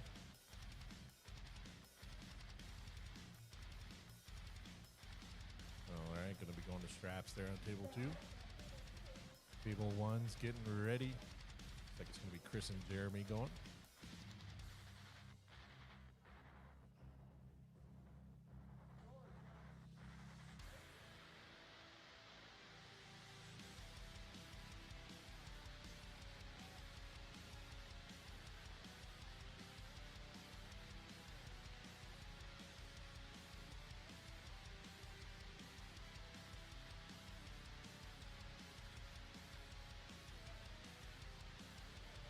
Going to straps for Jeremy and Chris as well.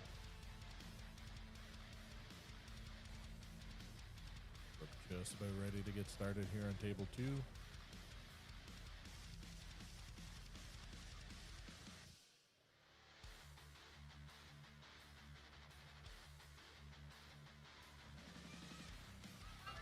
Jesse's right there, holding on to him.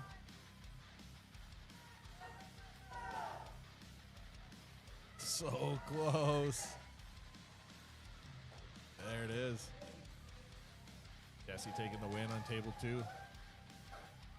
Jeremy and Chris all strapped in now, ready to go.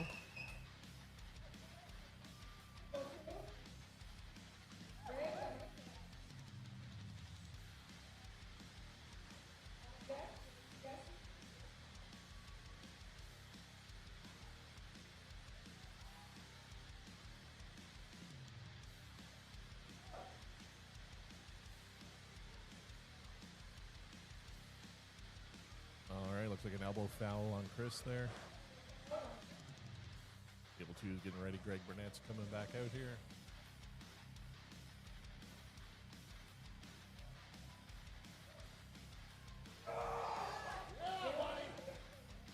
All right, Jeremy getting the win over Chris there.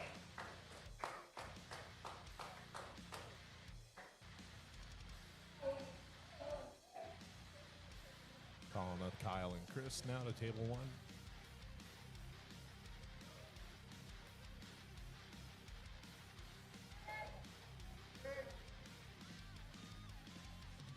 Got to be going to straps on table 2 there. Kyle and Chris ready to go on table 1.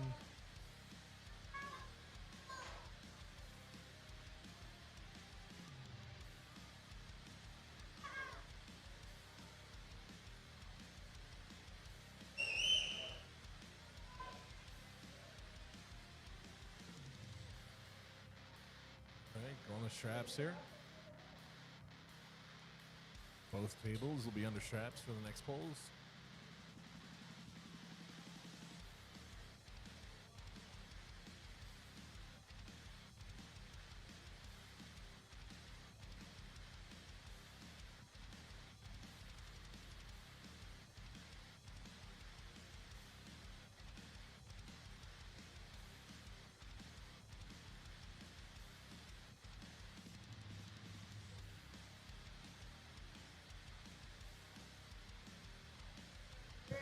Out there on table 2, Greg putting up a good fight, but not gonna be lucky there. Looks like Seabrook takes the win. All right, Kyle and Chris here, strapped up, ready to go.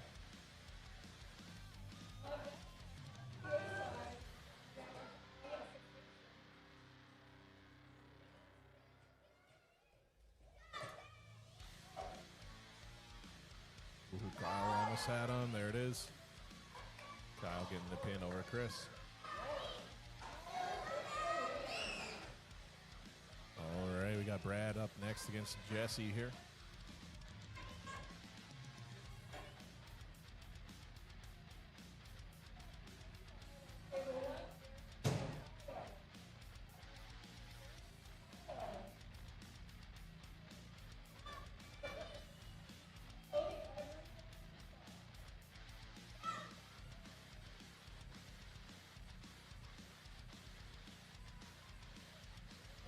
Jeremy and Kyle ready to go here on table 1. Jesse and Brad still trying to get sorted.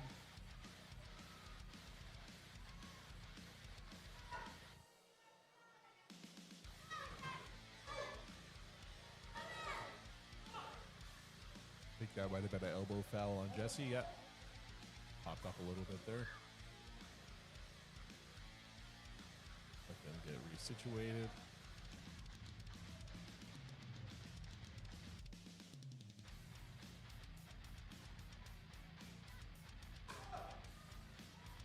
Kyle stopped Jeremy there. Jeremy following through, getting the pin. Yeah, buddy. He's happy with that. Jeremy taking first place there. Kyle in second. Brad and Jesse still setting up here.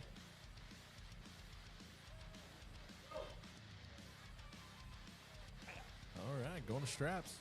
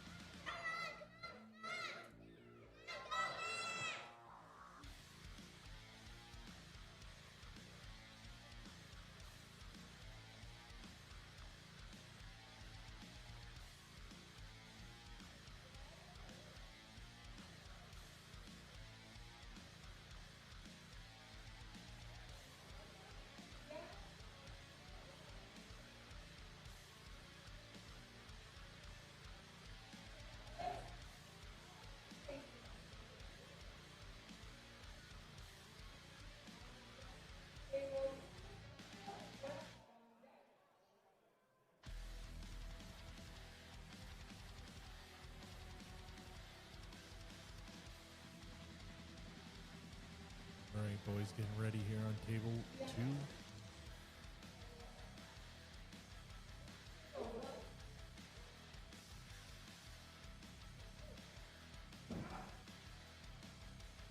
All right, going to straps there on table 2.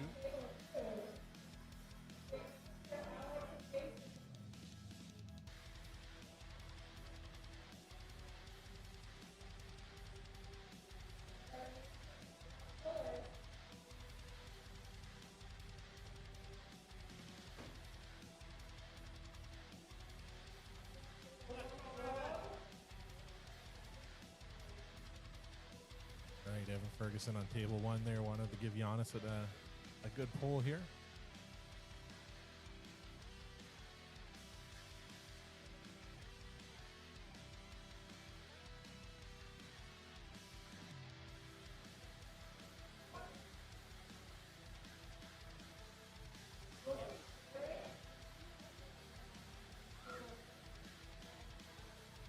All right, I have returned here. It looks like we have the referee versus Giannis Amelins. Didn't help him. I thought the stripes would give him some more power. Thought maybe the refs would work together, in the words of Todd Hudgins.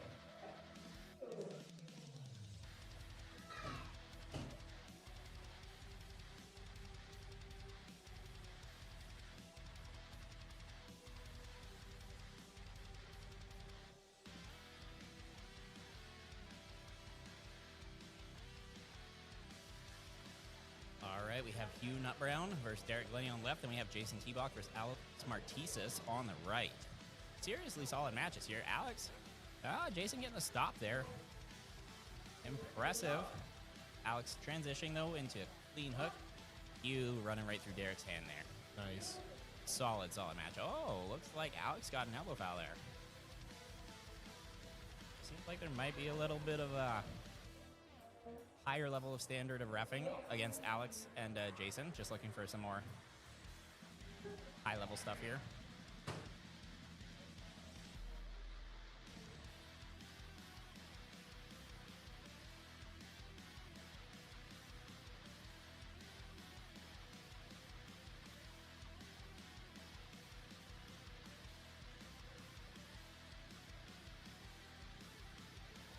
Ooh, solid win by Martisis there. Yeah. Yeah. All right. Powerful win.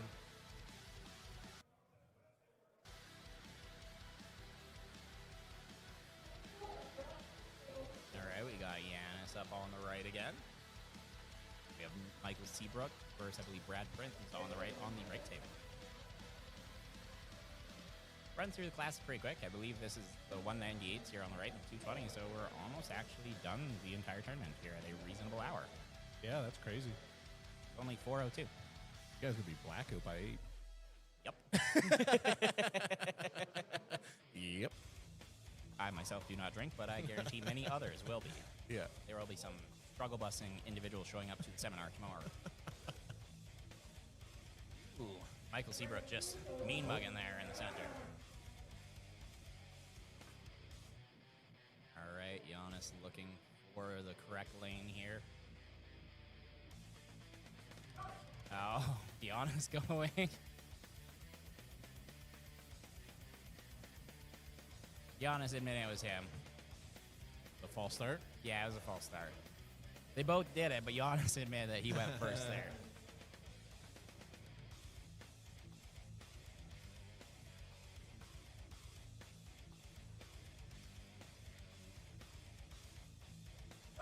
Ooh, yep, Giannis. Making easy work running through. Yeah. Fair. All right, they're strapped up on the right here. We have Michael Seabrook versus Brad Prince on the right.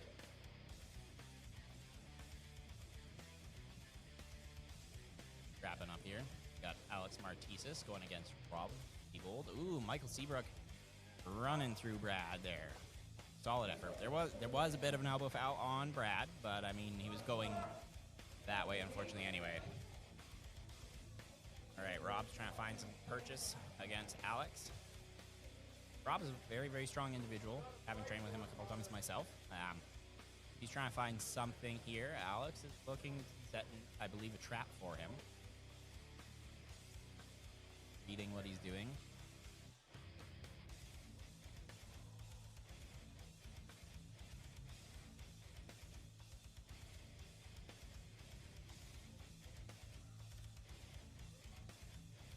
Giannis is over in the wings watching.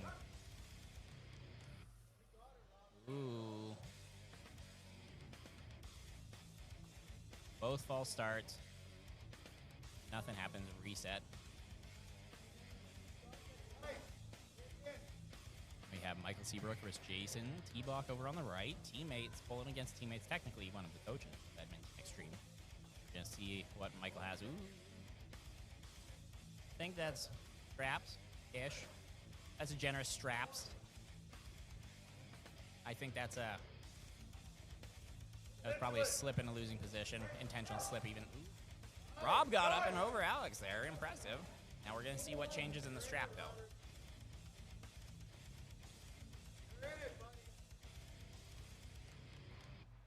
Rob find and purchase there outside the strap.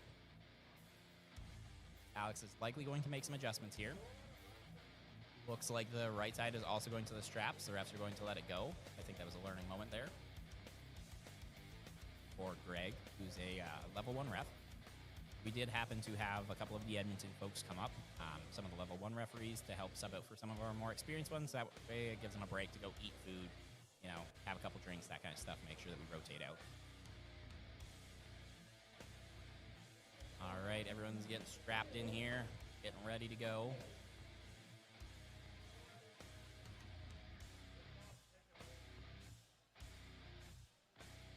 All right, let's see what Rob can do here against Alex. Is Alex going to have speed that takes Robert out of his lane, or is Robert going to be able to match off the go? Big step up in competition here for Robert. Very exceptionally strong individual. Ooh, Holden. Fortunately, Alex found the correct lane there. Rob did hold him a little bit at center, but Alex making the adjustments that are required. Good learning opportunity there for Rob. T-Bach in a very strong position here against Mike, but waits, gets his wrist to the pin line. We have Alex versus Hugh Nut Brown coming up on the left table, that is. Not much of a break for Alex. No, Alex is on both tables, it seems, going against T-Bach. They're going to be pulling back and forth. Minimal rest, I believe, probably a minute.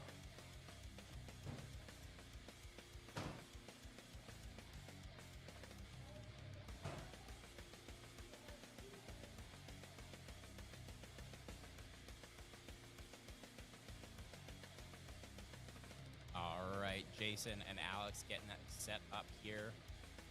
Very serious match here. We're going to see how Alex is faring with the back-to-back kind of matches. Slipping. Yep. To the straps.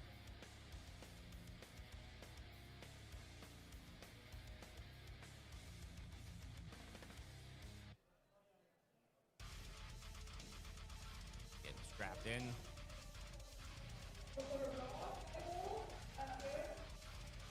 Ooh, Rob versus Derek.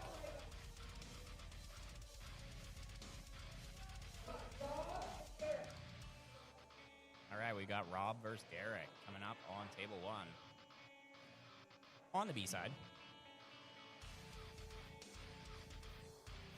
They're taking their time over on the right table here. Very high level technical match going on. Jason's really going to try and find everything he possibly can. Make sure he's set in. Going to try and find his lane. Alex is going to want to hit first, establish position, utilize a lot of that power he does have. Ooh, Rob rolling through Derek very easily. Ooh, Jason stops, but very close. Yep, there we go. Yeah, Jason did get the hit off first there.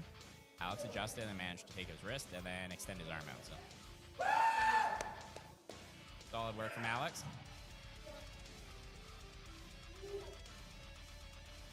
Alex versus you. Not much downtime for Alex, unfortunately. That's one of the downsides of putting yourself in 2 classes, though, is that you go back to back to back, unfortunately. All right, we're going to see what Hugh can pull off here. Hugh going to be able to find purchase in the same lane that Rob did off the get-go.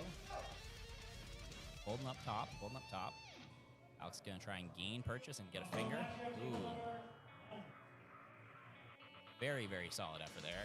You looking quite serious.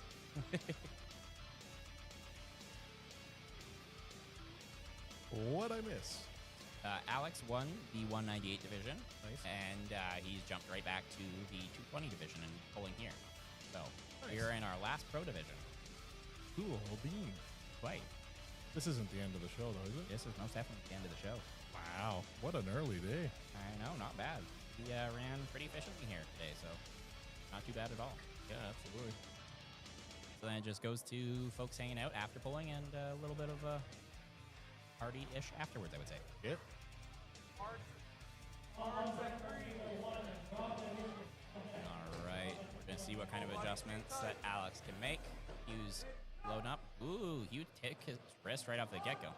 Elbow foul. Elbow foul on Alex. Good thing there is it looked like Hugh had a pretty good lane on his hand. Alex is going to have to make adjustment. Hugh definitely hit first, maybe even early.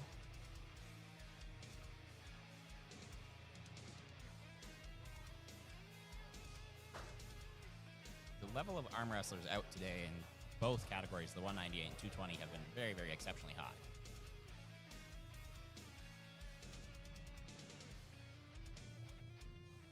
A great show overall, I would say. I don't know if you can say that since you're the promoter. And you're I mean, show of like athletics. The production value is entirely up to the audience to decide, and the athletes. He's got his press in there. He needs to just make sure that there's not an elbow foul coming. Alex Holden with those giant biceps of his. Oh. He was really cranking. Solid effort. Solid effort there. That was a pin, right? That was most definitely a pin, I believe, yeah. Hugh taking the win. Hugh gets the W on the right. Is that a bit of an upset, or you think that's kind of par? I think it's to be taken into consideration. Like, no disrespect to Hugh. He clearly won that. Alex was the one who put himself in both divisions. I think he may have bit off a bit more than he could have chewed there, just because of the back and forth downtime as he went directly from the 198 table right over there. And he was in a bit of a war with Jason T-Bach, and then he was also in a bit of a war with Rob, so he went from Rob, 198, back to the 220. So not much rest. I think a fresher scenario would have been maybe a little bit different, but regardless, you took that win, and that's all that matters the day of, is you're the athlete, you make those decisions yourself. So big props to you. All right, we're looking at Rob here. Seeing what he can pull off. Ooh, Rob with a solid. I think it. Oh yeah, win. Good. Solid effort.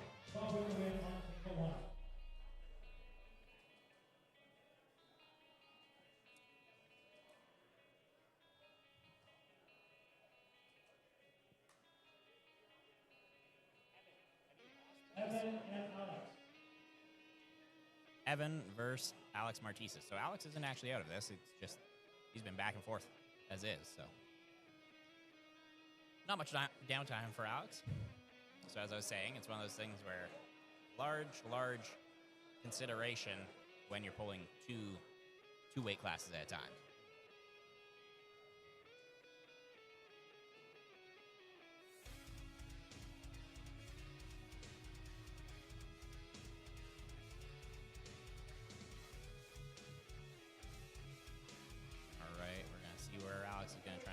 See what Evan's do. Ooh, early start, but Evan did manage to stay right in there. He had a good lane. Yeah. I think Alex has realized his hand's a little bit compromised, so I think he's trying to go inside a little bit more. He's just setting him with his shoulder behind, looking for that press, so Evan really has to get out on those fingers. Yep. Evan rolling through. Losing it there Yep. a little bit. Oh, is that a pin? Elbow foul. Oh. Up. Evan should have slipped. Yeah, because that was a pin, right? Or was that 2 fouls? No, that was that was a pin. That was but a pin, yeah. Evan should have just let go and Yeah. slipped. Like, yeah, obviously. Slipped. But you know Yeah. what I mean. He was right at the end of the run there, so.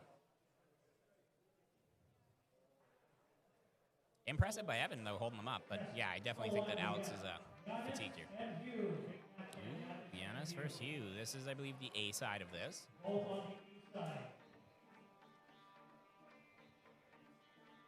Giannis has had quite a little bit of a break, so that's a bit of a benefit for him.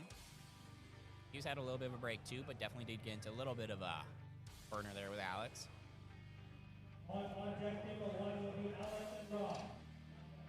Then we have Alex and Rob. So a little rematch there, and I'm curious to see if that Rob can find a little bit more purchase now that Alex's hand is more fatigued.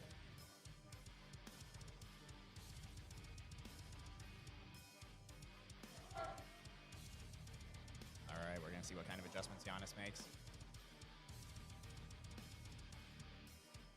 Giannis has the arms the size of a 220-pound male at 176. Scott Steiner special, baby. Absolutely. He was most... false start.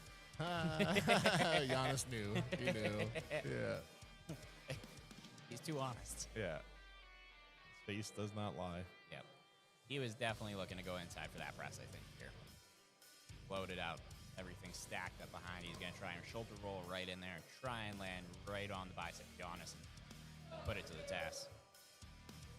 Giannis, I think, sees that coming, though. That's why he's trying to hit early to make sure he gets out and then avoids that full shoulder commitment by Hugh, because it's clearly, yeah. Big elbow foul by Hugh. Yeah. As soon as his hand was gone there, he knew he needed to get the heck out of Dodge. So, if that happens again, I think Hugh's on a little bit of the back burner there.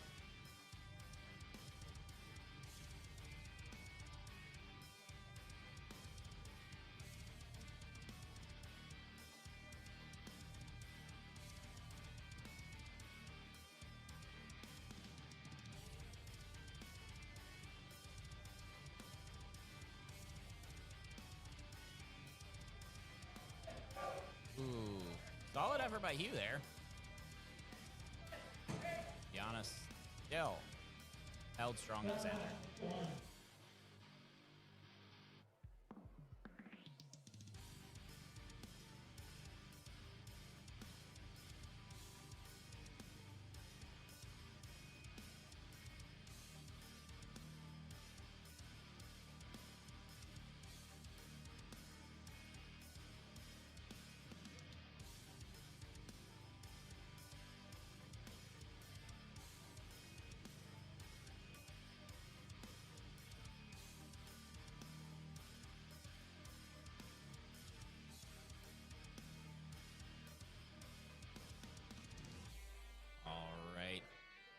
Fighting for position there in the straps.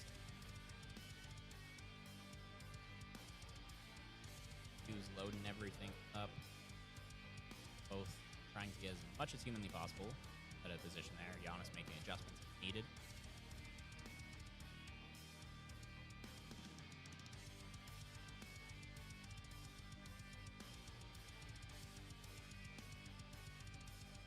Hugh's still looking, I think, to go inside there, but he's going to have to roll out a little bit. Yep. That's the second warning. That's one foul. One foul. So both one foul, one foul. All right. So no one can make another mistake. It's just, it likely ends here. Yeah, this is it. I mean, you could still false start one more time. Giannis could. You could as well. A couple times. Well, one.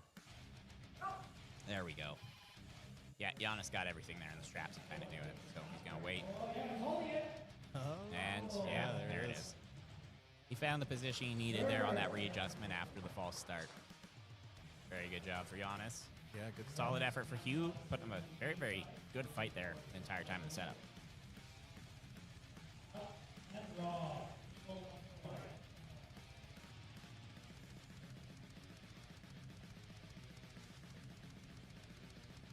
All right. Alex versus Rob this time around. Rob's busting out the riser, recognizing that he is vertically challenged. Sorry, Rob, I had to.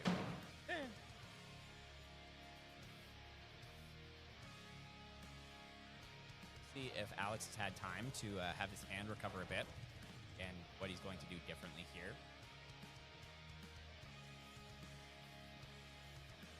you did see even Evan get out into Alex's hand a little bit there, so seems to be the lane right now. Alex has to go back a smidgen. Oh, ball starts. Ball start on Rob there. Gotta go quick. Alex now knows the direction he's going, though. Ooh, elbow foul on Alex coming off the back. But that was most definitely where he needed to go.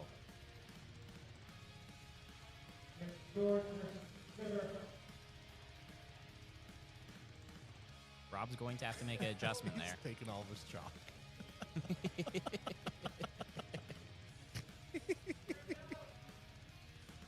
That's funny. So Alex does have one foul here, so he can't make any errors. Although I do believe that what Alex found there was the correct direction in which he had to go. He just needs to make sure that he stays on the pad. Oh.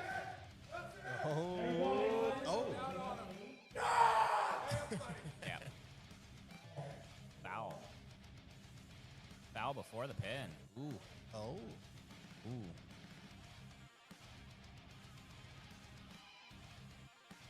Interesting. All right, now it's got to end here. If he loses now after he let out that look. I mean, in fairness, though, that was a very, very close call for the refs. So Yeah. it takes an eagle eye to make that decision. But yeah, Oh. false start. Oh, Oh, wow. Both got a foul. Both got a warning. there's literally nothing left. It ends here.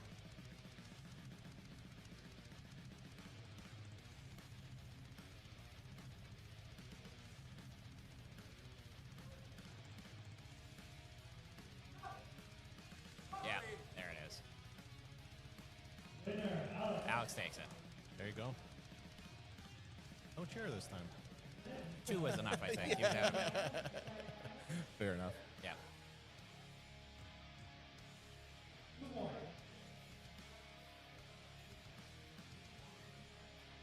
Two matches left of the day. B-side final. That is indeed correct. It's Hugh versus Alex, and then whoever manages to pull that off goes up against our special guest, Giannis. Giannis taking home 2 axes. We may have to send those via courier, because I don't think air travel allows throwing axes or tomahawks in carry-on bags, Yeah. especially not to European countries overseas. So we'll find a way to get the man history. Alrighty. You looking to find the same neck of the woods here against Alex. Alex looking fairly refreshed, though, from the last match, so I think he's got a different bit of a strategy. He's changing things up with his setup here. Finding something a bit more successful. Hugh, though, strong grip.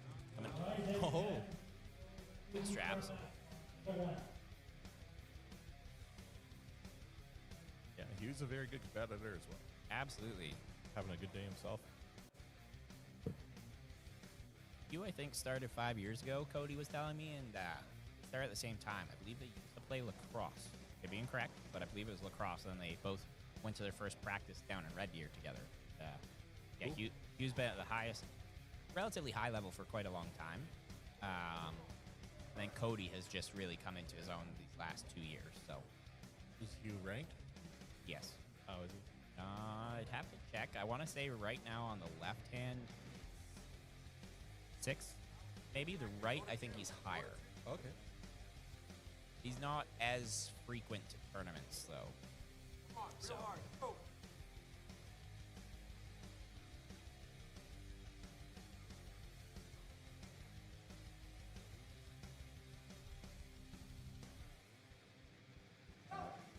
You holding up. Alex with the right angle there, though. He's pulling. Elbow foul off the back on Alex. First foul? Yeah, first foul here. For the last couple of matches here, and hit for the day. Giannis is lucky getting a good little break here while No these guys doubt. are battling it out. He's definitely not complaining about that level of break. Tight.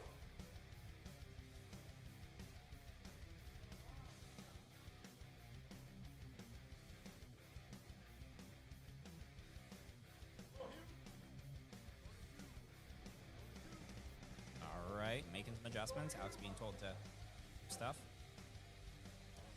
Looking to try and find a similar lane to last time. Ideally getting a little bit more purchase and aiming to make an adjustment right there at the pin line so he can't surge back. He just needs to make sure that he doesn't send his elbow off back again. All right, there's the last few matches here. Let's cheer up these guys. Get behind the bowlers here. Let's make some noise. And we got their referee script as well. Either one of them want to give up anything, eh? Not really, no. The ref script is clearly where they need to go because they're just fighting for everything. Last few matches here, folks. Let's make some noise for these guys. All right, let's go, let's go. Alrighty.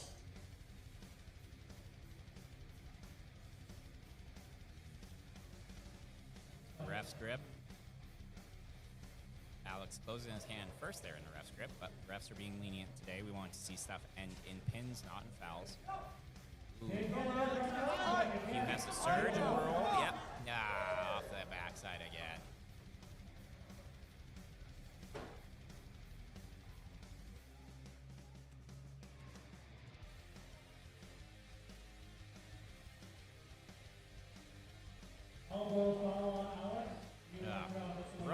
Rough way to go for Alex, unfortunately, but solid win for Hugh again. He's shown that he is right up there. No joke. That is for sure. So it's going to be Hugh and Giannis, eh? That is correct. Hugh and Giannis duking it out.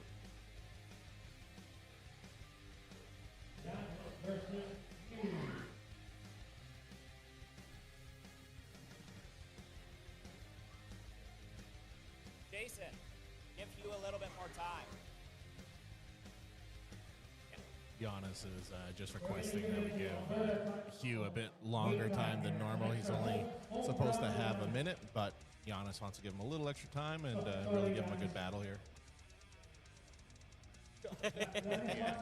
One of those axes on the plane and see what they say. You got two axes. You got two axes. See if they notice. Walk in, don't say anything. Let's see if they notice. Giannis really wants to take home a trophy to Latvia with him tomorrow. He's already got a left. He already won the left, so. Oh, that's right, yeah. Yep, so this will be 2 axes. He's going to go home looking like a Viking. Yeah. Or you could pull it off and keep one of those axes here in Alberta. Giannis is giving him extra time. You never know. Yep, Giannis was the one that called for this. He said give Hugh extra time. He wants to make sure that Hugh is extra fresh. He wants to make sure it's a spectacle.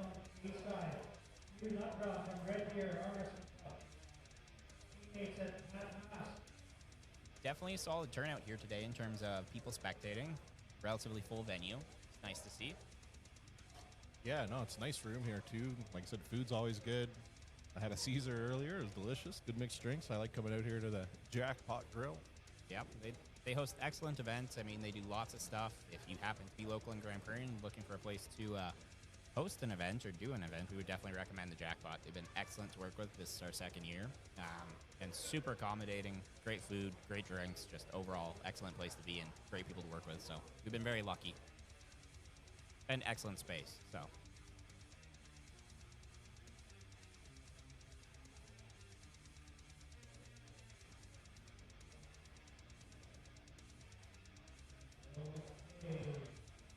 All right, I think we're gonna get rolling here.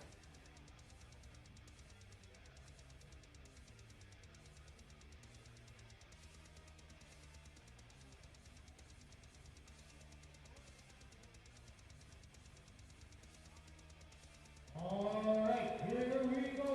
This is it. So Hugh does have to beat Giannis twice now.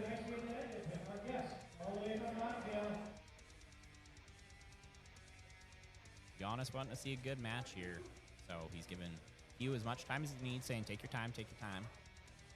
Wants to make sure that Hugh has every advantage possible outside of, as soon as they step to the table. Very, very respectful, Giannis is. Yeah, very real excellent. professional. Yeah, excellent guest to have. Couldn't be happier with him coming out here, making time, chatting with everyone, taking pictures. Just absolute phenomenal individual. So, Yeah, it just seems like a genuine dude, you know? yep, absolutely. All right, Could break your arm in half if you wanted. Faux show. All right, we're going to see what Hugh tries to do here and where Giannis is going to go. Ooh. Interesting. Giannis has got it all. Oh. Yeah, gonna go to the straps. Giannis is having fun. Oh, absolutely. Having a good time. That's the magic of the sport, man. Coming out, having a good time. Anywhere in the Absolutely. world. It's one of those cool sports. Yeah.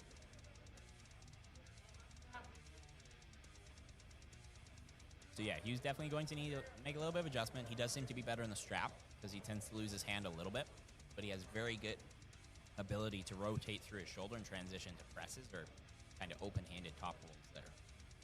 Or similar to Todd Hutchings, the Todd roll. Todd. Shout out to Godzilla.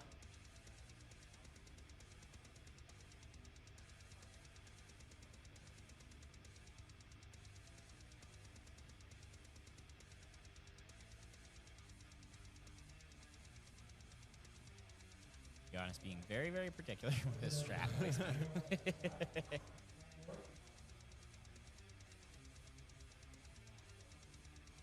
I think the refs are trying to give Hugh a little bit of advantage right now, honestly. That's what it's looking like. Giannis protesting. It's rigged. Yeah, they're trying to give Hugh the little home field advantage. We don't want that. We want Hugh to win because, you know, he's the better individual.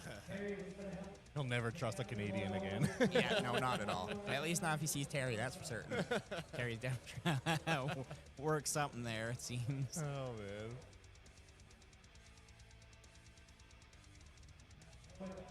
Yeah.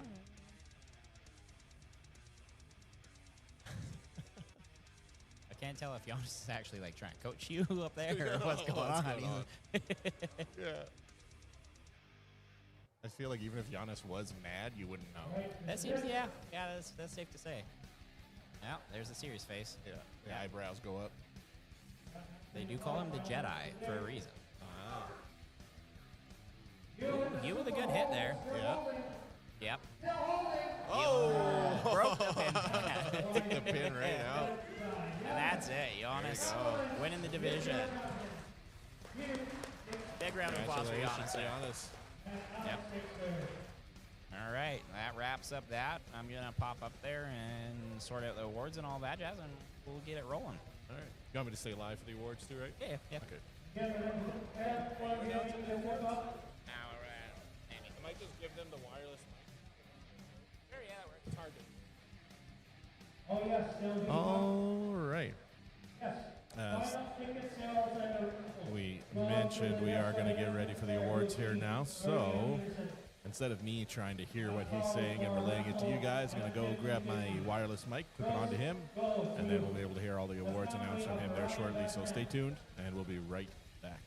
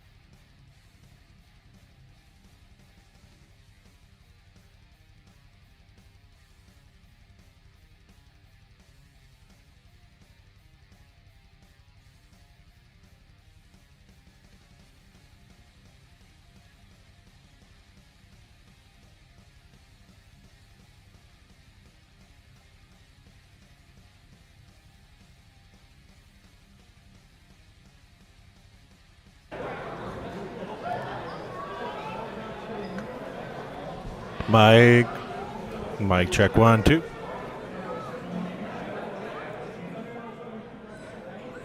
Mike check 1, 2.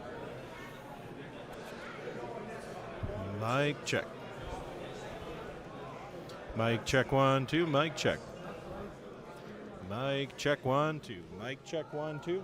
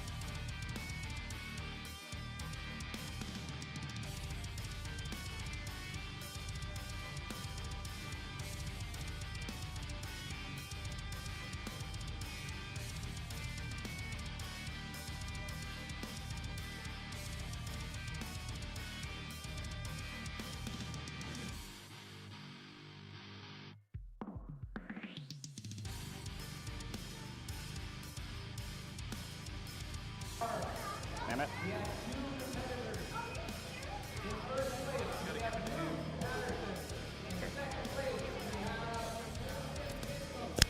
just gonna put this on you. Then just flip it on, and it's fine. There's no change.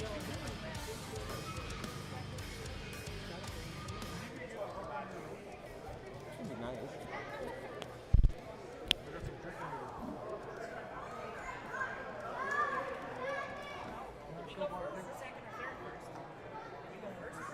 Oh, you want to go second? There was two. Thorsten, second. We called him first because he wants to be called backwards. Oh, I got you. Yeah. So punt call third. Okay, second place was Torsten Bisco.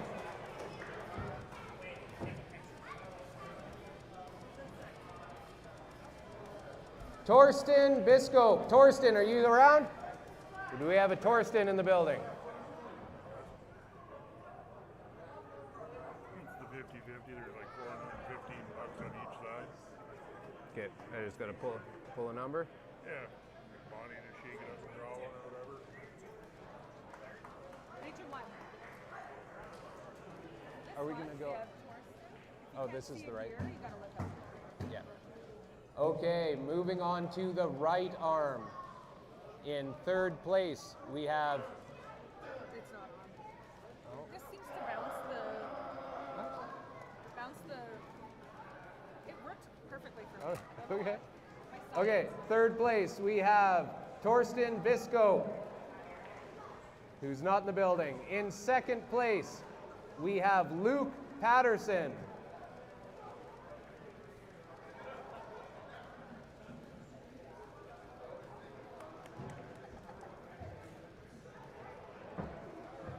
And in first place, we have Roman Chirpita. I'm sure I'm going to butcher a bunch of these names.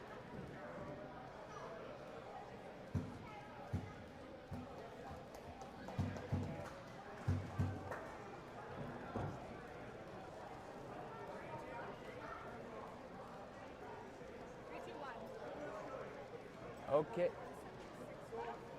Okay. Okay, and moving on to the amateur 176-pound left arm division.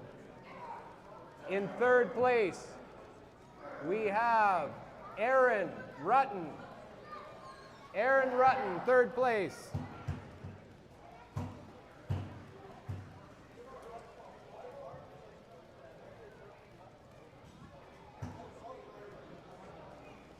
And in second place, we have Waylon McAllister. And the winner of that division is Gustav Siebert.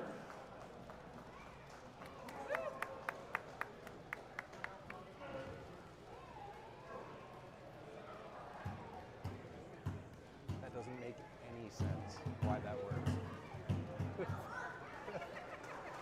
Like a UFO tinfoil hat. Okay, same division, 176 pounds. Moving on to the right arm. In third place, we have Andrew Escato. Third.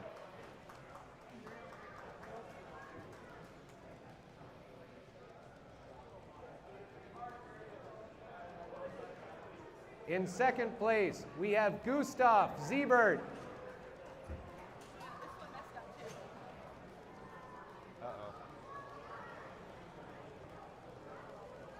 And in first place, we have our own Waylon McAllister.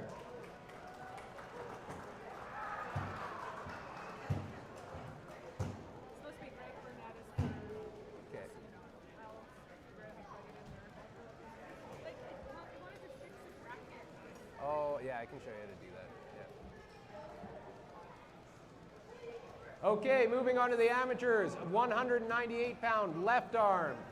We have Greg Burnett.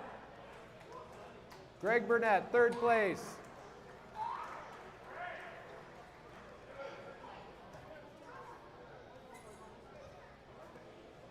Greg Burnett. Do we have a Greg Burnett? There he is. In second place, we have Porter McAllister. Porter, where are you? And in first place, we have Rodion Balachuk.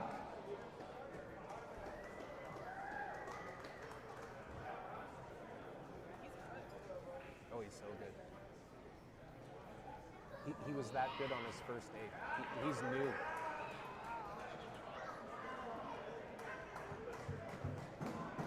Okay, same weight class, moving on to the right arm, 198 pounds. In third place, we've got Gavin Gardner.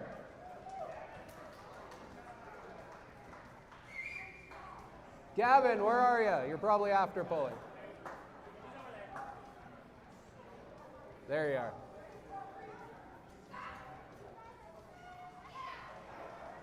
Okay, in second place, we've got Ethan Friesen.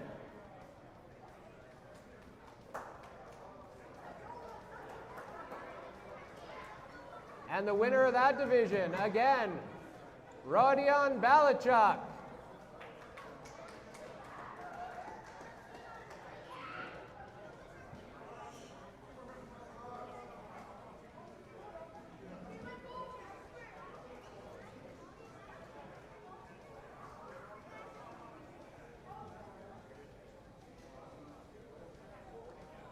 Okay, moving on to the 220-pound amateur division. Starting with the left arm, we had 2 pullers. In second place was Richard Whitehead. And first place of that division was Jeff Cron. Richard Whitehead. Second place, Richard Whitehead.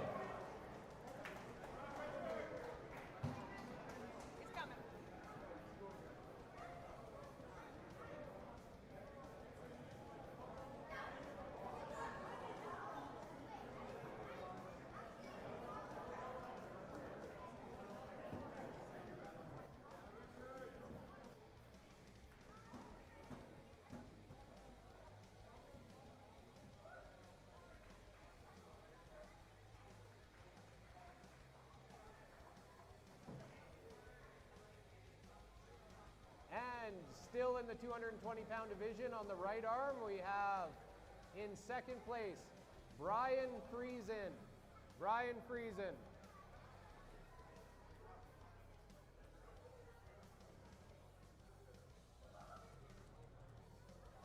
And in first place, Jeff Cron.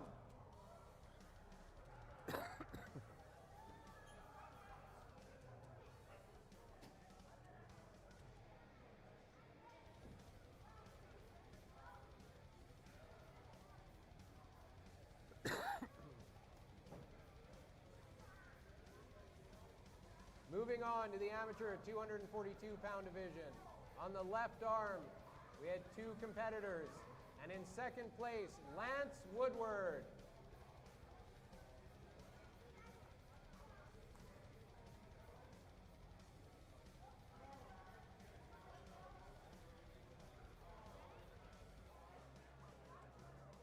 And in first place, Logan Probst.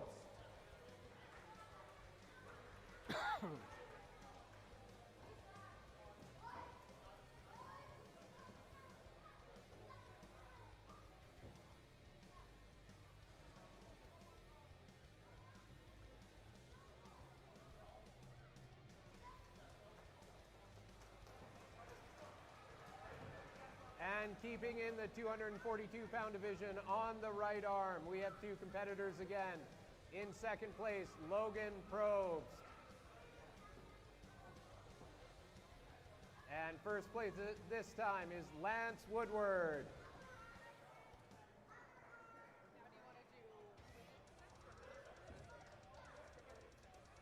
Let's do Grandmasters. Yeah. Or if women's right there, we'll do women. Yeah. Yeah. They're all getting the same trophies. That's all the amateurs. Yeah. Trophy, so Masters, Grandmasters. Women are right here.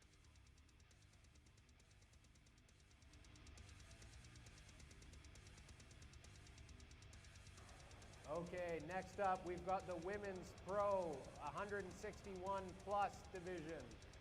On the left arm, in third place is Trisha Steinke.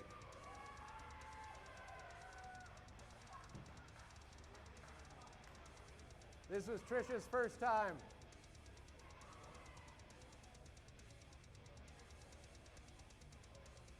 In second place, we've got Maria Peterson.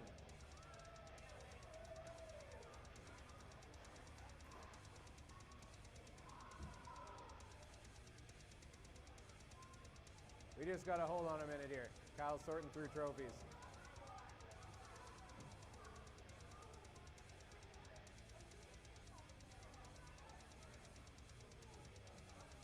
Kyle said he was ready. He was only kind of ready.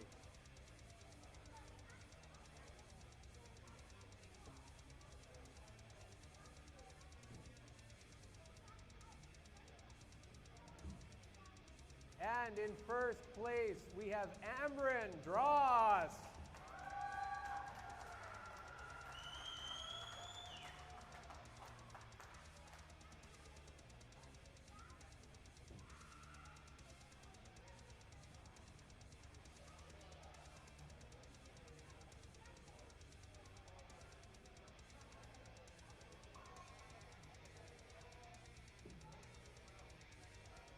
Okay, moving on to the Women's Pro 161 plus right arm. In third place, we've got Laura Park.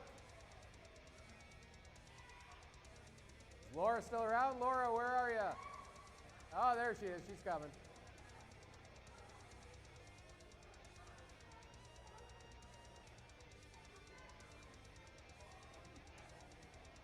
I don't. What's This one's the cash. This one's the cash draw, so the winner gets all of it. Why is it in two different piles? Oh, half's ours? Yeah. Okay, half goes to Tina, half goes to whoever wins the draw. Yeah, okay, got it. Okay.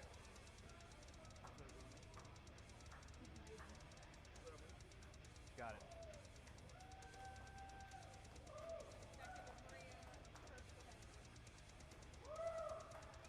Oh. Okay, I've been slacking, but second place was Maria Peterson and first was Ambryn Dross. They figured it out by themselves.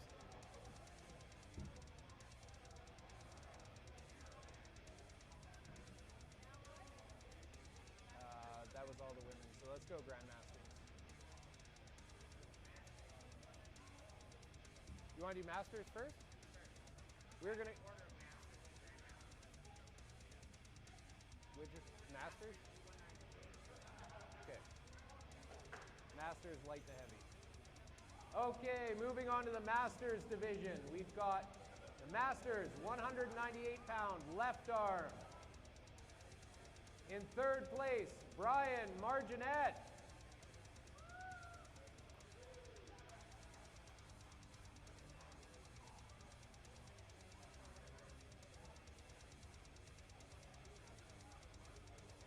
And in second place, we have Brad Prince.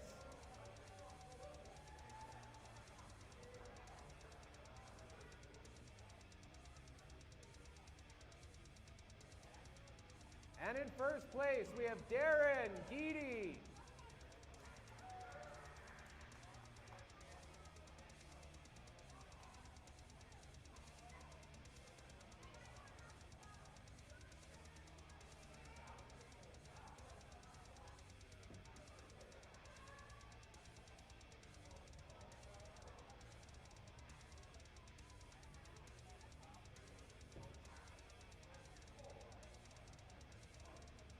Okay, moving on to the Masters 198-pound right arm. I see a few of the same names here. In third place, we have Brian Marginette. In second place, Darren Guidi. And in first place, Brad Prince.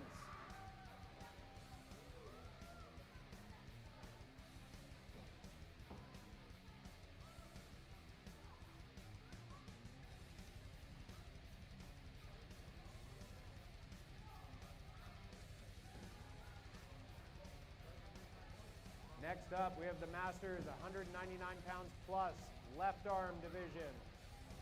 In second place, we have Sheldon Trefanenko.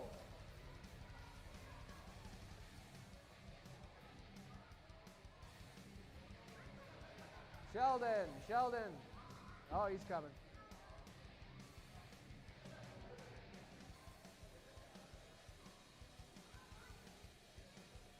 And in first place, the giant Josh Bellin.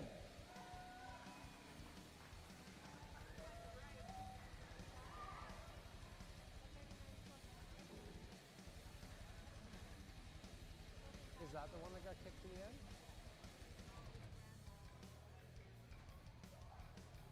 Josh. Did you guys pull right in the Masters? Okay.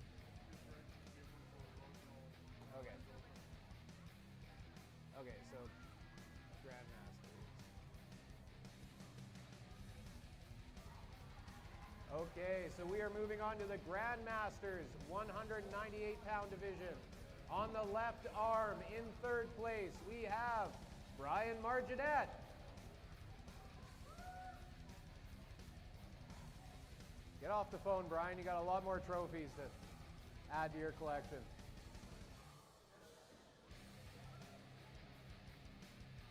Okay, and in second place, we have Brad Prince.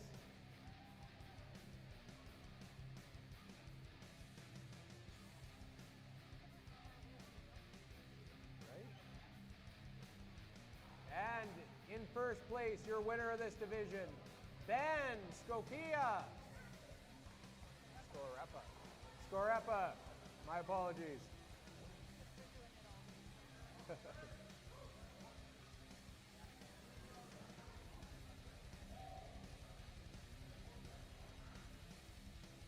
Okay, and on the right arm, in third place, we have Andrew Escato.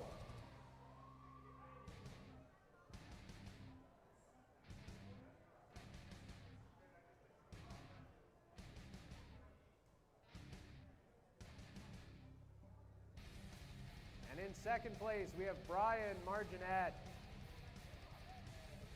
And in first place, Brad Prince.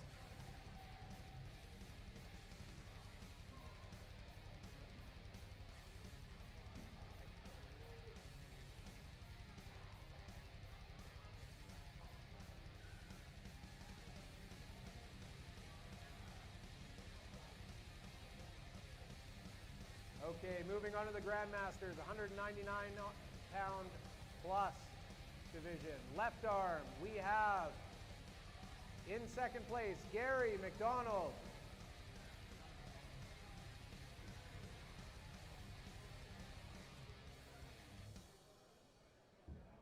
And in first place, we have Dave Taylor.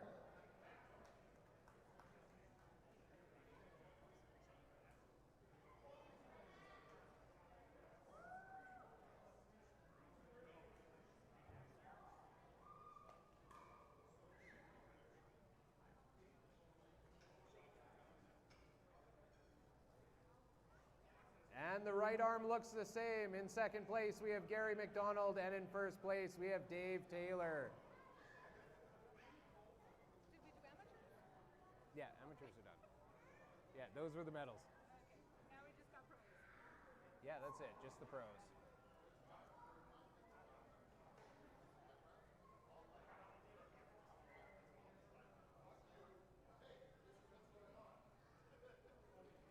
Okay, we are moving on to the pro division. No, did they get it right? Yeah. Oh, okay. Sorry, I didn't see that they were involving both. Okay. Pro division, 154 pounds, left arm. In third place, we have Brian Marginette.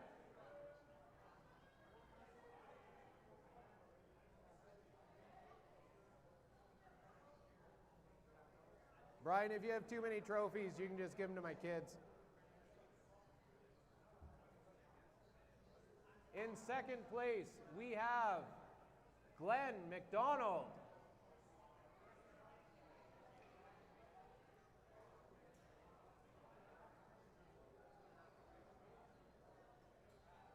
And your winner of that division, John Griffith.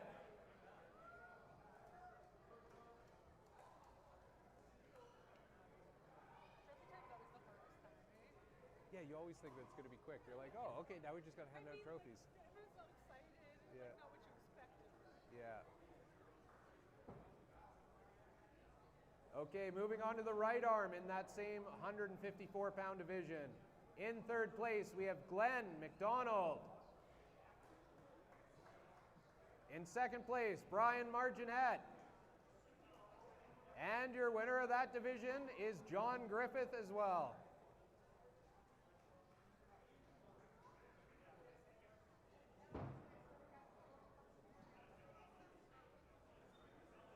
Okay, and moving on to the pro 176-pound left arm division.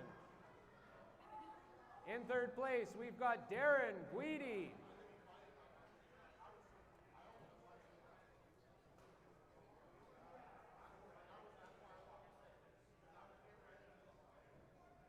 In second place, we have Rodion Balichuk.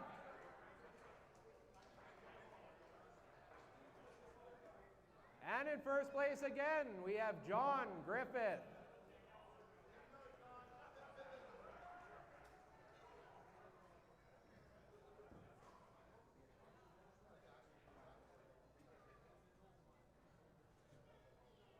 And the right arm looks identical. In third place, we have Darren Guidi. In second place, we have Rod. And in first place, we have John Griffith.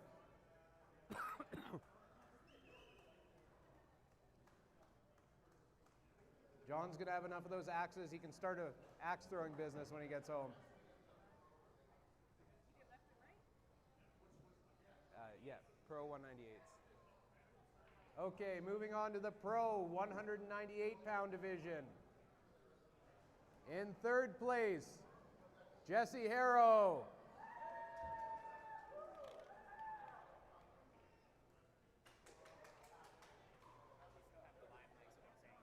Yeah.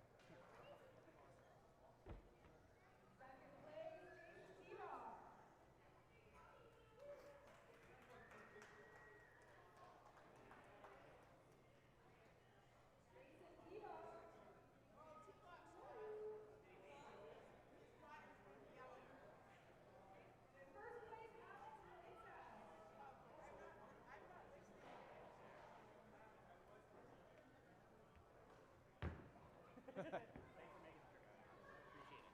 Good job today. Awesome pulling, man. All right, podium there.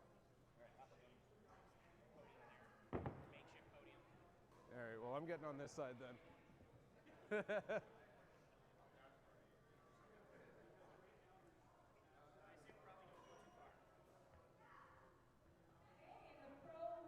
Oh.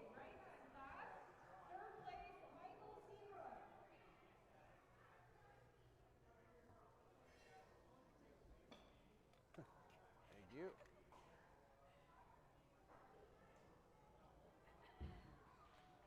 And in second place is Jason T-Bach, but he's gone home.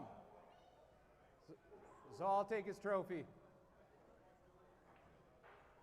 And in first place is Alex Martises.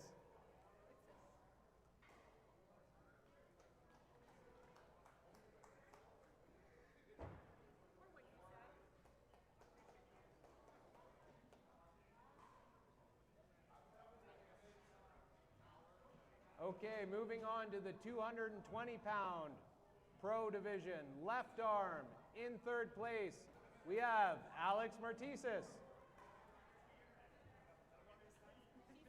Is it not Martises? Maritzis. Is it Maritzis? Oh, Maritzis. I've been saying it wrong for a long time. Sorry, buddy. Cody Slugga and Yanis Amelin. In second place, we have Cody Sluggett. He's gone for the day. And in first place, we have Janice Amelins.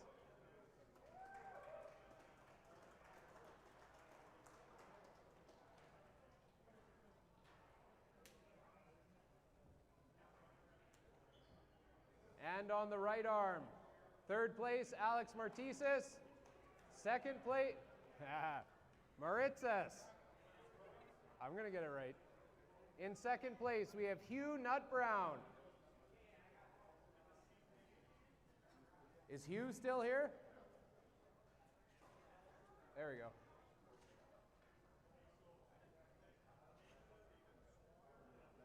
And your winner of that division is Giannis Amelins.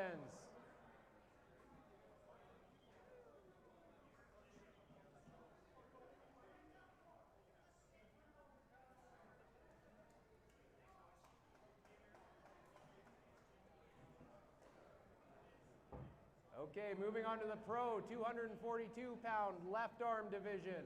In third place, we have Chris Drinkwalter.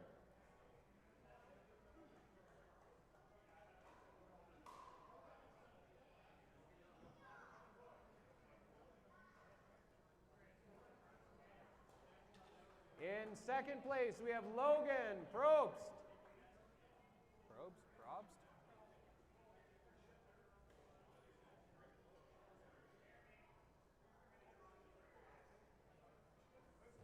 And your winner of that division is the Witcher, Jeremy Dross.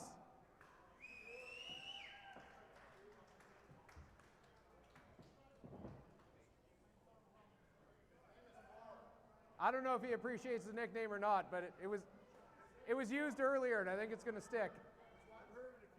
Yeah. Yeah. Oh, you look just like him. Yeah.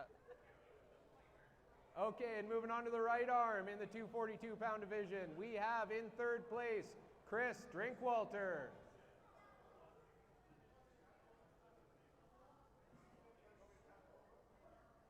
And in second place, we have our own Kyle Evanoff.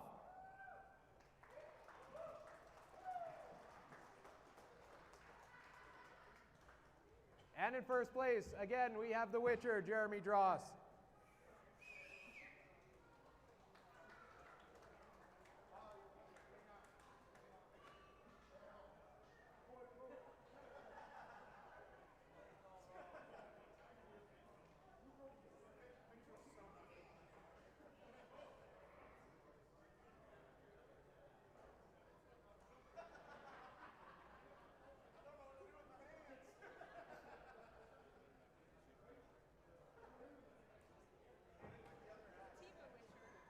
Yeah. The Tibu Witcher. We're live right now. They're all going to hear you say that. Okay, and moving on to the super heavyweight division. Starting with the left arm. In third place, we have Brett Stubbs.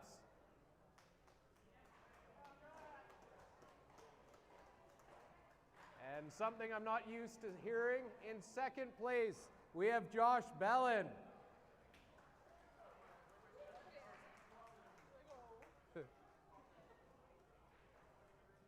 And in first place, your winner, the pro left arm, Sean Crowther.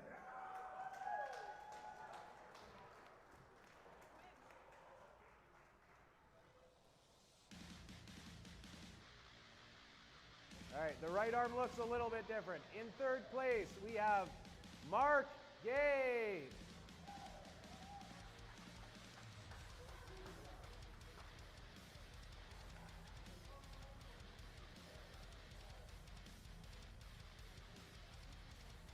In second place, we have Sean Crowther.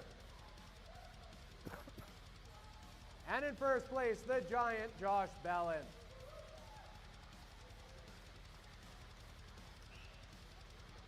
That should be it. We didn't miss anything? We're good?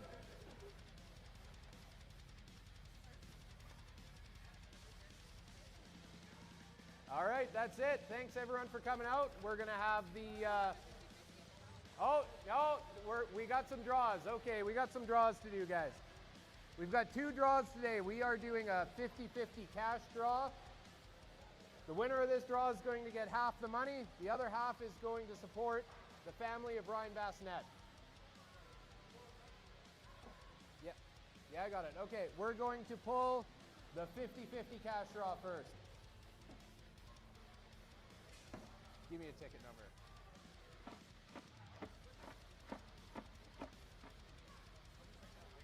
Oh, yeah.